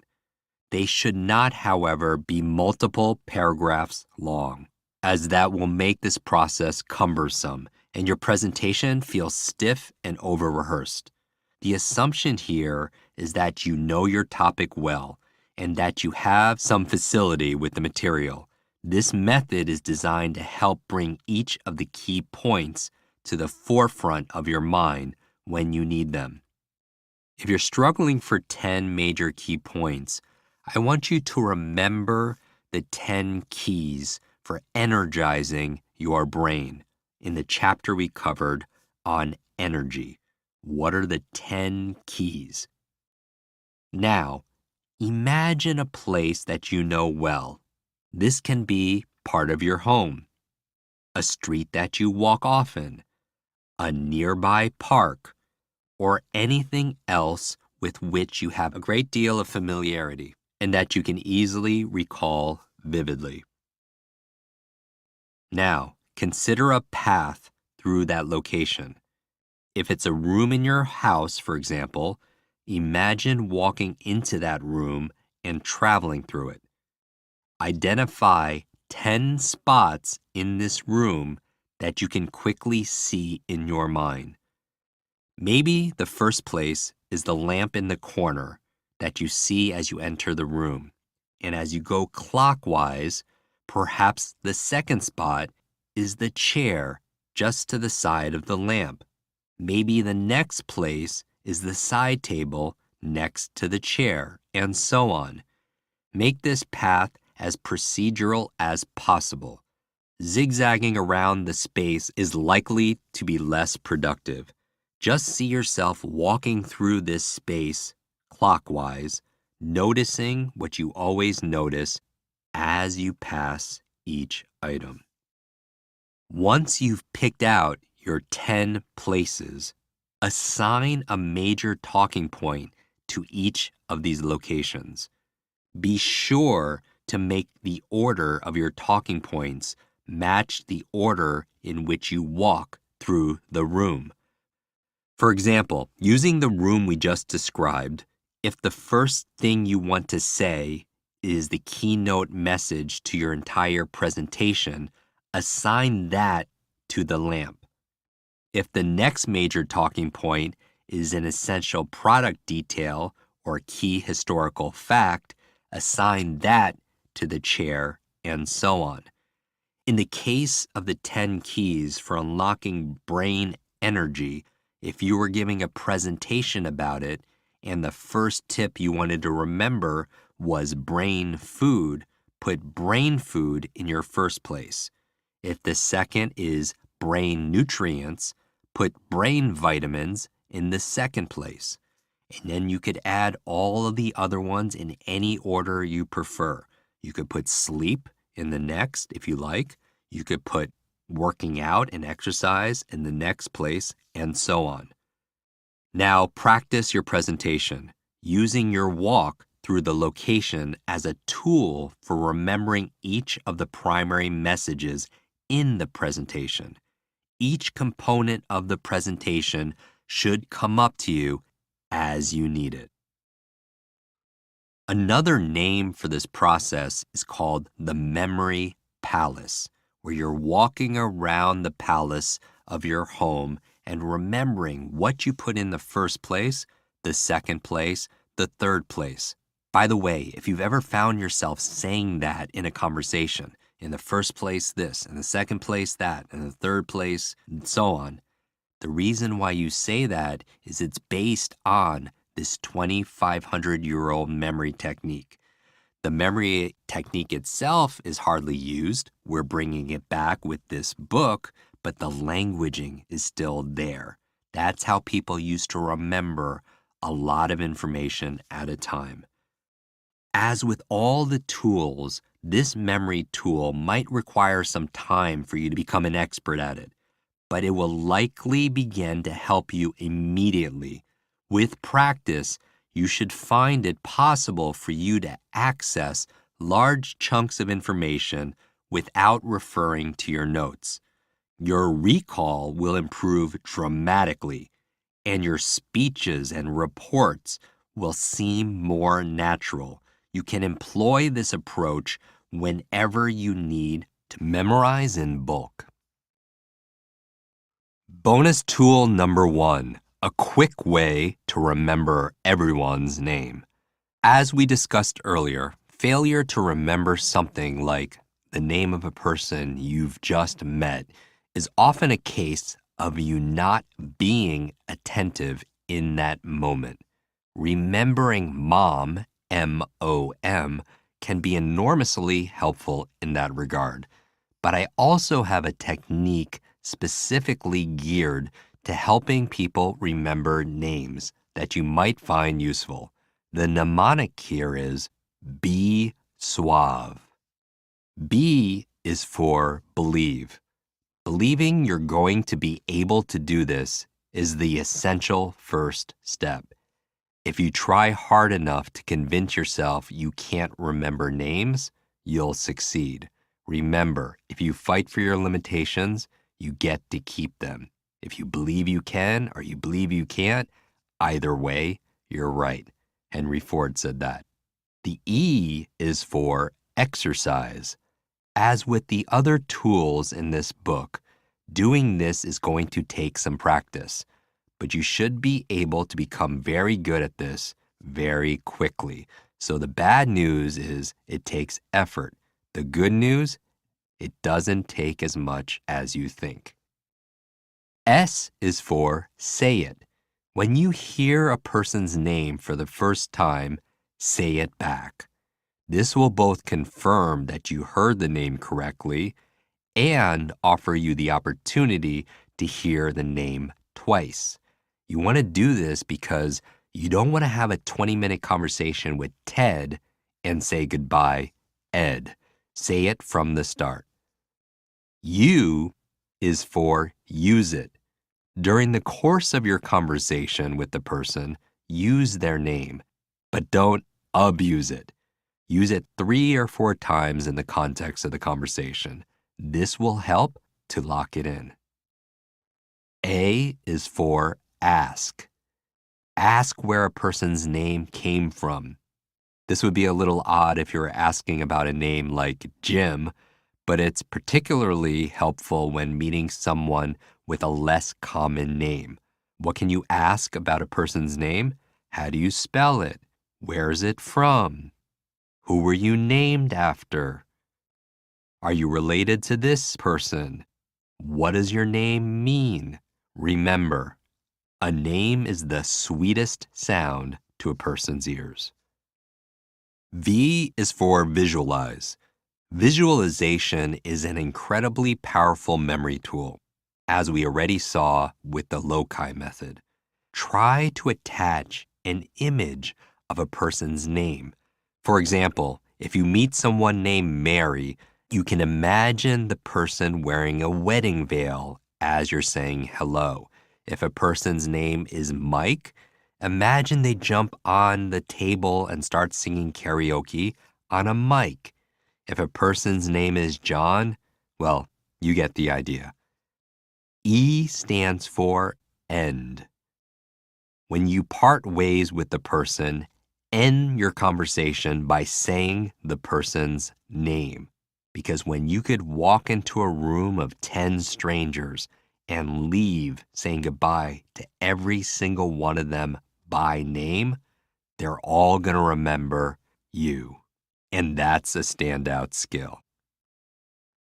Bonus tool number 2, a quick way to remember vocabulary and languages. Vocabulary is one of the cornerstones of learning. To remember the meaning of words is pretty straightforward and easy. Just use the very same systems you've been using in this chapter. One of the most powerful concepts is word substitution. You already know how to do this. You just now have a name or a vocabulary term for it. Word substitution is the process of turning intangible, hard-to-picture information into an image that is more concrete and easy to visualize. Here are some examples of word substitutions. Nitrogen can be a night. If a person's last name is Monroe, you can imagine a man rowing. If you needed to remember a street named Washington, you can imagine a washing machine. If you needed to remember Armstrong, imagine a really strong arm. Pretty straightforward, pretty simple. Remember the principle. We tend to remember the things that we could see. So try seeing what we want to remember. The main idea behind word substitution is coming up with a picture or a series of linked pictures that sound similar enough to remind you of the original word. The abstract word, idea, or concept that was once so difficult to understand is now not so foreign. By creating a picture of the word, you now have something more tangible, something you can see. Remember that we tend to remember that which we create. Here are some more examples.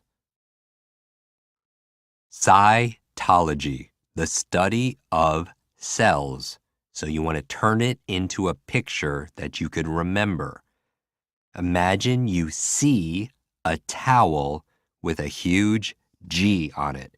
C towel G, cytology on it. You have always wanted one, so you take it and you are thrown in a jail cell. Cell reminds you the study of cells. Or you sigh looking at your toe in a low G. Sigh, toe, low, G. And you're thinking, Jim, where are you going with this? But here's the thing. This is not allowed, and you are put in a cell and forced to study. Even though this is thoroughly bizarre, it is very memorable, and that's why it works. You might be thinking, Jim, this is so childish. But remember, who are the fastest learners? Children, right? And part of the reason why children learn so well is they have this creativity. They have this imagination. So I want you to imagine as you're going through this process that you are 10 years old and you're having fun with this. Now, by the way, these methods are a means to an end, meaning once you know cytology is the study of cells, the pictures of the towel and the huge G and the jail cell, that disappears. What these techniques do is to help you overcome what I call the 6-second syndrome, meaning when you learn something like a name, you have 6 seconds to do something with that. Otherwise, what happens? It disappears and then it's gone. So your working memory is very short. When you hear something like cytology, taking a moment to break it down into word pictures helps you to capture that information before it flees. Let's go to another example. Let's take a word like lenient. It means what? Compassionate. It means gentle. What can you picture? What sounds like lenient? For me, I imagine a leaning ant. An ant leaning. The ant is leaning on a clean wall and getting it dirty. His mother, instead of being angry, is compassionate and gentle. And again, you're thinking, Jim, I could see it. That doesn't even make any sense. That's why you remember it. We tend to remember the things that we could picture that are a little bit illogical and things that actually make us feel a certain way. Now, you could apply this towards any words, and I think you probably know this because going back to the example of names and faces, when you forget someone's name, I imagine you do this. You start thinking, oh my goodness, I'm so nervous. I forgot the person's name. Does it start with an A? Does it start with a B? Does it start with a C? And you start going through the alphabet. And you get really worried when you get to the letter W because there aren't a lot of letters left, right? But sometimes, does it work? You're like, yeah, it does, Jim. I come up with D and I was like, oh, it's David. If you could get a reminder from just one little letter to remind you of a name, imagine if you had something closer that sounds like it or reminds you, just like we used a balloon to represent helium. You know, for David, going back to names, I think of a slingshot. Why? David and Goliath. So this is the word substitution method. So this system can be used for not only vocabulary. Yes, if you wanted to remember a word like extol, it means to praise, you can imagine eggs and a toll booth and add the word praise. If you wanted to remember the word sycophant means a people pleaser, turn sycophant into a picture. Sick of ant. And you make a picture out of it. Another example, supercilious. It means arrogant. Super silly ass. It just builds itself, right? So this system can be used for practically anything, including learning foreign languages, which works the same way as remembering vocabulary. In fact, some of the vocabulary words you encounter in English might as well be in another language. For example, let's talk about French. Très bien means very good. For me, that sounds like tray and bean. Picture yourself babysitting and rewarding the child a silver tray with a giant bean on it. The child was very good. Facile. Facile means easy, which sounds like face eel. And you're thinking, Jim, this is kind of silly. Again, these are mnemonic devices, a fun way to code the information so you could store it. And once you know facile means easy, the picture disappears. But in this case, imagine a friend challenging you to hold an eel close to your face. You do it and say, that's easy. Travailler, which sounds like traveler to me, means to work. All you have to do is picture a traveler coming up to you and inviting you on a vacation, but you can't go because you have to work. You get the idea. Now in the book, we have multiple examples, but let's do a few more. Escargot. What's escargot? It means snail. You know that. For me, I hear scar and I hear go, or I hear escar go. And it's always about breaking it down into syllables and making a picture to help you to remember it. So you could picture a snail with a scar and what? They go. Merci. What does it mean? Thank you. Break it down. Mare-see. What's a mare? A female horse. And see, vision, like glasses, or mare in a sea. And imagine the mare in the sea saying what? Thank you. How do you say in French, how are you? Comment allez-vous? Comment allez-vous?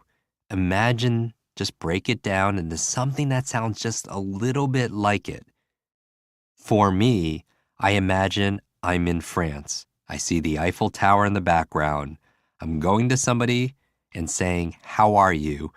And they say, come on, to this alley, see this view. Now, if you wanted to say, how are you in Chinese, it would be ni hou ma. Ni hou ma, break it down. Ni, ho, like a garden hoe, and ma. So imagine the same scenario. Take out the Eiffel Tower. Maybe you're putting in the Great Wall of China. You're saying, how are you? All of a sudden, their mom takes a garden hoe and hits you on the what? On the knee. Would you ever forget that? No, of course not. But it's utilizing the principles of memory. You're visualizing it, you're making it adventurous, you're feeling it, and that's what makes it unforgettable. And again, remember, these are a means to an end. Once you know it's ni hou ma or comment allez-vous, then the pictures disappear. Let's do some vocabulary words in Spanish. How do you say butterfly in Spanish? Mariposa. Mariposa. For me, I hear Mary posing. And so I just imagine Mary posing with what? butterflies to help you to remember it.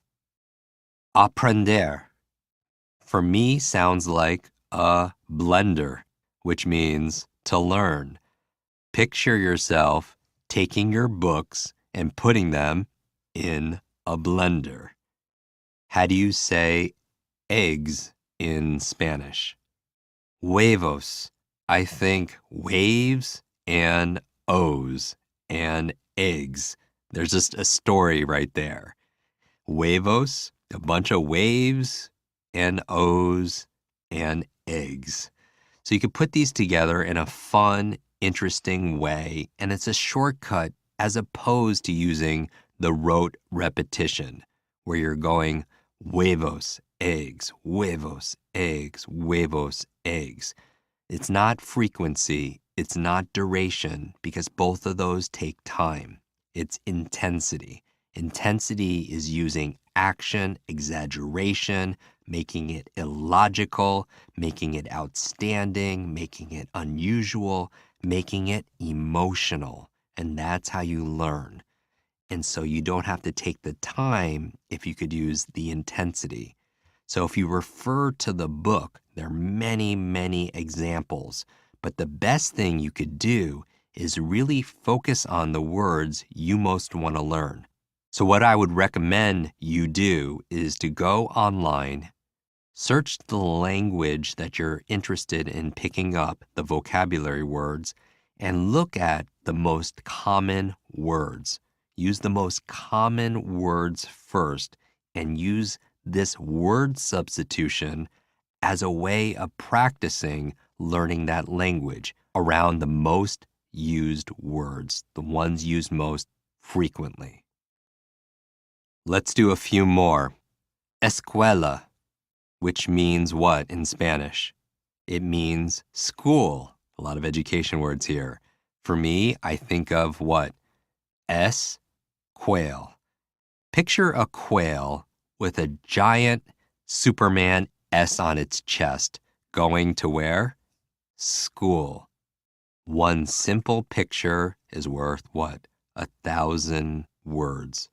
So in the book, there are lots of examples there. And even if you don't go through the book, what I would recommend, again, is going online, picking a language, and focusing on the words that are used most. Ayuda, which sounds like, are you the? It means help in Spanish. Maybe picture yourself in need of help, and someone comes to rescue you and asks, are you the? Are you the fill in the blank? And that helps you to remember the word help. So again, in the book, we give many examples in different languages, and you could go online and find the ones that are most interesting to you to practice word substitution. Now notice why this works. Going back to the 4 elements of an active focus and memory, you have visualization, association, emotion, and location. The story is taking place somewhere. That's why word substitution works. Now again, in the print version of the book, we have many examples there. I've used these examples to better introduce you to the basics, build upon them, and understand their significance. You can use these skills for practically anything. These systems are both flexible and universal.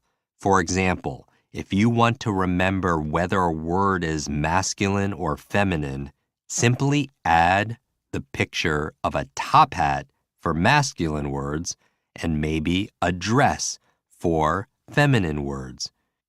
There are no rules, so be creative, be outrageous, and have fun with them. Stack it. To learn new vocabulary or foreign language words, combine the strategy above with methods that you've already learned from our chapter on study. For example, we talked about spaced repetition. that would be extremely valuable in this application. We also talked about the power of music. Playing Baroque music in the background as you study foreign language words is a very effective way at helping to learn that language.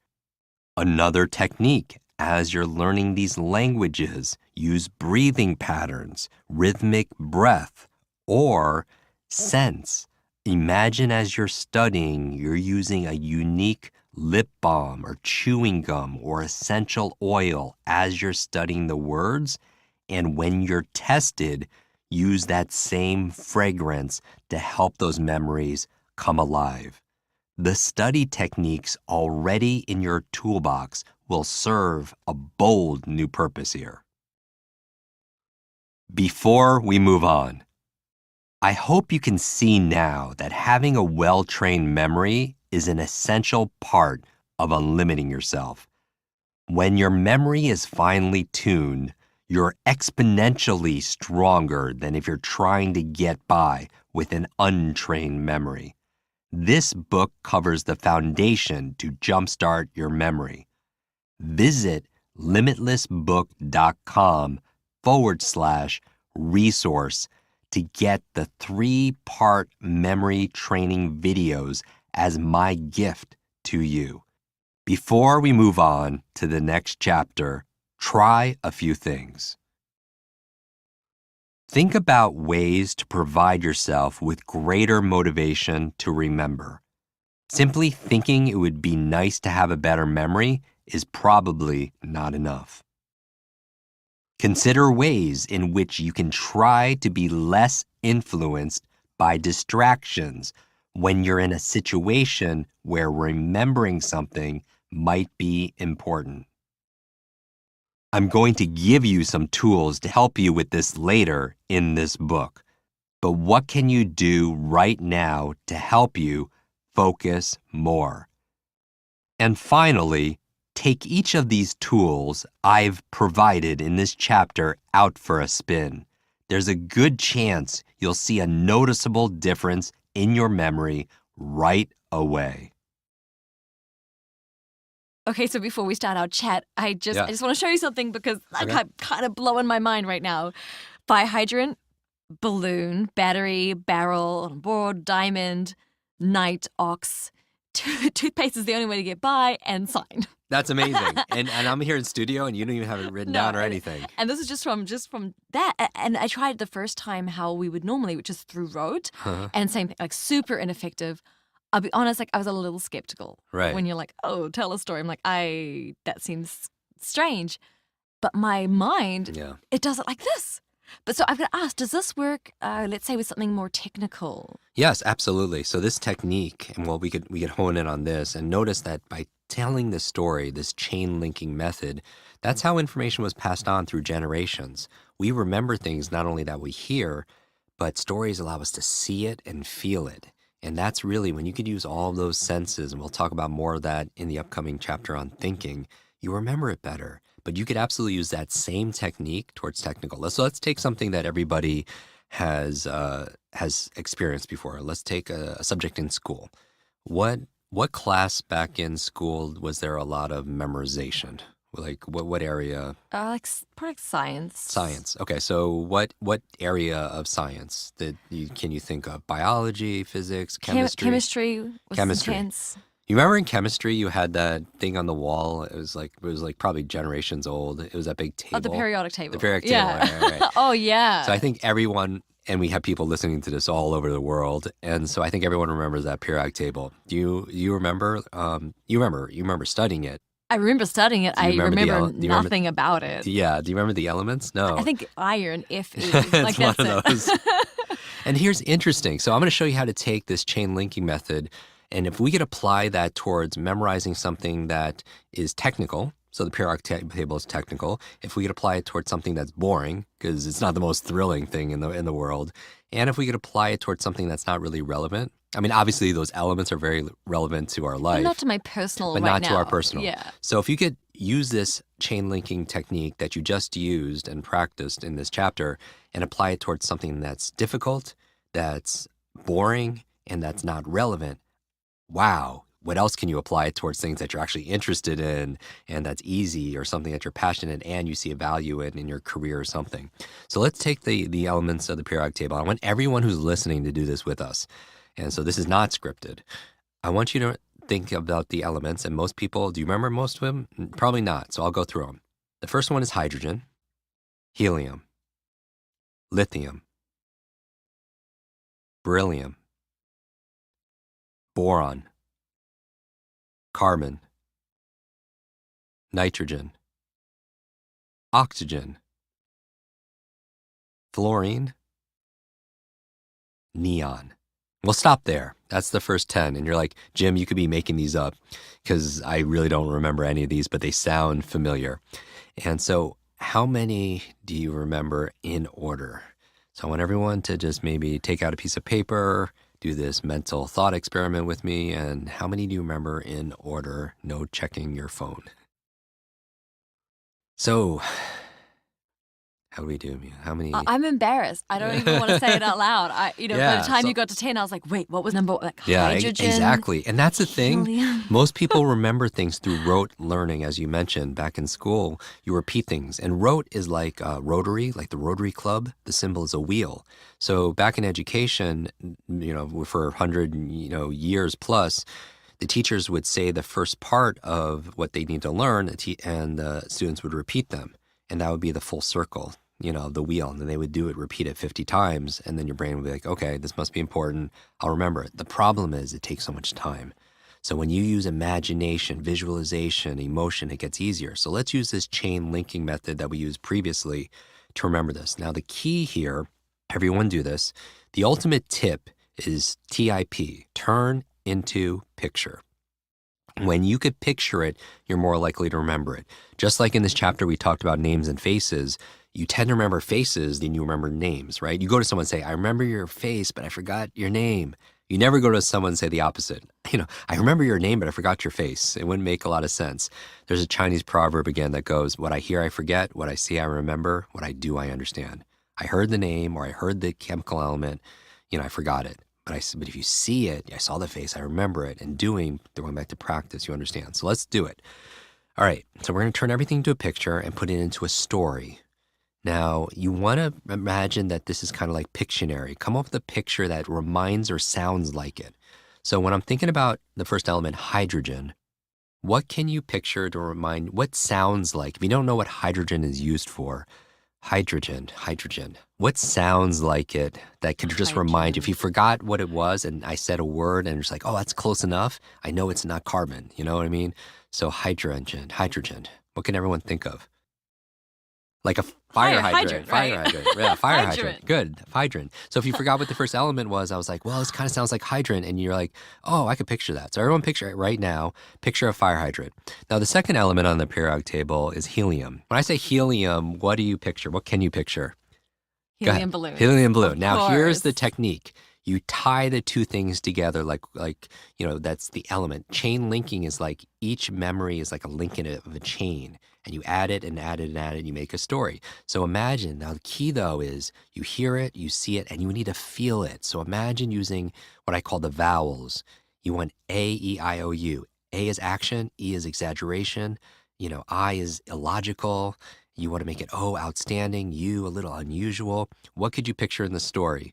You have a fire hydrant, and maybe you tie a big balloon to it, right? A big balloon, and it goes up in the sky, and imagine what color your balloon is.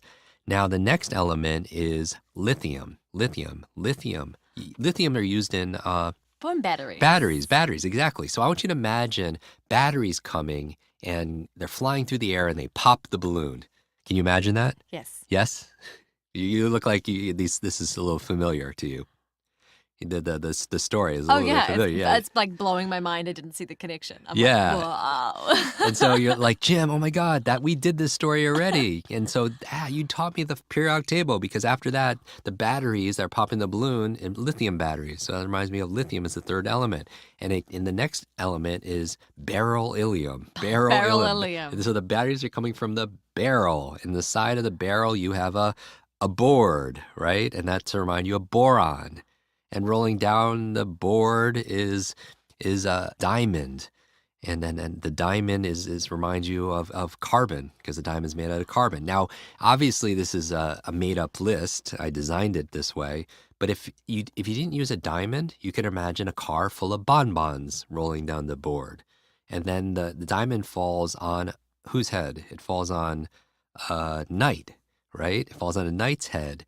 And then in the story, Night is nitrogen. Nitrogen. Yeah. And then the ox is Oxygen. oxygen. Good. And then you brush the teeth with Toothpaste. toothpaste, What's the which toothpaste? is it's the fluorine. Oh, The fluorine, right. And then the toothpaste, it goes up to the sign and it explodes and everything else. The sign was a neon sign. And that reminds you of the 10th element, which is neon. So when you're learning something, even something technical, being able to create a really strong association with, an image that will link you back to that term, and then connecting each one Yes. in a very sort of visceral way, this is what helps create that. Absolutely. The Wow. best way to memorize things is not through frequency or duration. Frequency takes time. That's repeating over and over again. Duration, studying for a long, long period of time.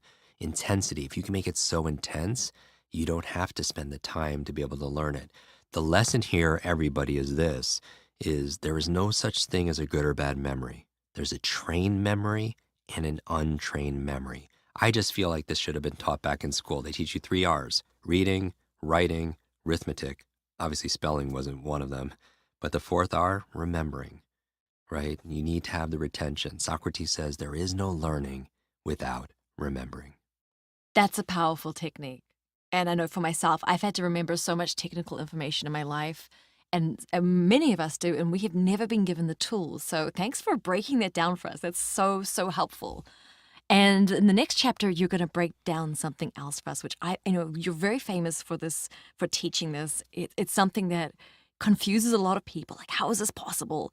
It is, of course, speed reading. And so let's learn about why speed reading is so helpful, and let's learn how to do it. Chapter 14, Speed Reading. Why is it so important to read? How do I increase my reading focus and comprehension? How can I get more out of every reading experience? What do Oprah Winfrey, Thomas Edison, John F. Kennedy, and Bill Gates all have in common? They are or were all great readers. Remember this: leaders are readers. Welcome to the age of data. Never in history has there been such an information surplus. More information has been produced in the past few decades than in the previous few thousand years. According to Eric Schmidt, the former CEO of Google, there were 5 exabytes of information created between the dawn of civilization through 2003. But that information information is now created every 2 days. And it's only getting faster and faster. All the information makes today's age extremely competitive.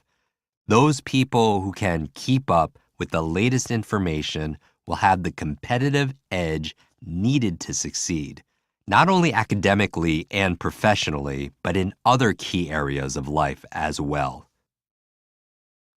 Studies show there is a direct relationship between your ability to read and your success in life. Skilled readers enjoy better jobs, higher incomes, and greater opportunities for success in all realms of life. Think about this. If you have average reading skills, then you have the same understanding that most people have. That doesn't give you much of a competitive advantage, does it? Unfortunately, for most people, reading is regarded as a boring task, something very time-consuming and tedious. Have you ever gone through a page in a book and found yourself asking, "What on earth did I just read?" If the answer is yes, you are not alone. We've talked about the challenges I faced early in my college career. As you know, those challenges were so great for me that I seriously considered quitting school altogether.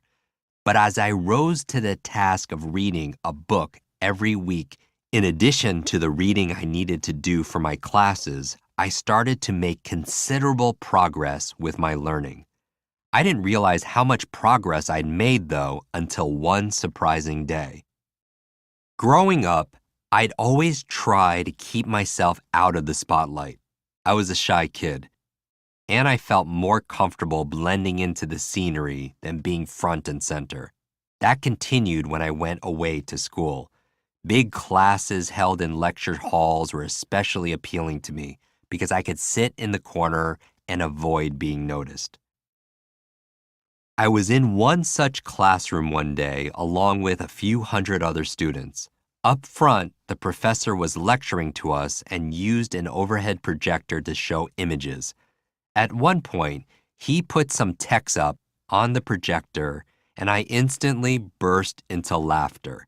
This was an entirely natural reaction for me. The quote was funny, but it was otherwise completely quiet in the hall, which caused a huge number of people to swivel their heads in my direction. I'm guessing most of these people would never have been able to identify me as one of their classmates before this moment. I was hugely embarrassed. I'd made so much effort to be invisible, and now it was as though I'd stormed the stage to draw attention to myself. I was blushing so hard that I thought my face was going to combust, and I shrank back as far as I could. Then several seconds later, others in the hall started laughing. At first, I thought they were laughing at me, but as more joined them, I looked out and noticed they weren't staring at me at all. They were reading the same text. And that's when I realized the source of my embarrassment. I'd read the words so much faster than my classmates that I'd reacted to it way sooner than everyone else. I'd known I improved the speed at which I read and the level at which I comprehended it, but until that moment, I had no idea how rare but learnable an ability it was. While still feeling a bit awkward about my unintended outburst, I left that class buoyed by the understanding that my learning had risen to an entirely new level. Due to the techniques I taught myself, reading had become one of my superpowers, paving the way to enormous breakthroughs in my learning. While I vowed not to laugh so loud in the future, I walked out of that lecture hall with an incredible sense of excitement about learning and about discovering the other superpowers that were just emerging. How reading makes your brain limitless. Any plan to make your learning limitless needs to include reading. Just as memory is foundational to nearly all brain function, reading is foundational to nearly all learning. If anyone tells you that they don't read, they're essentially saying, "I've stopped trying to learn." Yes, you can learn something from watching videos, listening to podcasts, or going to movies. Even the silliest network sitcom is likely to teach you something. But it is nearly impossible to make learning a dynamic and renewable part of your life without a dedicated approach to reading. Here's why this is true. Reading kicks your brain into gear. When you read, you're using your brain for many functions at once, which is a vigorous and rewarding workout. As Dr. Ken Pugh, President and Director of Research at Haskins Laboratories, points out, parts of the brain that have evolved for other functions, such as vision, language, and associative learning, connect in a specific neural circuit for reading, which is very challenging. A sentence is shorthand for a lot of information that must be inferred by the brain. In other words, reading gives you an incomparable level of mental exercise, and the brain is always a muscle that gets stronger the more you challenge it. Reading improves your memory. Because you're giving your brain such a great workout when you read, your brain functions at a higher level. One significant benefit of this is with regard to memory. In a study conducted by Dr. Robert S. Wilson at Rush University Medical Center in Chicago, reading was shown to have a meaningful effect on memory decline. We shouldn't underestimate the effects of everyday activities such as reading and writing on our children, ourselves, and our parents or grandparents, he noted. Our study suggests that exercising your brain by taking part in activities such as these across a person's lifetime from childhood through old age is important for brain health in old age. Reading improves your focus.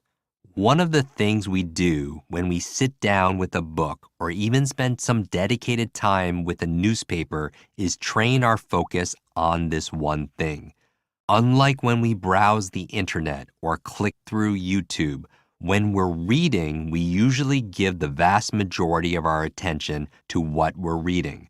This practice makes it easier to apply the same level of focus to other tasks. Reading improves your vocabulary. Some people just sound smarter. How do you react when you encounter one of these people? In all likelihood, you offer them increased respect and even a certain level of deference. People who sound smart tend to have access to and a facility with a wider vocabulary than the average person. Reading allows you to build vocabulary organically. The more you read, the more you are exposed to an expanded range of language and the use of that language in a variety of contexts. And because reading is such a superior focusing tool, you're absorbing a great deal of this, and it will be accessible to you as you need it. Reading improves your imagination. If you were ever given a story prompt at school or at work, you know that it is often easier to think creatively when using a tool to get started. Reading is essentially one story prompt after another. What would it be like to be in this person's shoes? How could I use this technique to be more productive? What am I going to do first once Jim Quick helps me become limitless? A great imagination helps you see more possibilities in your life, and reading keeps your imagination on high alert. Reading improves understanding.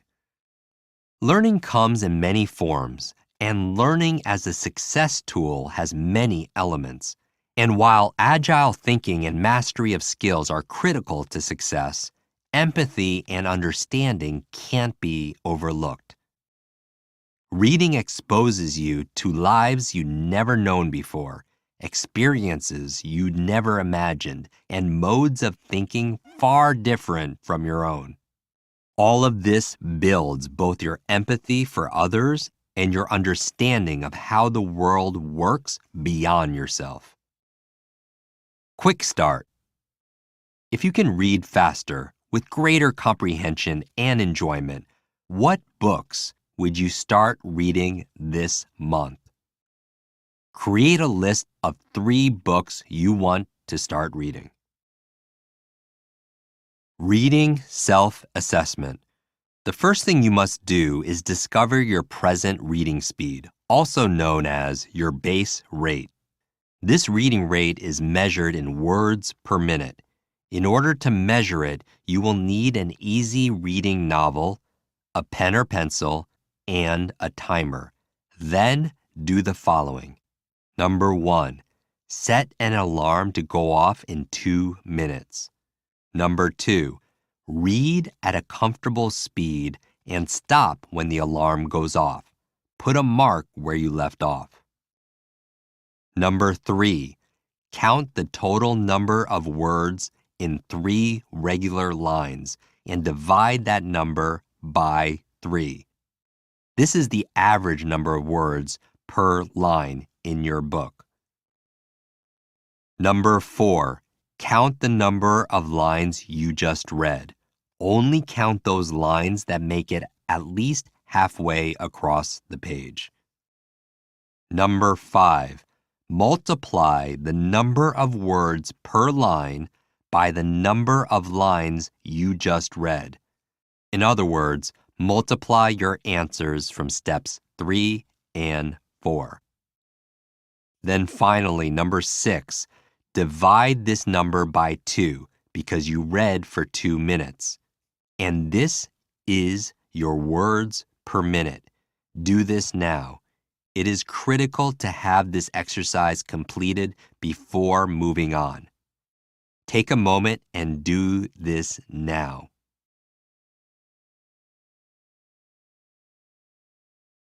What is your current reading speed? Write it down in your notepad. The average person's reading speed can be found somewhere between 150 to 250 words per minute. This range varies with the difficulty of the material. If you are reading much below 100 words per minute, the material may be too difficult, or you may want to seek remedial help. The skills you learn here will still be of great value. Let's say a person reads at 200 words per minute. This person reads and studies for 4 hours a day. A person who reads at 400 words per minute, twice as fast, needs only to study for half as much time. A faster reader saves at least 2 hours each day. Quick start. If you can save 2 hours each day, what would you do with this extra time? Take a moment to write down how you would spend those 2 extra hours a day. Challenges to reading. People either don't read or choose to read very little for a variety of reasons. You work long hours, and you're exhausted at the end of the day. It's easier to be entertained passively through television, film, music, etc., than to engage in an activity required to read. If you're going to work for your entertainment, you'd rather be playing a video game. I hear you. But if you've absorbed the benefits I just listed above, you know that you need to fit some time into your day, every day, to read. Another key reason why people don't read is they find it a laborious process. It can take them 5 minutes to get through a single page in a book, making the idea of reading a 300-page book akin to walking from New York to Georgia. People tend to read slowly for a few reasons. One is they stop learning to read relatively early, maybe 2nd or 3rd grade, and their reading level, and more importantly, their reading technique, never increased much beyond this, even as they continued to learn in spite of this constraint. The other is that they don't allow themselves to focus when they're reading. They're listening for the kids, half watching television, checking email every few minutes, and so on. They therefore find themselves reading the same paragraph over and over again because they're not focused enough to comprehend what they're reading. There are a couple of primary reasons why people read slowly. Your reading efficiency is made up of 2 main parts: your reading rate, your speed, and reading comprehension, your understanding. Before we look at various ways to increase your reading efficiency, we first need to look at 3 of the barriers and obstacles that prevent us from reading better. Number 1, regression. Has this ever happened to you? Have you ever read a line in a book and found yourself rereading that same line again? Or do you ever find yourself wander reading, going back mindlessly and rereading words? Regression is a term used to describe the tendency that your eyes have to go back and reread certain words. Almost everyone does it to some degree, and most of the time it is done subconsciously. By doing so, people believe they will increase their comprehension, but usually they hamper it. By regressing or backskipping, it is very easy to lose the meaning and the essence of your reading. Regression seriously disrupts the reading process, as well as slows down reading speed. Number 2, outdated skills. Reading is not so much a measure of intelligence as it is a skill, and with any skill, it can be learned and improved. When was the last time you took a class called reading? For most, it was back when we were 6 or 7 years old. And if you're like most people, your reading skill is probably still the same as it was back then. Here's the challenge. Has the amount and difficulty of what you're reading changed since? The complexity of material has likely increased dramatically, yet our reading skill has remained the same. Number 3, subvocalization. Subvocalization is a fancy word for your inner voice. Do you notice a voice inside your head that is saying the words as you read this? Hopefully, it's your own voice. It's not somebody else's voice. Subvocalization limits your reading speed to only a couple hundred words per minute. That means your reading speed is limited to your talking speed, not your thinking speed. In reality, your mind can read a lot faster. You may right now be listening to this audiobook at a faster speed and you can understand it, but most people cannot talk that fast. Where did subvocalization come from?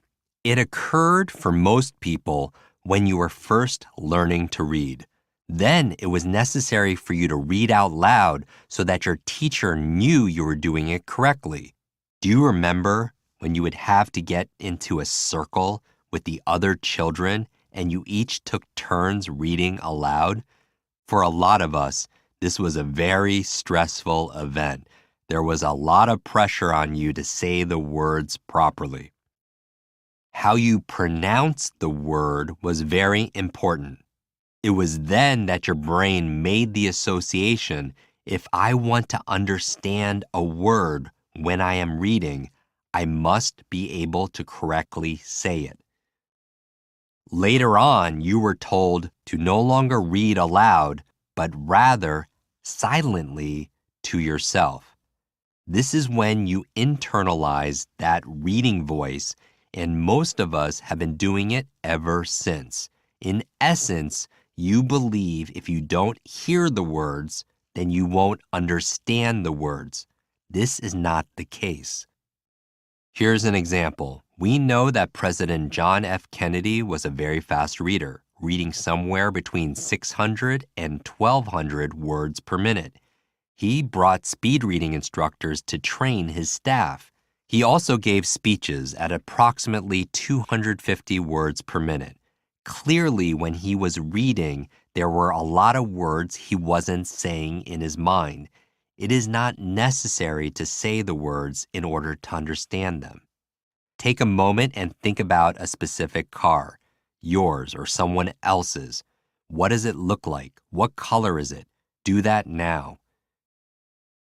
What was it that you thought about? You might say, it is blue, has 4 tires, and brown leather seats. Question, did the words blue, tires, or leather appear in your mind? Or did you picture a car with all these things? For most of us, our minds think primarily in images and not words. As we discussed in the previous chapter on memory, words are a tool we use to communicate our thoughts or pictures. As you are reading, you can greatly increase both your speed and comprehension by visualizing the material. It is not necessary to say all the words, as it takes too much time, just as you don't read and say period, comma, question mark when you see them in a sentence. You wouldn't read a sentence like this. I just bought some avocados, comma, blueberries, comma, and broccoli, period. You understand that punctuation marks are just symbols that represent various meanings. Words are symbols as well. You've seen 95% of the words you've read before. You don't have to pronounce those words, just as you don't need to pronounce filler words like because, this, or the. You know them by sight, not by sound. It is the meaning of what the word represents that is important. And the meaning is usually better described and remembered in the form of pictures. Understanding this concept is the first step in reducing subvocalization. Reading misconceptions. Myth 1. Faster readers don't comprehend as well. This is a rumor spread around by slow readers. It is not true. In our online program, we teach people in 21 days how to double or triple their reading speed with better focus and better comprehension. We have students in over 195 countries, so we have a lot of data. In fact, faster readers often have better comprehension than slower readers. Here's an analogy. When you're taking a slow drive down a quiet street, you can be doing many things at once. You may be listening to the radio, drinking a green juice, waving to a neighbor, and singing your favorite song. Your attention is not in any one place, it just flows and wanders. But imagine you're driving pedal to the metal down a racetrack, taking hairpin turns. Do you have more focus or less? I would bet that you are very focused on what is in front of you, behind you, and ahead of you. You're not thinking about your dry cleaning. The same holds true for reading. The key to better reading comprehension is focus and concentration. But some people read so slowly that they completely bore their own minds. A bored mind doesn't concentrate well. Your mind is like a supercomputer. It can handle vast amounts of information. And yet, most people feed this incredible supercomputer one word at a time. This is starving the brain. If I was to speak this slow the entire audiobook, what would your mind do? It would go other places. It would think about other things. It would fall asleep. Aren't those the same symptoms that bother you while you read? If your mind ever wanders and daydreams, this could be the reason. If you don't give your brain the stimulus it needs, it'll seek entertainment elsewhere in the form of distraction. You may find yourself wondering what you'll have for dinner, what to wear on your date tomorrow, or listening to a conversation out in the hall. We've asked before about reading a page or a paragraph and not remembering what you've just read. It may be because you read so slowly that you bored your brain and it simply lost interest. Or you may be using reading as a sedative and you fall asleep. By reading faster, you keep your mind stimulated, find yourself more focused, and because of it, have better comprehension. Myth number 2. It's harder and takes more effort to read fast. Reading faster requires less effort, primarily because trained readers tend not to backskip as much as slow readers. Slow readers stop at words, reread them, go to another word, regress to the previous one, and so on. And this continues throughout their reading. This takes a lot more effort and is extremely draining and boring.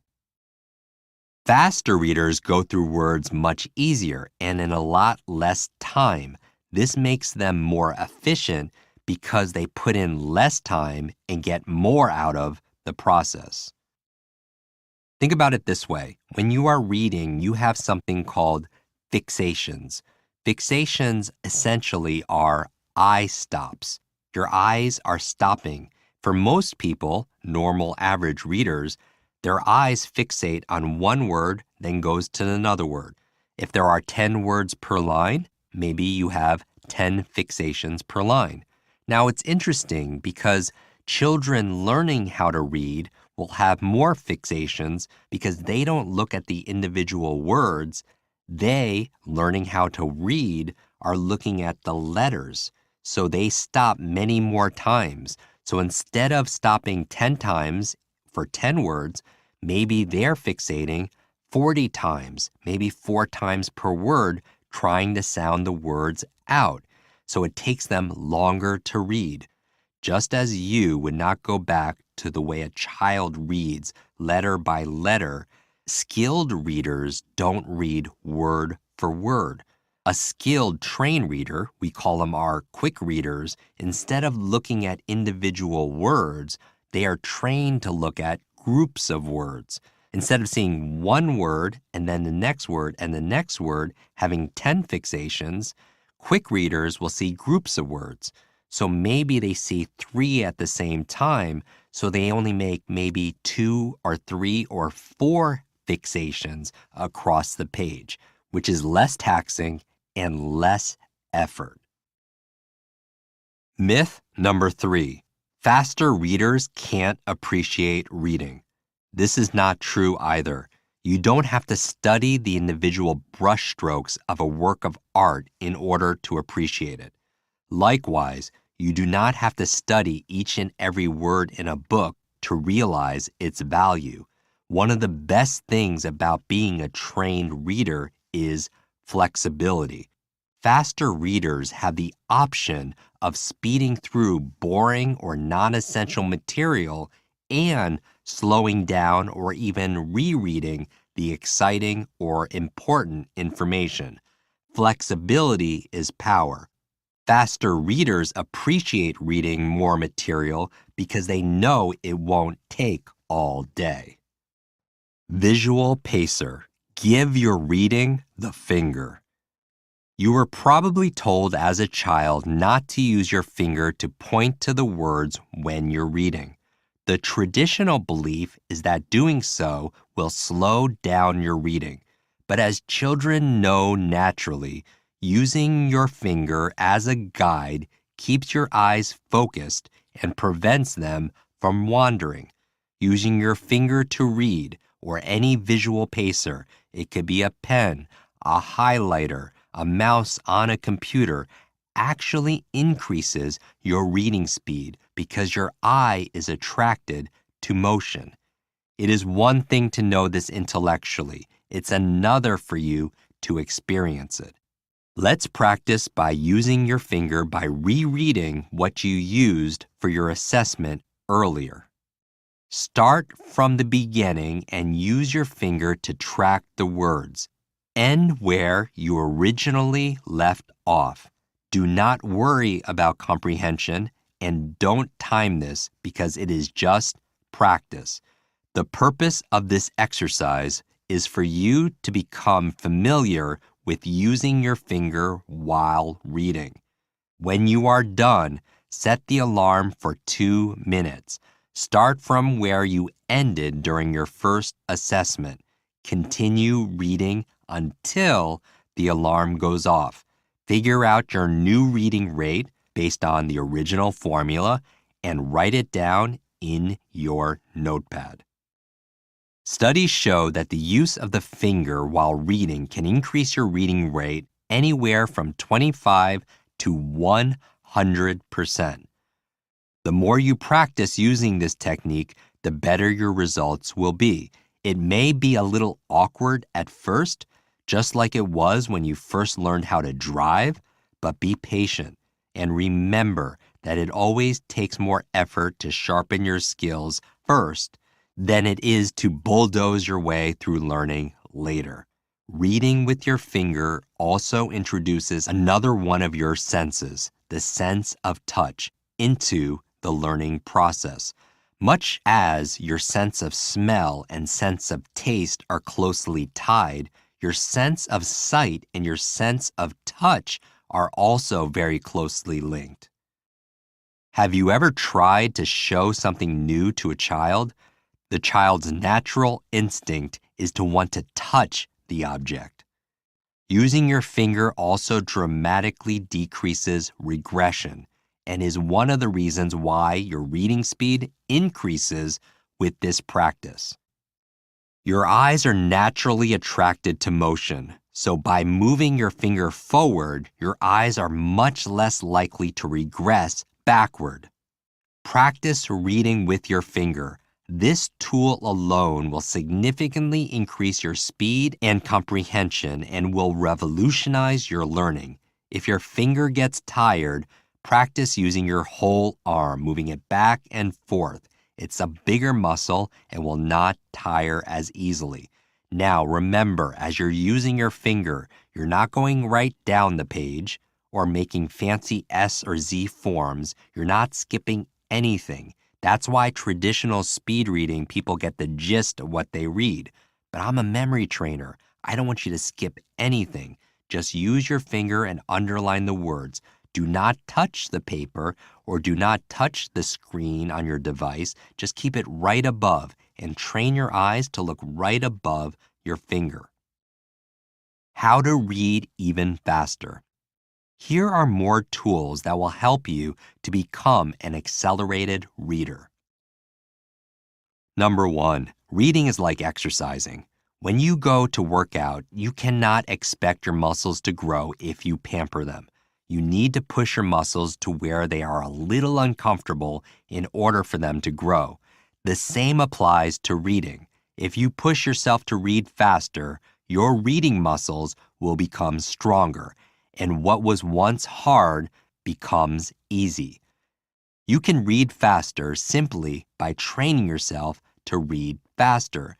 Those of you who run know this. When you are running on a treadmill, if you practice regularly, you can watch yourself run at faster and faster levels. The levels that were once hard become easy because you have pushed yourself to a higher degree and your body adapts to excellence. To increase your speed even more, try this exercise. You will need an easy reading novel, a pen or pencil, and a watch or timer. Number 1, read comfortably using your finger or a visual pacer for 4 minutes. Set the alarm to go off in 4 minutes and read as you normally would read. Mark the line when your alarm goes off. This is going to be your finish line. Number 2, now set your alarm for 3 minutes. The goal here is to reach the finish line before your alarm goes off. Then read what you just read using your finger until the line in step 1 in 3 minutes. Number 3, set your alarm for 2 minutes. Don't worry about the comprehension. Try to get to the finish line before your alarm goes off, this time in 2 minutes. Use a visual pacer and go through it line by line. Have your eyes follow your finger as fast as possible. You must reach that finish line, what you originally did in 4 minutes, then 3 minutes, this time in 2 minutes. Final stretch, and this is really going to stretch you. You're not going to understand hardly anything, but set the timer for 1 minute. Do your best to get to the finish line, that same finish line you started in 4 minutes, then did in 3 minutes, and 2. I want you to cross it in 1 minute. Try not to skip any lines, but do not worry about comprehension right now. The prime directive is follow your finger with your eyes. Number 5, now breathe. Set your timer for 2 minutes. Start from your finish line to read a new section. Read at a comfortable rate with comprehension, then count the number of lines you read Multiply the number by the words per line, then divide this number by 2. This is your new reading rate. Write it down in your notepad. Now, this was an intense exercise if you did it. Essentially, you read for 4 minutes, and then you have to reread it in 3 minutes, and then in 2 minutes, and then that same passage in 1 minute. The goal was not comprehension. The goal, using the analogy of being on a treadmill, was to train your eyes to follow your finger. This is a physical, technical exercise. Now, how did that feel?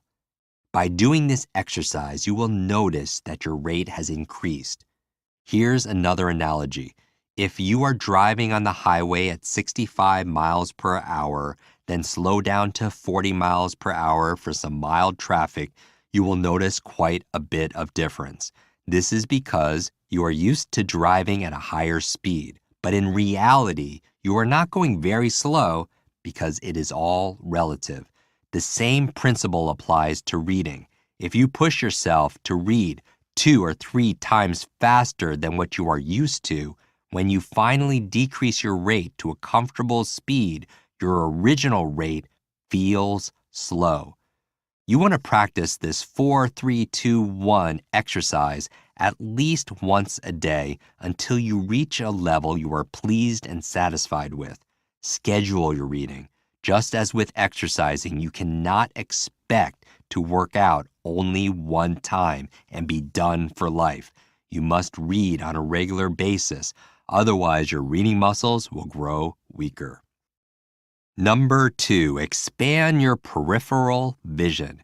Your peripheral vision is the span of letters or words that your eyes can see in a single glance. By increasing your peripheral vision, you will be able to see and take in more words at a time. Most people were taught to read one word at a time, but in fact, you are capable of reading more than that. As we've already discussed, when you first learned to read, you were taught that letters made up larger structures called words. As a child, you would sound out a word by its letters. For example, the word report would be broken down into letters so you could understand it, R-E-P-O-R-T. Now that you are older, you are not as aware of the letters as you are reading. You see the larger units known as words. One of the reasons why people have a limited reading speed is because they read one word at a time. But if you put the word card at the end of the report, you get report card. These 2 words have their own distinct meanings, but your mind sees them as one unit. Just as your mind is capable of seeing these 2 words together, it is also capable of seeing groups of words at the same time. By doing so, you will take your reading speed to even greater heights. Just as you see the words and not the individual letters, skilled readers, we call them quick readers, see groups of words or ideas and not individual words. Number 3, counting. By using the exercises I've outlined, the challenge of subvocalization will begin to decrease.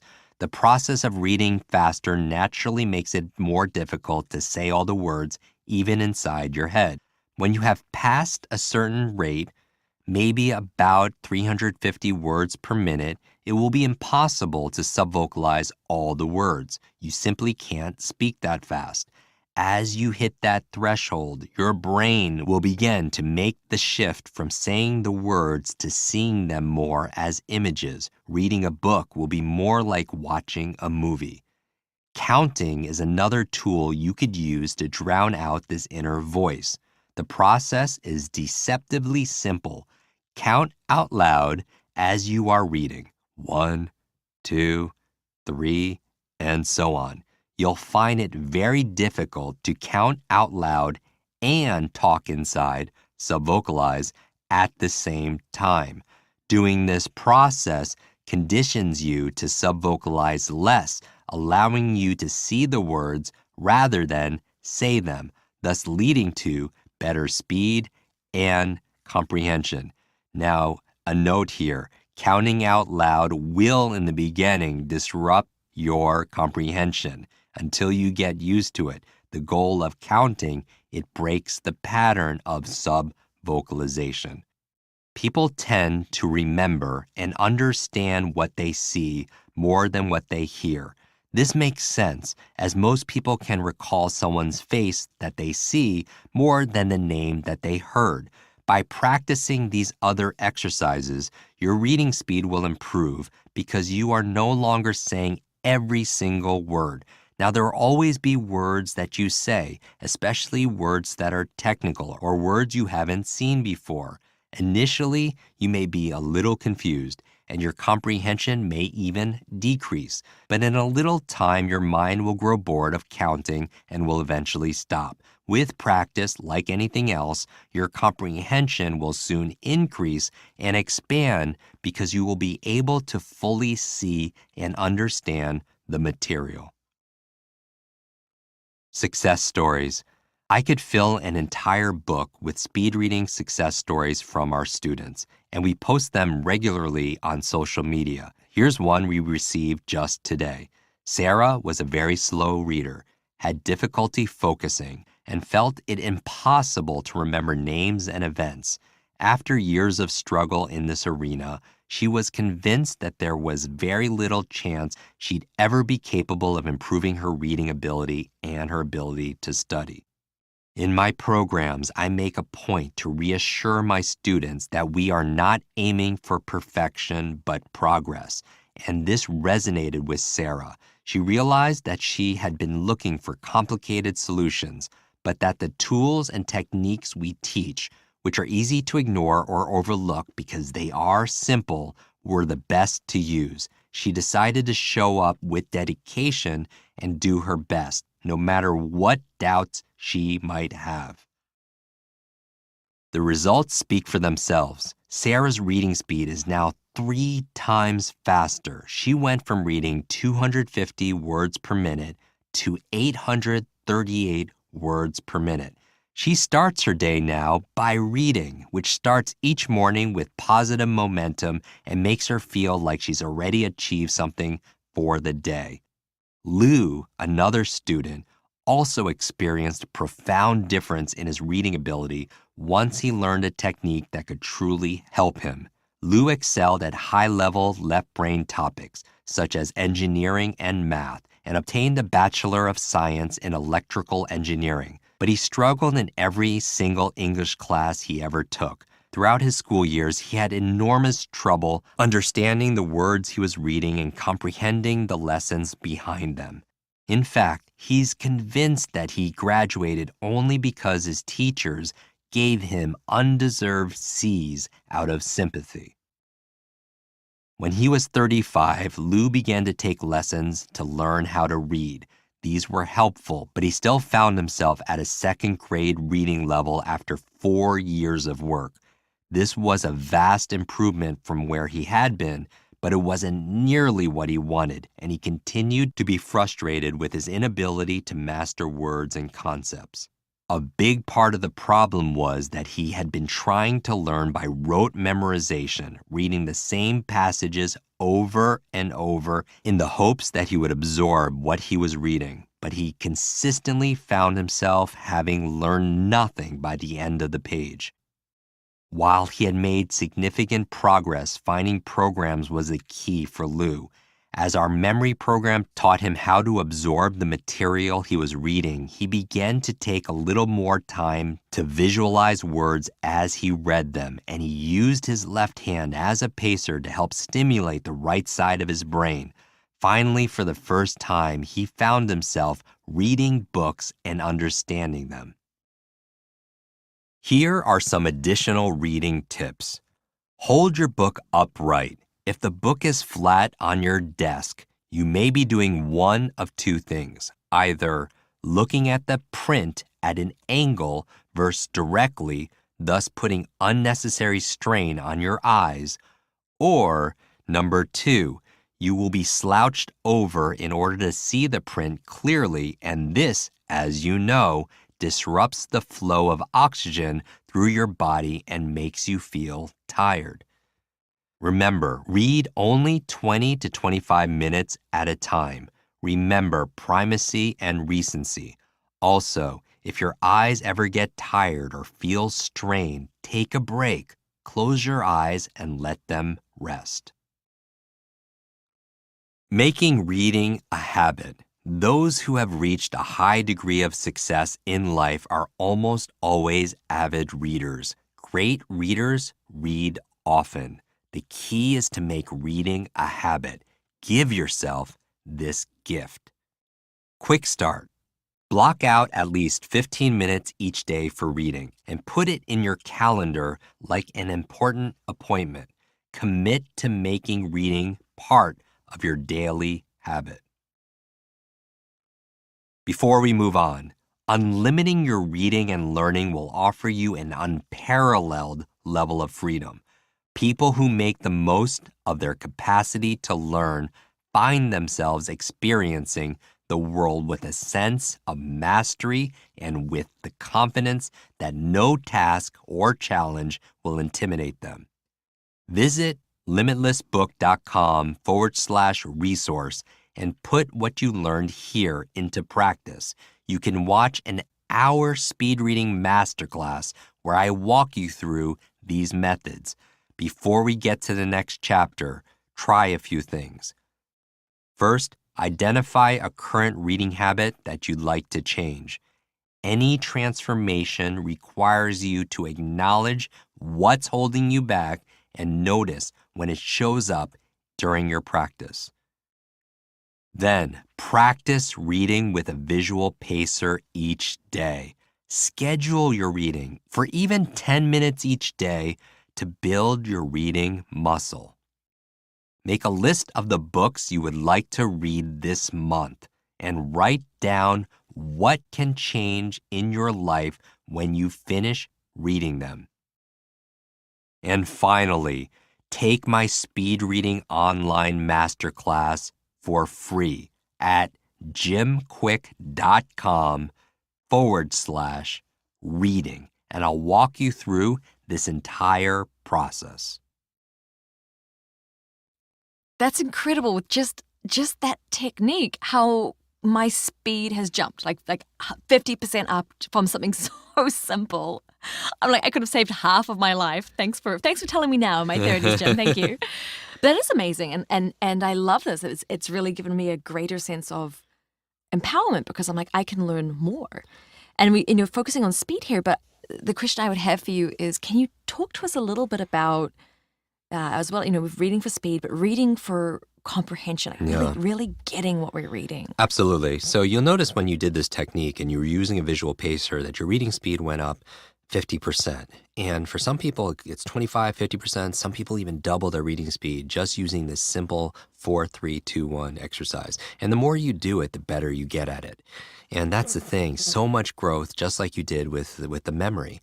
Now, part of reading is not just reading speed. You'll notice when you're reading, you had better focus because of the visual pacer.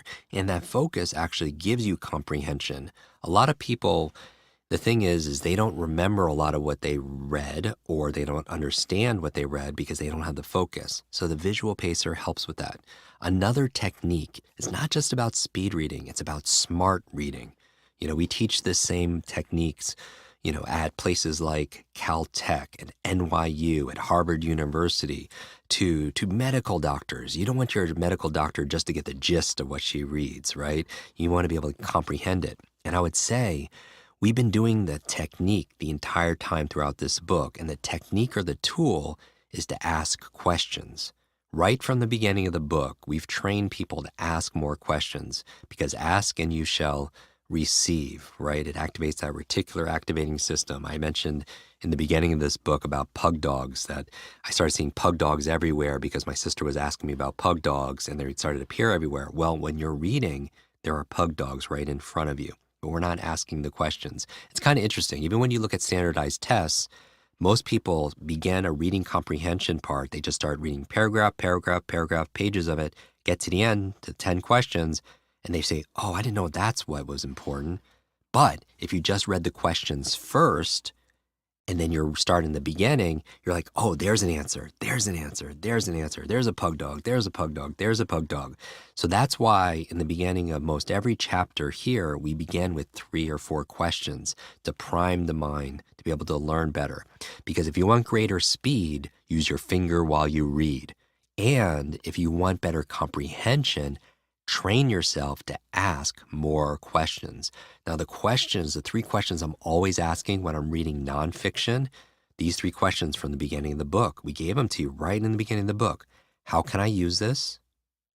Why must I use this? When will I use this? These are the 3 dominant questions of taking knowledge and turning them into power.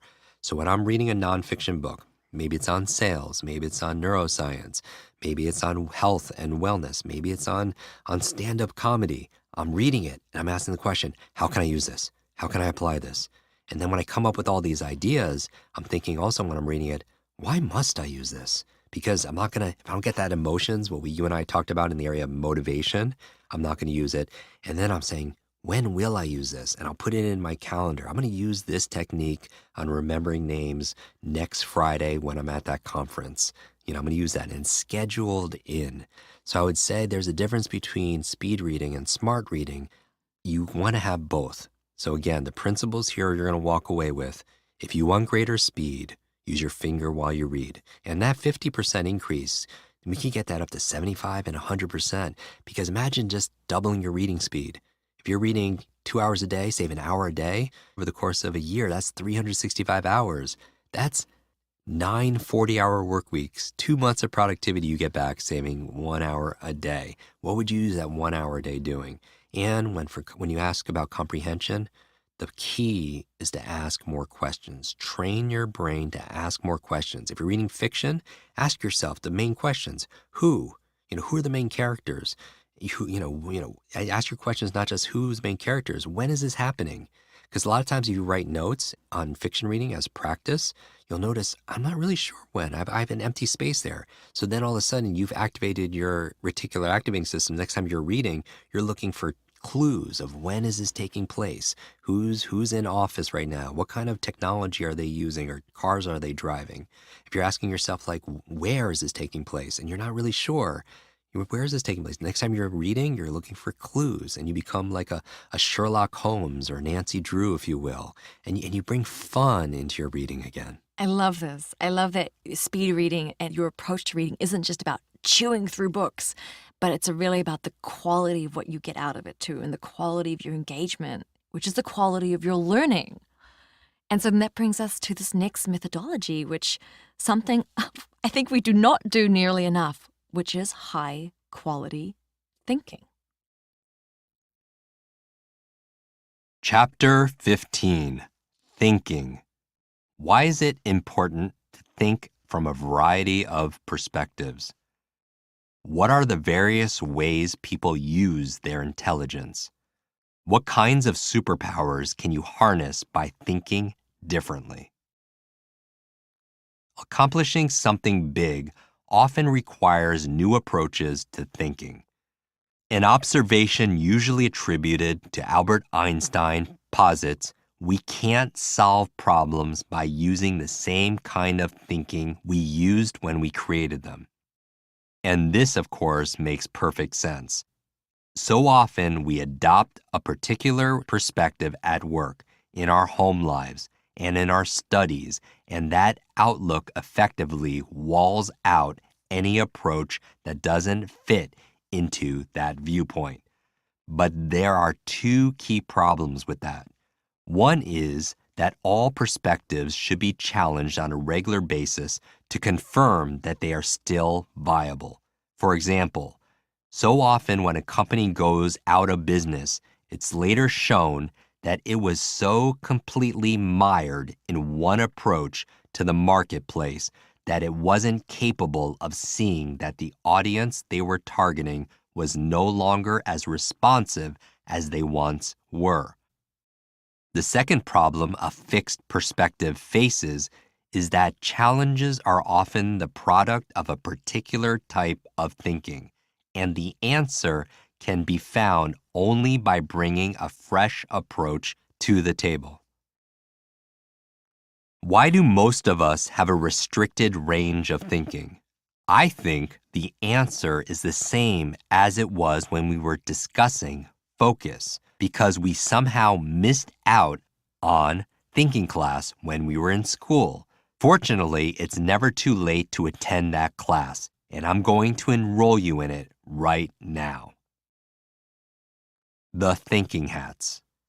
Dr. Edward de Bono devised the concept of the 6 thinking hats as a tool for getting out of whatever rut of thinking one might be mired in. Regularly used to help groups problem solve in a more productive way, it is easily adaptable by any individuals hoping to keep their thinking fresh. The core notion is to separate thinking into 6 distinctly defined functions by progressively donning a series of metaphorical hats. I'm going to give you the 6-hat framework right now. Before I do, I want you to take a moment and think about a decision you're struggling with. Think about a problem. It doesn't have to be an extreme problem, but think about a problem or a decision you are facing and go through this process with me. Here are the 6 thinking hats. You put on the white hat when you're in information gathering mode.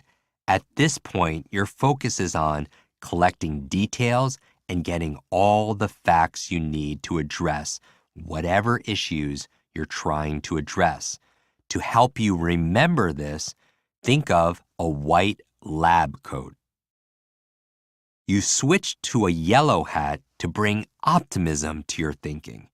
Here, you're trying to identify the positives in any problem or challenge you're facing, highlighting the value inherently in place. As your memory tip here, think of the yellow sun, optimism. Next, you'll wear a black hat to pivot from looking at the good side of the challenge to facing its difficulties and pitfalls. This is where you'll come face to face with the consequences of failing to successfully address a problem. This is the critic, memory tip. Think of a judge's robe. You're going to judge this. Once you've done that, don your red hat to allow emotion to come into play. This is the point where you can let your feelings about the problem come to the surface and maybe even express fears. This is also where you allow speculation and intuition to enter the conversation. To remember this, think about a red heart, the emotions. Now it's time for the green hat. When you're wearing this hat, you're in creativity mode. You've looked at the problem analytically and you've looked at it emotionally. Now ask yourself, what new ideas can you bring to what you already know about the problem? How can you come at it in a different way you haven't considered before? Memory tip. Think about green grass growing, new creativity. Finally, wear the blue hat to be in management mode and make sure you've addressed your agenda productively and gone through the process in a way that benefits from all the other hats you've worn. Often, organizations will start with the blue hat to set goals for a meeting and then put it on again at the end. Even if you're using the 6 hats by yourself, this is something you might want to consider. To remember this, think of the blue skies above managing everything below. The de Bono approach to problem solving is an ingenious and elegantly organized method for getting the most from your thinking. At its core, it is a neatly defined way of looking at an issue from all sides. First, you make sure you're clear on what you need to address. Then you determine that you have all the facts in front of you. Next, you make sure you're dealing with the issue from a positive perspective. Then you get real about the challenges you're facing and allow yourself to feel what you're feeling about it. After this, you allow yourself to attack the problem from perspectives you might not have considered before, letting your imagination run free. And then you circle back to make sure you've addressed what you set out to address during this session. Look at how many different ways you've used your brain for this one task. You've been analytical, you've been emotional, and you've been creative. You've explored the sunny side and the dark side, and you've almost certainly attacked the issue with tools you don't automatically use every single day, though you might from now on. Einstein would be proud of you. Quick start. Think of a problem you need to be solved right now. It can be anything from how can I get that job to how can I communicate better with my family. Use the 6 thinking hats model to run through the different perspectives of looking at the problem you're trying to solve. How are you smart? Why is it important for us to have tools to help us think in different ways? Because people usually have a dominant way of using their intelligence. Dr. Howard Gardner, professor of cognition and education at the Harvard Graduate School of Education, has studied intelligence extensively and has identified 8 distinct forms of intelligence. Number 1, spatial. This is someone who usually thinks from the perspective of the space around them. Airline pilots tend to be spatial thinkers, but so do people who excel at playing chess, as both require an innate understanding of how things fit into space.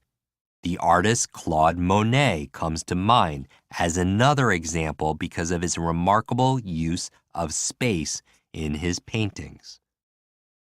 Number 2, body kinesthetic. Someone with a dominance of this form of intelligence uses their body as a form of expression or problem solving. Gymnasts have refined bodily kinesthetic intelligence, as do drummers.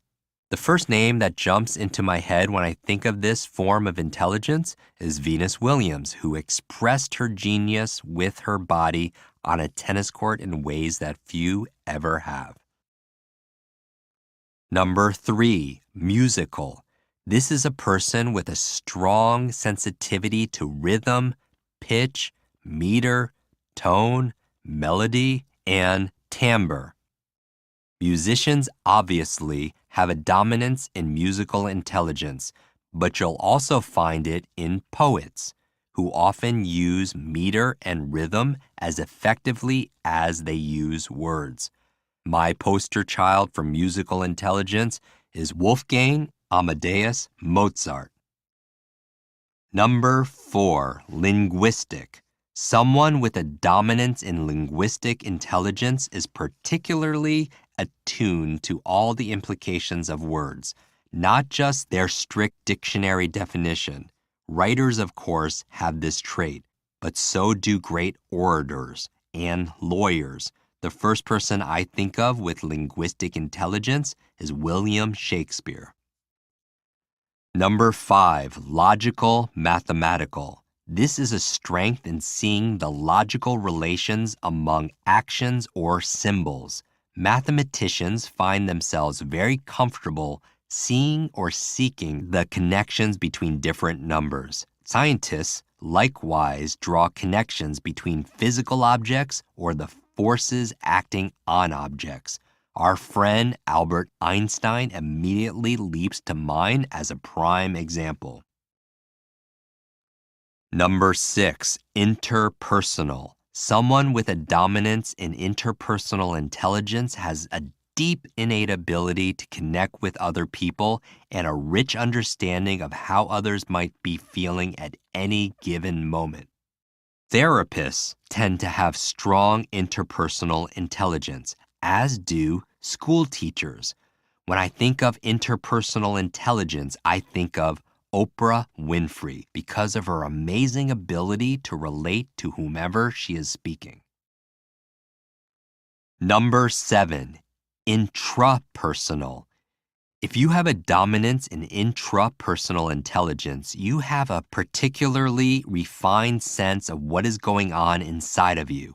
People with strong interpersonal intelligence do a great job of taking their own temperature. They're in touch with their feelings, they know what triggers them, and they have a good sense of how to manage this. If you know someone who is cool under even difficult circumstances, it's likely this person has strong intrapersonal intelligence. Number 8, naturalistic. This kind of intelligence expresses itself in an ability to see the world of nature in all its complexities. Where you might see a field of flowers, someone with this dominance will see 4 different kinds of tulips, a couple of varieties of lavender, and a rare grass that you just thought was a weed. Zoologists tend to have a dominance in naturalistic intelligence, as do landscape architects. The first person with this trait who comes to my mind is the remarkable primatologist Jane Goodall. Do you see yourself in one of these descriptions? There's a good chance you'll relate to more than one because people rarely have one form of intelligence. It's likely you have a dominance in one or two, and there may be a couple of others that you employ with some regularity. At the same time, you'll almost certainly find some on the list that you use rarely, if at all. But all of these forms of intelligence identify successful ways of operating in the world, and any one of them might come into play when you're facing a particular task or problem. Awareness of all 8 and considering each while wearing your 6 thinking hats is a remarkably effective way to unlimit your thinking. What is your learning style? Just as types of intelligence vary from person to person, the way one learns varies. The VAK learning styles model has been in use since the 1920s and is useful in showing you how you prefer to learn new things. V is for visual, meaning that you tend to learn through illustrations, charts, video, and other visual media. A is for auditory, meaning that you find yourself most comfortable learning by listening either to a lecture, a discussion, a podcast, an audiobook. K is for kinesthetic, meaning you prefer to learn via physical interaction. Kinesthetic learners tend to gain more from taking a hands-on approach to learning. In limitlessbook.com/resources, you'll find a quick quiz you could take to give you a sense of what kind of learner you are. In all likelihood, you'll be some mix of audio, visual, kinesthetic, but you might see a real dominance in one of these, and that can prove to be extremely useful as you embark on unlimiting your thinking, as you can make a conscious effort to bring the others into the mix. Mental models. Mental models are constructs for thinking that help us to make sense of the world around us. Think of them as shortcuts. For example, we've all heard of the economic mental model of supply and demand. You're probably familiar with the idea that supply is representative of the amount of something available within a market, whether that's a service, product, or commodity. When that is juxtaposed against the demand for that item, value is determined, and that often dictates the price of the item. This model is a quick, easy way to understand what's happening in a market. It's not always accurate and doesn't explain every factor involved, but it serves as a simple way of evaluating the price or value of an item. Mental models train your mind to think. After all, you don't rise to the level of your expectations, you fall to the level of your training. Models can act as shortcuts that save you valuable energy and time when you're evaluating an idea, making a decision, or problem solving. In the following pages, I'm including some of my favorite mental models for faster and sharper decision making and for creative problem solving.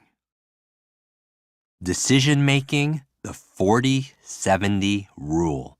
One of the greatest barriers to quick decision making is the ever-present feeling that we don't have enough information to make the right decision. Colin Powell, former Secretary of State, addresses this with his 40-70 rule. His rule is to never make a decision with less than 40% of the information you are likely to get, and to gather no more than 70% of the information available. According to Powell, anything less than 40% and you're just guessing. Anything more than 70% and you're stalling over making the decision. Of course, this means you need to be comfortable with the possibility that you're going to be wrong, which is necessary in any case. When you have about 70% of all the information, you probably ought to decide because you may lose an opportunity. My own experience is that you get as much information as you can, and then you pay attention to your intuition, to your informed instinct. Sometimes what my analytical mind says to me is not what I'll do, Powell said. Productivity. Create a not-to-do list. This one might seem counterintuitive, but sometimes it's just as important to know what not to do as what to do. This tactic is used best for directing your attention to the essentials and avoiding what doesn't matter in the moment. Often at the beginning of a project or even just a packed day, it can feel overwhelming to decide what to concentrate on. The power of the not-to-do list is that you decide from the very beginning what you will definitely put aside. When we write down our list of tasks for the day, we usually don't prioritize, nor do we assign a value to these tasks. It's easy for a conventional to-do list to become a catch-all of all the things we know we have to do that day, instead of the things that must be done first for the most value. Lest you think that the not-to-do list is filled with things like participating in social media, let's work out exactly how you should compile this list. First, write down tasks that might be important but can't be done because of outside circumstances. Maybe you're waiting for an email from someone else, or you're waiting for a colleague to finish their portion of a project. Next, include tasks that you think need to be done but that don't add value to your life. You might also think of these as busy work. You might ask yourself if you can delegate or hire someone else to do them. You can also ask if anyone but you will notice whether the task is left undone. The idea here is that your time is best spent on tasks that will move your life and goals forward. Then, include current and ongoing tasks that don't benefit from additional attention. This might include systems that are already set up, such as making the kids' lunches or having a brief meeting with your team at the start of the workday. These are part of your routine and shouldn't be clogging your to-do list on a daily basis. Last, include urgent tasks that are often to-do lists given to us by other people, such as getting some background research on a project or making follow-up calls. These are tasks that might be necessary to do, but perhaps don't need to be done by you. When you're finished with your don't do list, it should read like an anti-menu, a list of items that aren't available for your time. You will then be able to easily identify what will actually move you forward and do those activities instead. Quick start. Do this right now. Take a moment to create your not to-do list for today. What are the things you need to avoid today to focus and achieve your goals? Be specific and check off that list by not doing it. Problem solving. Study your errors. When we take time to study the mistakes we make, especially those that have a lasting effect on our lives, we turn every mistake into a learning opportunity. Use this model to evaluate what went wrong so you can get a better result next time. First, get clear on what did or didn't happen. Often we confuse cause with correlation, so be sure you understand what happened and what led to the mistake or error. Next, ask yourself why those mistakes happened. Look for the deeper layers behind the incident. You might ask why until you've run out of layers to question. Then, ask how you can best avoid the same mistakes in the future. If some of the factors that caused the error are out of your control, ask how you can prevent causes that can't be eliminated. Finally, using what you've gleaned from this exercise, determine how you can create the best conditions to support your desired outcomes in the future. To help you illustrate this strategy, let's imagine this scenario: the fundraising project you orchestrated for your child's school greatly underperformed your expectations. First, you need to be clear on what happened. Did you and your team fail to inspire people to give, or did the donors fail to show up? In this case, let's assume that the donors were available, but they didn't give as much as you anticipated, or sometimes didn't give at all. Now, you need to ask yourself why. Did it have something to do with the way you presented the need? Did it have something to do with the time of year? Did it have something to do with the economy? Remember that your answer here might lead to additional questions.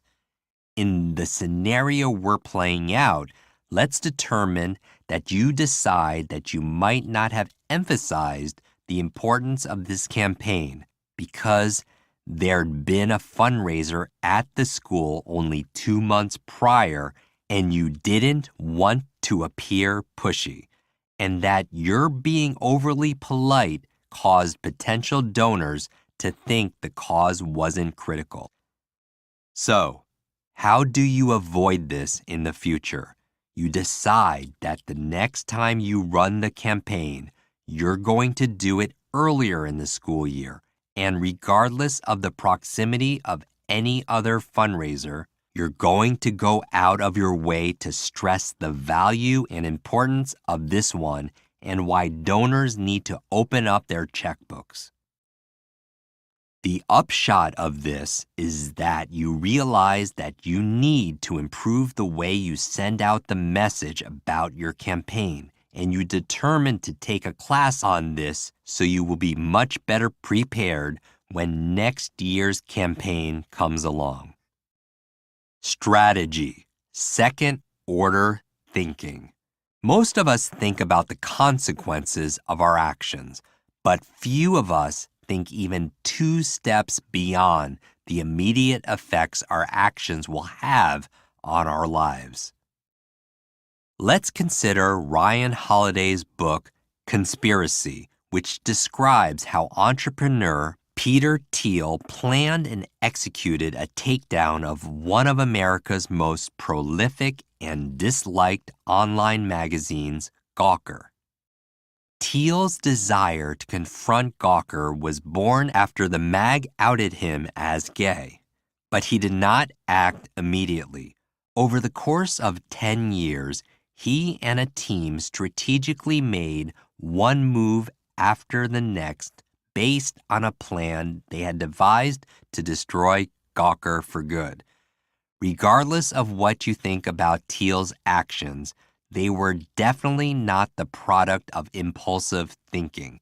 This is an example of second-order thinking, the ability to think strategically through a series of events. This model is simple and yet not always easy.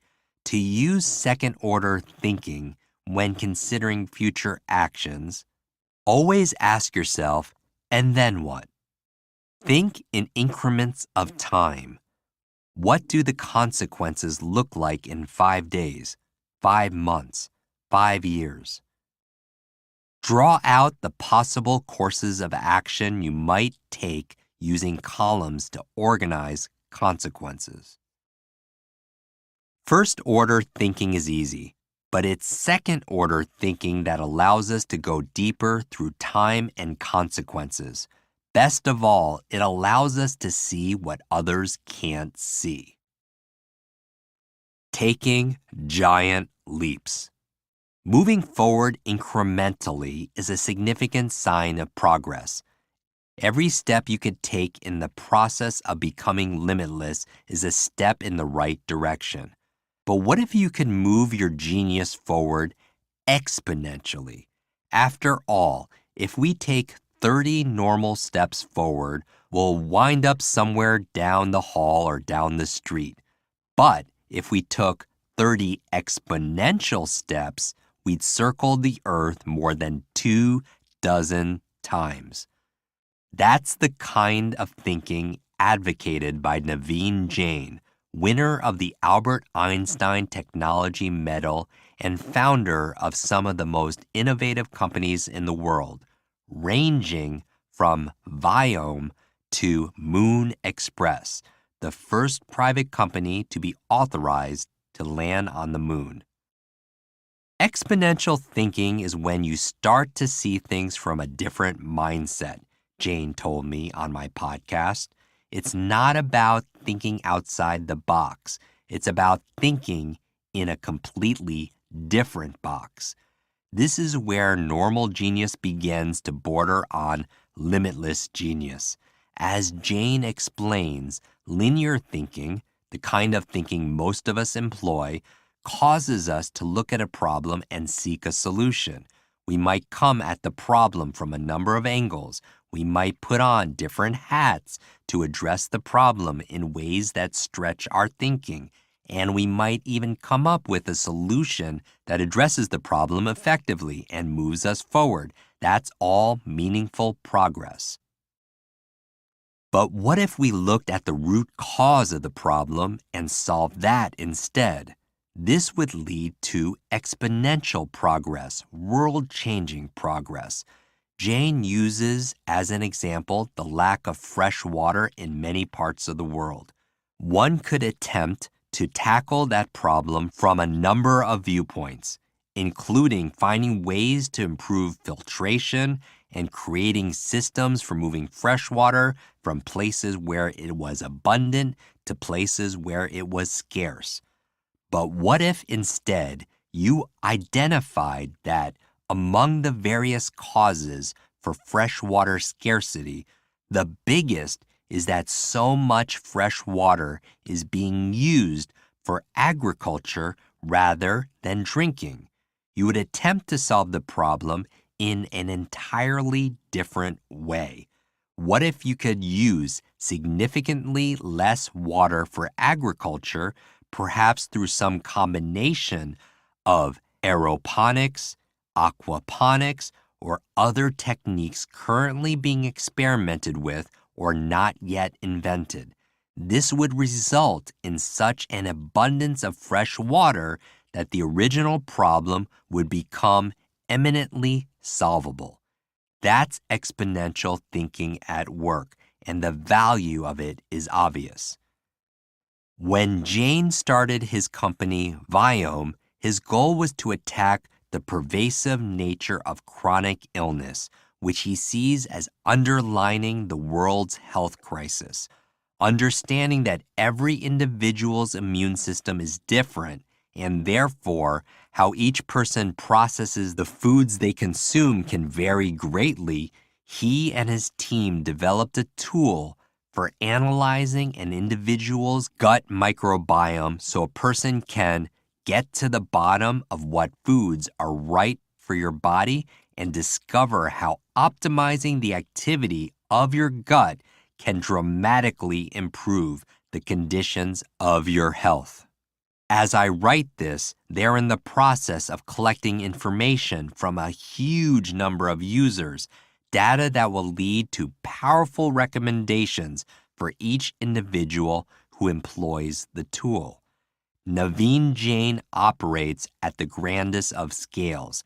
He's a successful entrepreneur who has never started two companies in the same industry, and one of his operating principles is that creating a billion-dollar company is simply a matter of solving a $10 billion problem. Now, most of us don't think on such a massive scale, but you can still use exponential thinking to exercise your mind and unlimit your personal genius. To learn more about Viome and to watch my interview on exponential thinking with Naveen Jain, go to jimquick.com/Viome, Viome. Links in the resources. Thinking exponentially. So, how does an individual think exponentially? Maybe your goal isn't to solve all the world's problems, invent a new technology, or start a billion-dollar company, but you can see how applying exponential thinking might make a real difference to your school, your business, or your personal growth. How can thinking less linearly and more exponentially make dramatic changes in your life? The first step is having a good understanding of what the exponential mindset looks like. In a piece for the Harvard Business Review, Mark Bonchek, founder and chief epiphany officer of Shift Thinking, describes the linear mindset as a line appearing on a graph that rises gradually over time. He then juxtaposes this with a second line that curves upward, slowly at first, and then shooting over the other line before heading far off the graph. This is his visual depiction of the exponential mindset. Refer to resources PDF. The incremental mindset focuses on making something better, while the exponential mindset is focused on making something different. He notes, incremental is satisfied with 10%. Exponential is out for 10x. The incremental mindset draws a straight line from the present to the future, Boncheck continues, a good incremental business plan enables you to see exactly how you will get from here to there. But exponential models are not straight.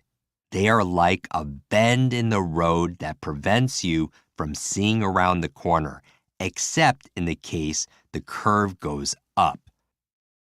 Boncheck is speaking specifically about applying exponential thinking to business, but the same perception can be brought to bear on thinking in other parts of life. Imagine, for example, that you are trying to figure out how to have everyone in your family at the dinner table at least 3 times a week. A linear mindset would involve looking at everyone's work schedules, school schedules, activity schedules, and social schedules to try to find a way to clear out some space. But an exponential mindset would take the approach of turning your family's harried schedules into something different. Maybe dinner isn't the goal at all, but rather finding key moments during the week when everyone can be in the same place and focus exclusively on each other. Maybe the issue isn't your schedules at all, but how each of you has chosen to commit their time. Progress might not seem much like progress. 3 months later, you're barely better off than when you started, but then the changes you've been developing start to take shape, and suddenly you have lots more time together. If you want to fire up your exponential thinking ability and take a huge step towards unlimiting your genius, consider these 4 steps the next time you contemplate a problem or task in need of a solution. Step 1. Get to the underlying problem. As Naveen Jain illustrated, when addressing the world's water problem, the core issue might not be the surface issue at all. As Jain noted, the underlying problem behind the shortage of fresh water isn't the availability of water, but rather that so much fresh water is being used for agricultural purposes. Solving the underlying problem allows for a much more workable solution to the surface problem. Let's go back to our dinner scenario. The surface problem is that the family rarely eats dinner together because everyone's schedules are too busy. The underlying problem might be that your schedules are so busy because your spouse feels compelled to work long hours at work. Your daughter feels compelled to be an elite athlete. Your son feels compelled to get perfect academic scores so he could attend a college with a 3% acceptance rate. And you feel compelled to sit on 3 nonprofit boards. But maybe even that is not the true underlying problem. Maybe what's really at issue is that you each feel the pressures you feel not because you personally aspire to these goals, but rather because you live in a community that looks down on people who don't have goals of this sort. Step 2. Posit a new approach. One of the keys to exponential thinking is filling your thoughts with what-if statements. Evie Mackey of the Innovation Hub at the John Lewis Partnership says that what-if statements come into play to bring unruly scenarios into the picture. For example, what if the human race needed to adapt and live in a world which was 90% underwater? Or what if we could no longer touch things with our hands to interact? This helps conceptualize a whole different array of things we may never have thought of otherwise and allows us to imagine what we would need to survive in a future world which could be a very different place. In our example, if you've realized the underlying problem is that the prevailing notions in your community have forced you into filling your daily lives with activities that take far too much of your time, you might ask yourself, what if we didn't care what everyone else thought? Or maybe you'd ask, what if there were only 18 hours in the day instead of 24? Or you might even ask, what if we lived somewhere else? Step 3. Read about it. As you already know, I am an extremely strong advocate for reading as much as you possibly can. Reading liberates your brain more than virtually any other activity. Reading is especially important when it comes to new or exponential thinking. You can't make huge cognitive leaps if you don't have a well-rounded view of a subject. So, now that you've gone through the what-if exercise, read up on alternatives. Maybe your spouse reads a number of books about the connection between corporate success and happiness. Maybe your daughter connects with bloggers and influencers on both the odds of becoming an elite athlete and the lives of elite athletes. Maybe your son reads a number of studies that look at graduation from ultra-competitive universities and occupational and emotional success afterward. Maybe you read books about the causes you're championing via your nonprofits and reconsider how important these causes are to you. Step 4. Extrapolate. You've now identified the underlying problem, posed questions that allow you to imagine a world without the problem, and done your research. Now it's time to try out a scenario. Let's play one out here. You're convinced that you've filled your lives with activities because you need these to maintain your status in your community. You've asked the question, what if we lived somewhere else? And found that everyone in your family is intrigued by this notion. You've done your reading and discovered that you could be happier and more satisfied if your job, sports, school, philanthropic goals were revised and reconceived.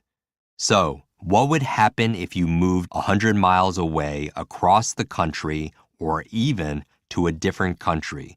You know that doing something this dramatic might not immediately seem like progress. You've seen the straight line and the curved line, and you realize that it might even seem you've taken a huge step backward because of all the adjustments you'd need to make. But say the 4 of you play out the scenarios and decide that making a move is the right thing to do. 2 years later, the family is thriving, and you have dinner together nearly every night. Before we move on, this is the last of the method chapters, and I'm sure you're itching to put everything you've learned in this book to use. Before we end, I'm going to give you a vision of how this might work for you and a 10-day plan to jumpstart applying what you've learned to your life. But before we get to that, let's try a few things. Review Howard Gardner's 8 forms of intelligence. Which forms on this list align most closely with your own intelligence? Now that you know what your learning style is, what can you do to incorporate the other styles into your thinking? Try on all 6 thinking hats during a test case. Give yourself a relatively simple task and approach it using Edward de Bono's method. And those are the 5 methodologies. So congratulations to everyone who's listening.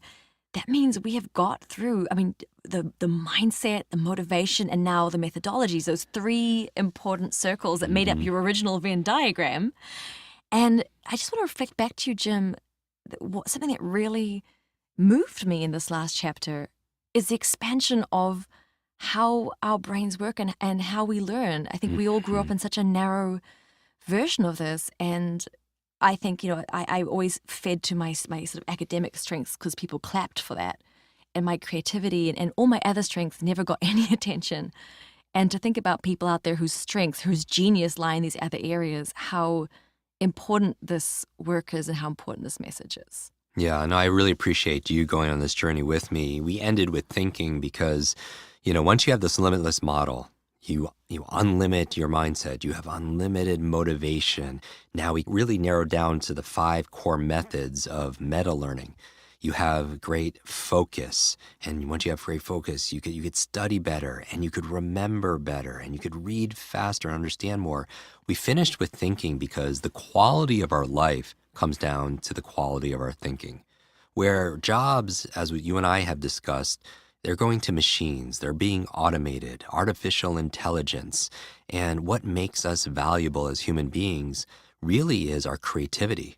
Really is our ability to solve problems, really is our ability to make quality decisions and use strategy. And that's why I wanted to add this final chapter in the book, because school teaches us what to think more than how to actually think.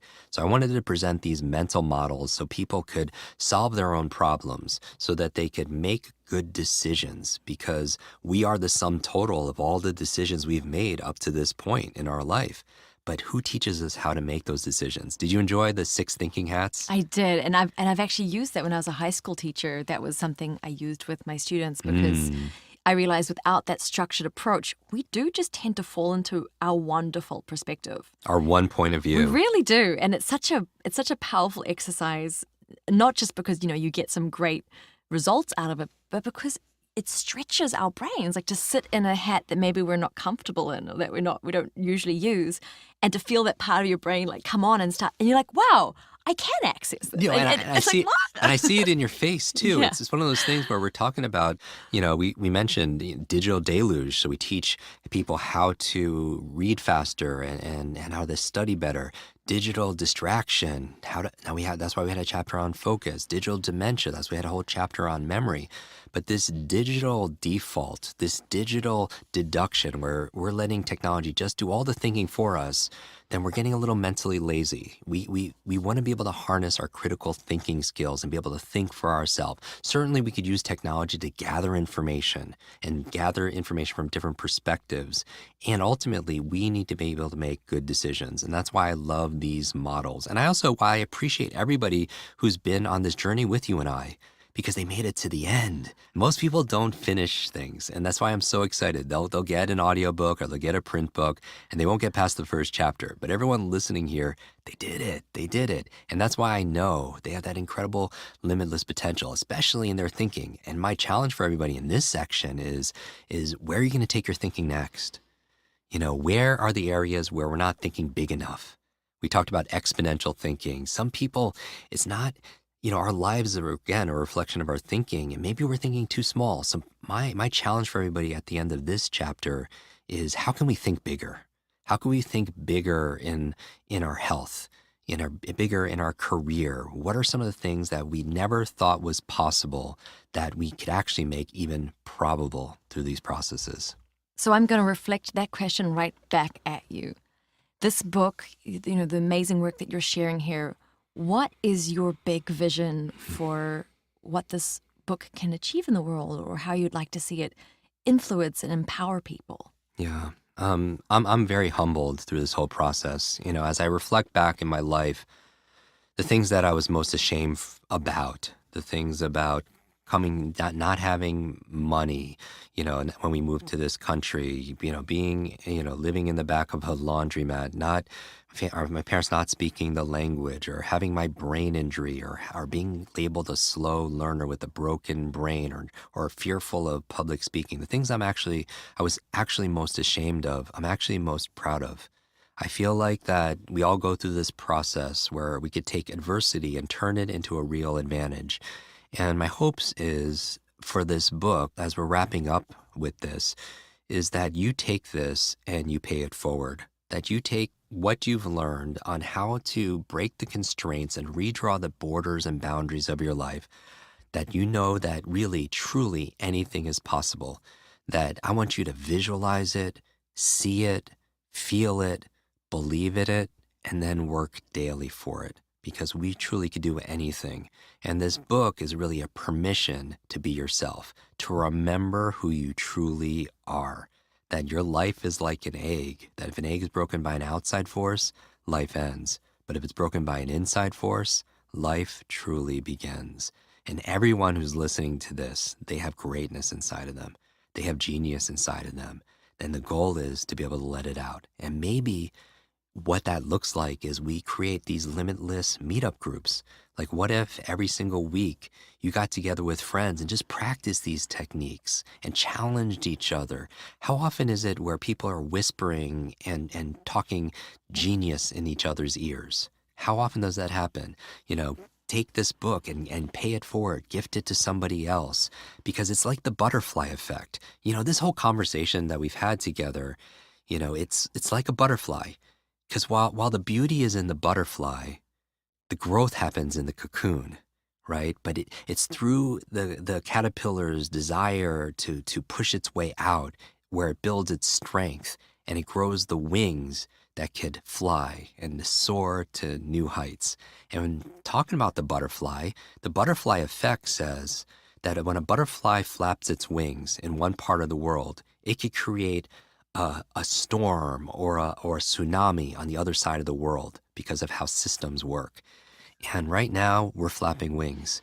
And what if those little actions that we're taking of learning, of living, of teaching other people creates a tsunami of transformation elsewhere in the world? Because you never know who's listening.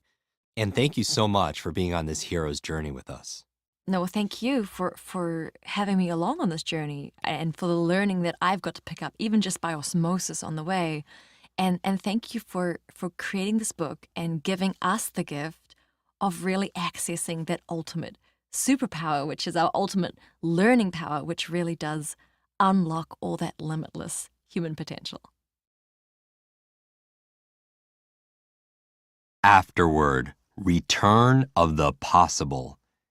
If you're anything like the overwhelming majority of people in the world, when you started reading this book, you were being governed, either consciously, unconsciously, or both, by a suite of limitations you'd either impose on yourself or others have imposed on you.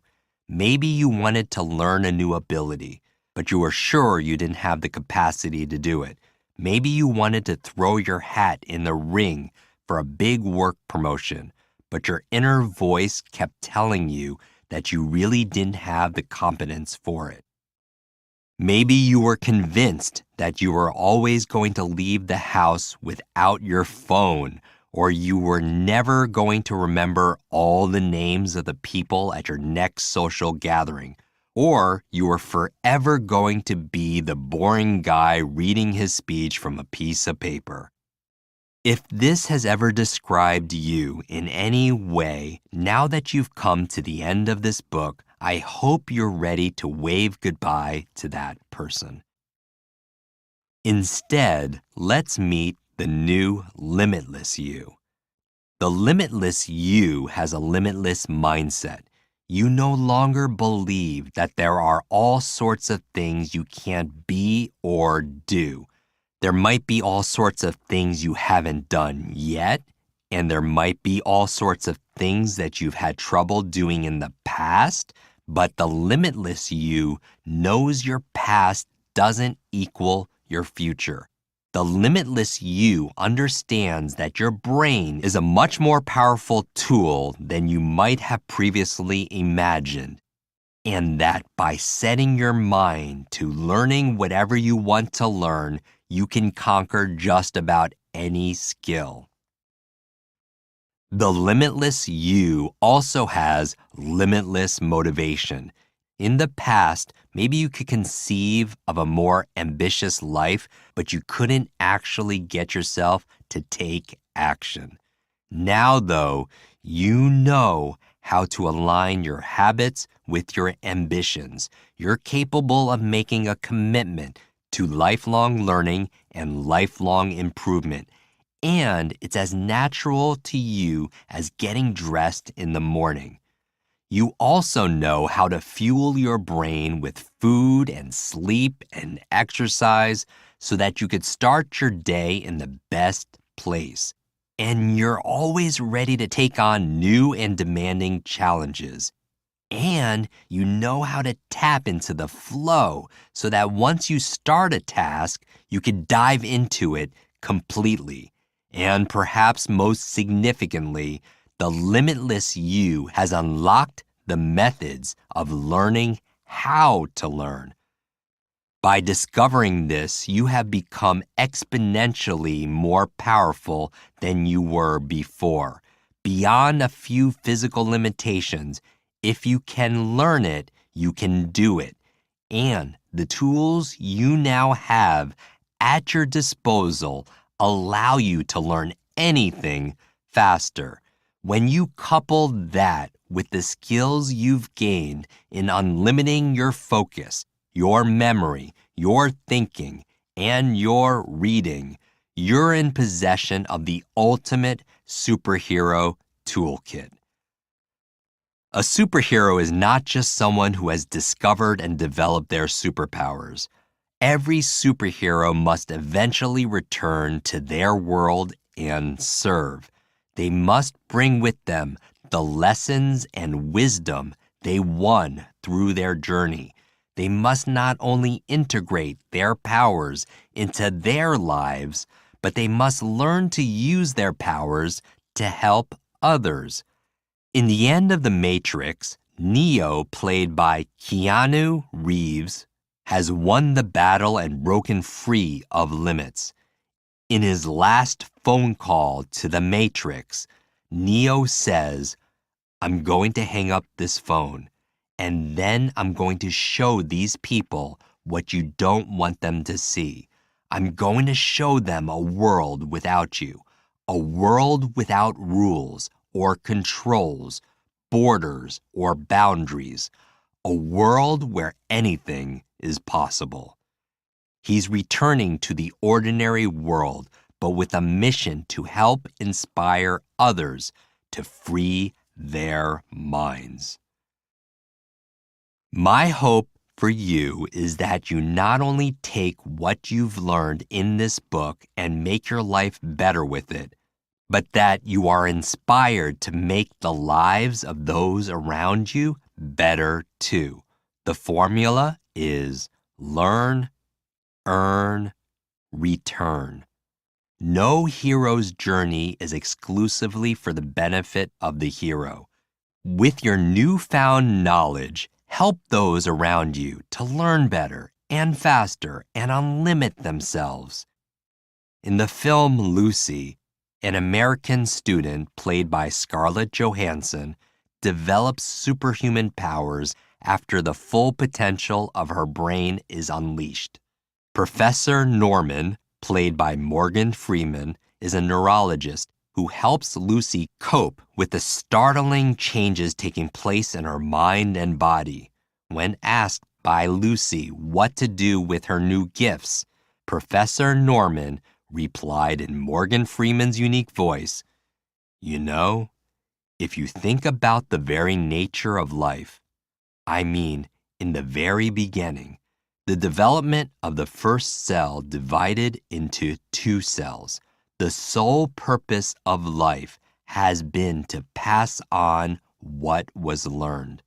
There was no higher purpose. So if you're asking me what to do with all of this knowledge you're accumulating, I say, pass it on." So, now the question becomes this. What are you going to do with what you've learned? Solve a challenging problem at work so you and your colleagues have an impact on your industry and maybe your world? Start a book club. Make a dent in that huge stack of periodicals on your coffee table and then teach your children what you've just learned. Connect with people in more dynamic ways. throw a brain food dinner party. Sign up for the class that is going to open new doors for you. Or maybe sign up to teach a class for yourself. Which would you choose? That's what a superhero would do.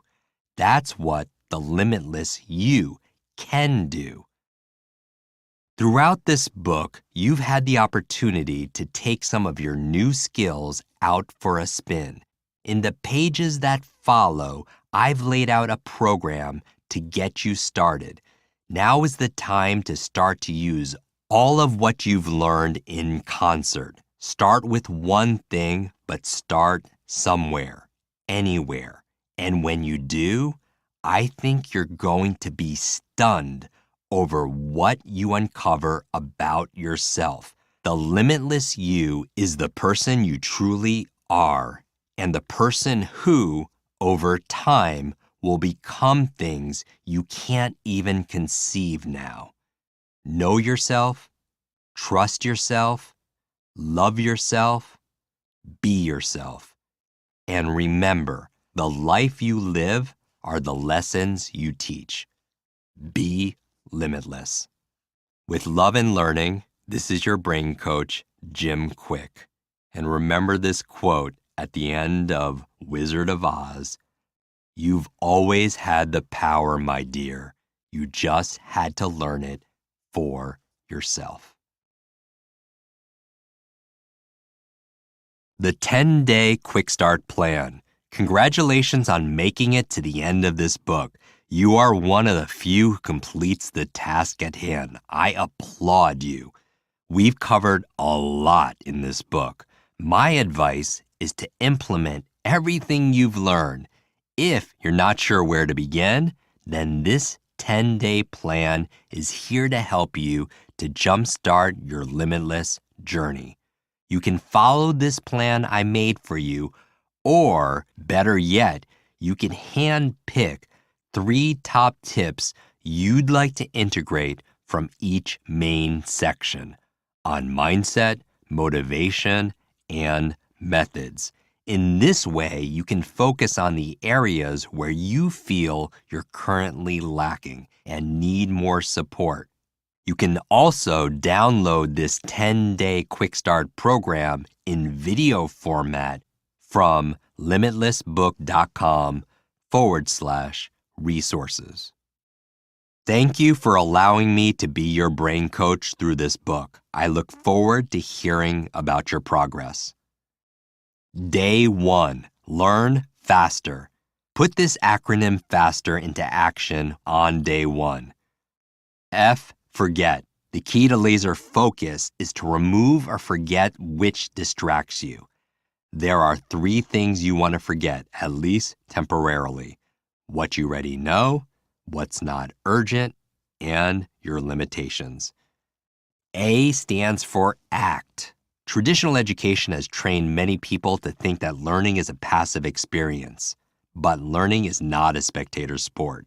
The human brain does not learn as much by consumption as it does by creation.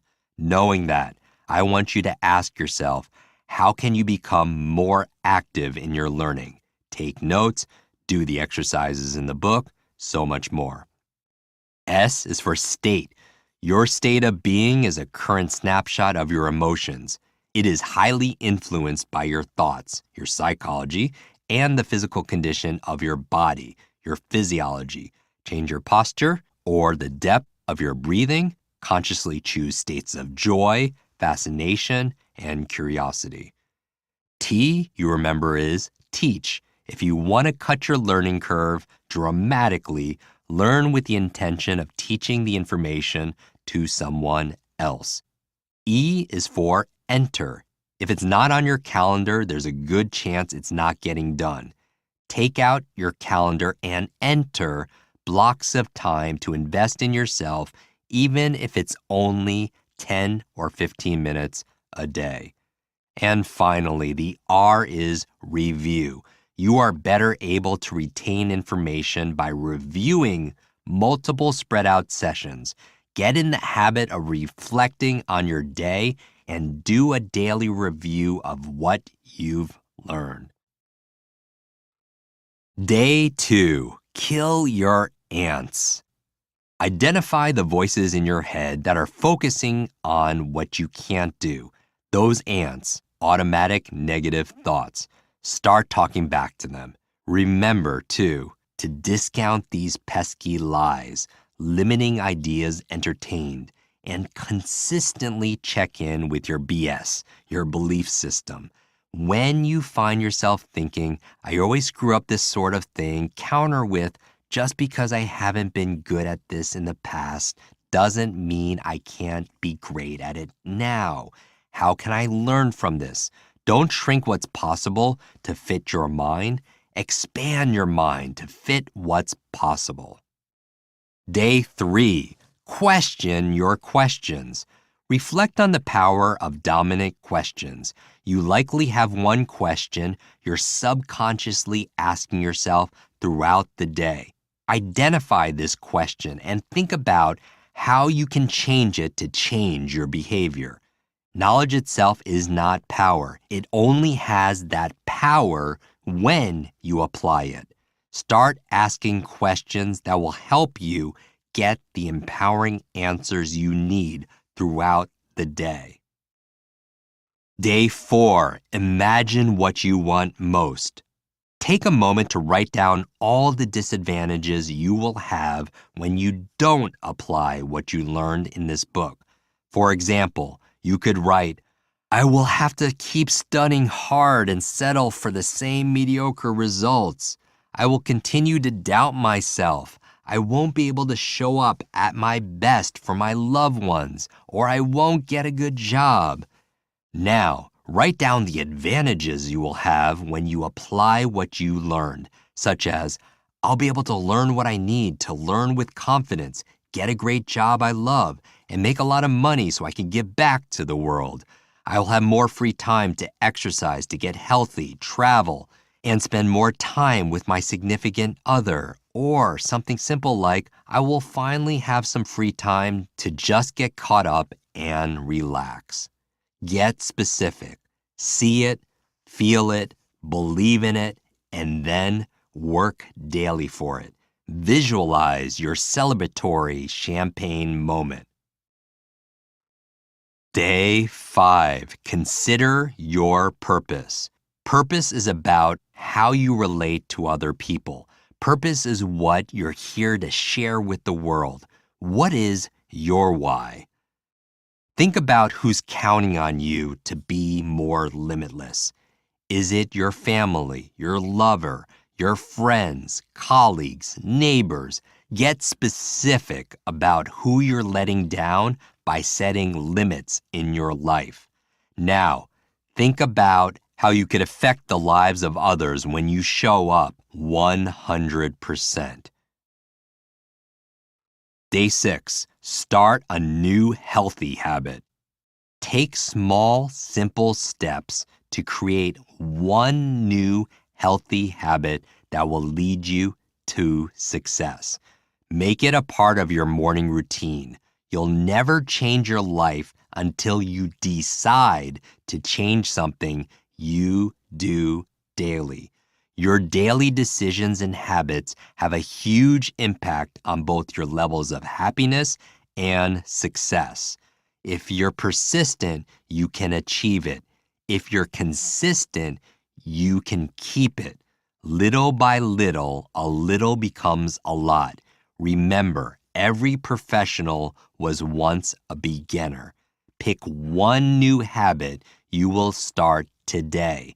How can you break it down to small, simple steps that you can do consistently each day? Day 7, give your brain some energy. Harness your energy to win each day. Eat one or more of these brain foods daily. Which one is your favorite and why? Remember, what you eat matters, especially for your gray matter. Is what you're eating energizing you or depleting you?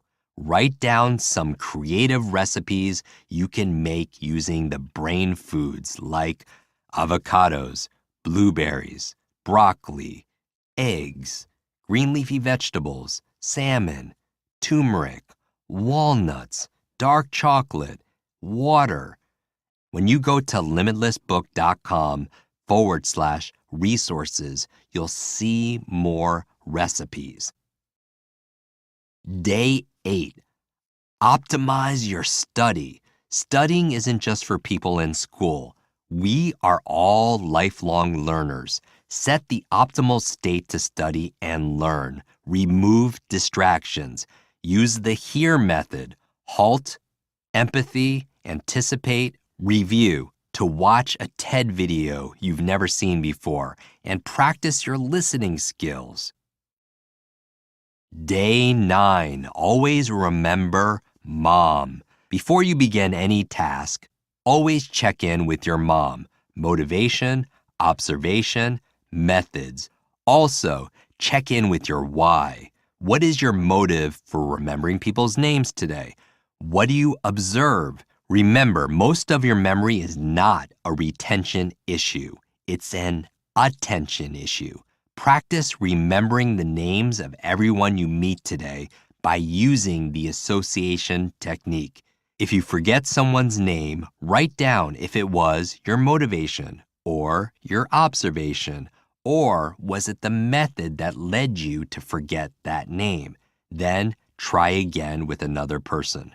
You can practice this skill even when you're shopping at a grocery store or walking through the street or watching television or anything else. Assign names to strangers you see and test how many you can remember. And finally, day 10, embrace the power of reading. Set a daily reading goal. Even if it's just for 10 minutes a day, there's power to reading, and the benefits compound over time. The key is consistency. Pick a book you've been wanting to read. Set a timer for 10 minutes. Put away the distractions and practice reading with a visual pacer. Then schedule your reading time for each day. Put it in your calendar as an appointment with yourself. Leaders are readers. Reading is great exercise for your mind. Remember, you can download decades of experience by reading just one book, much like you did with this one.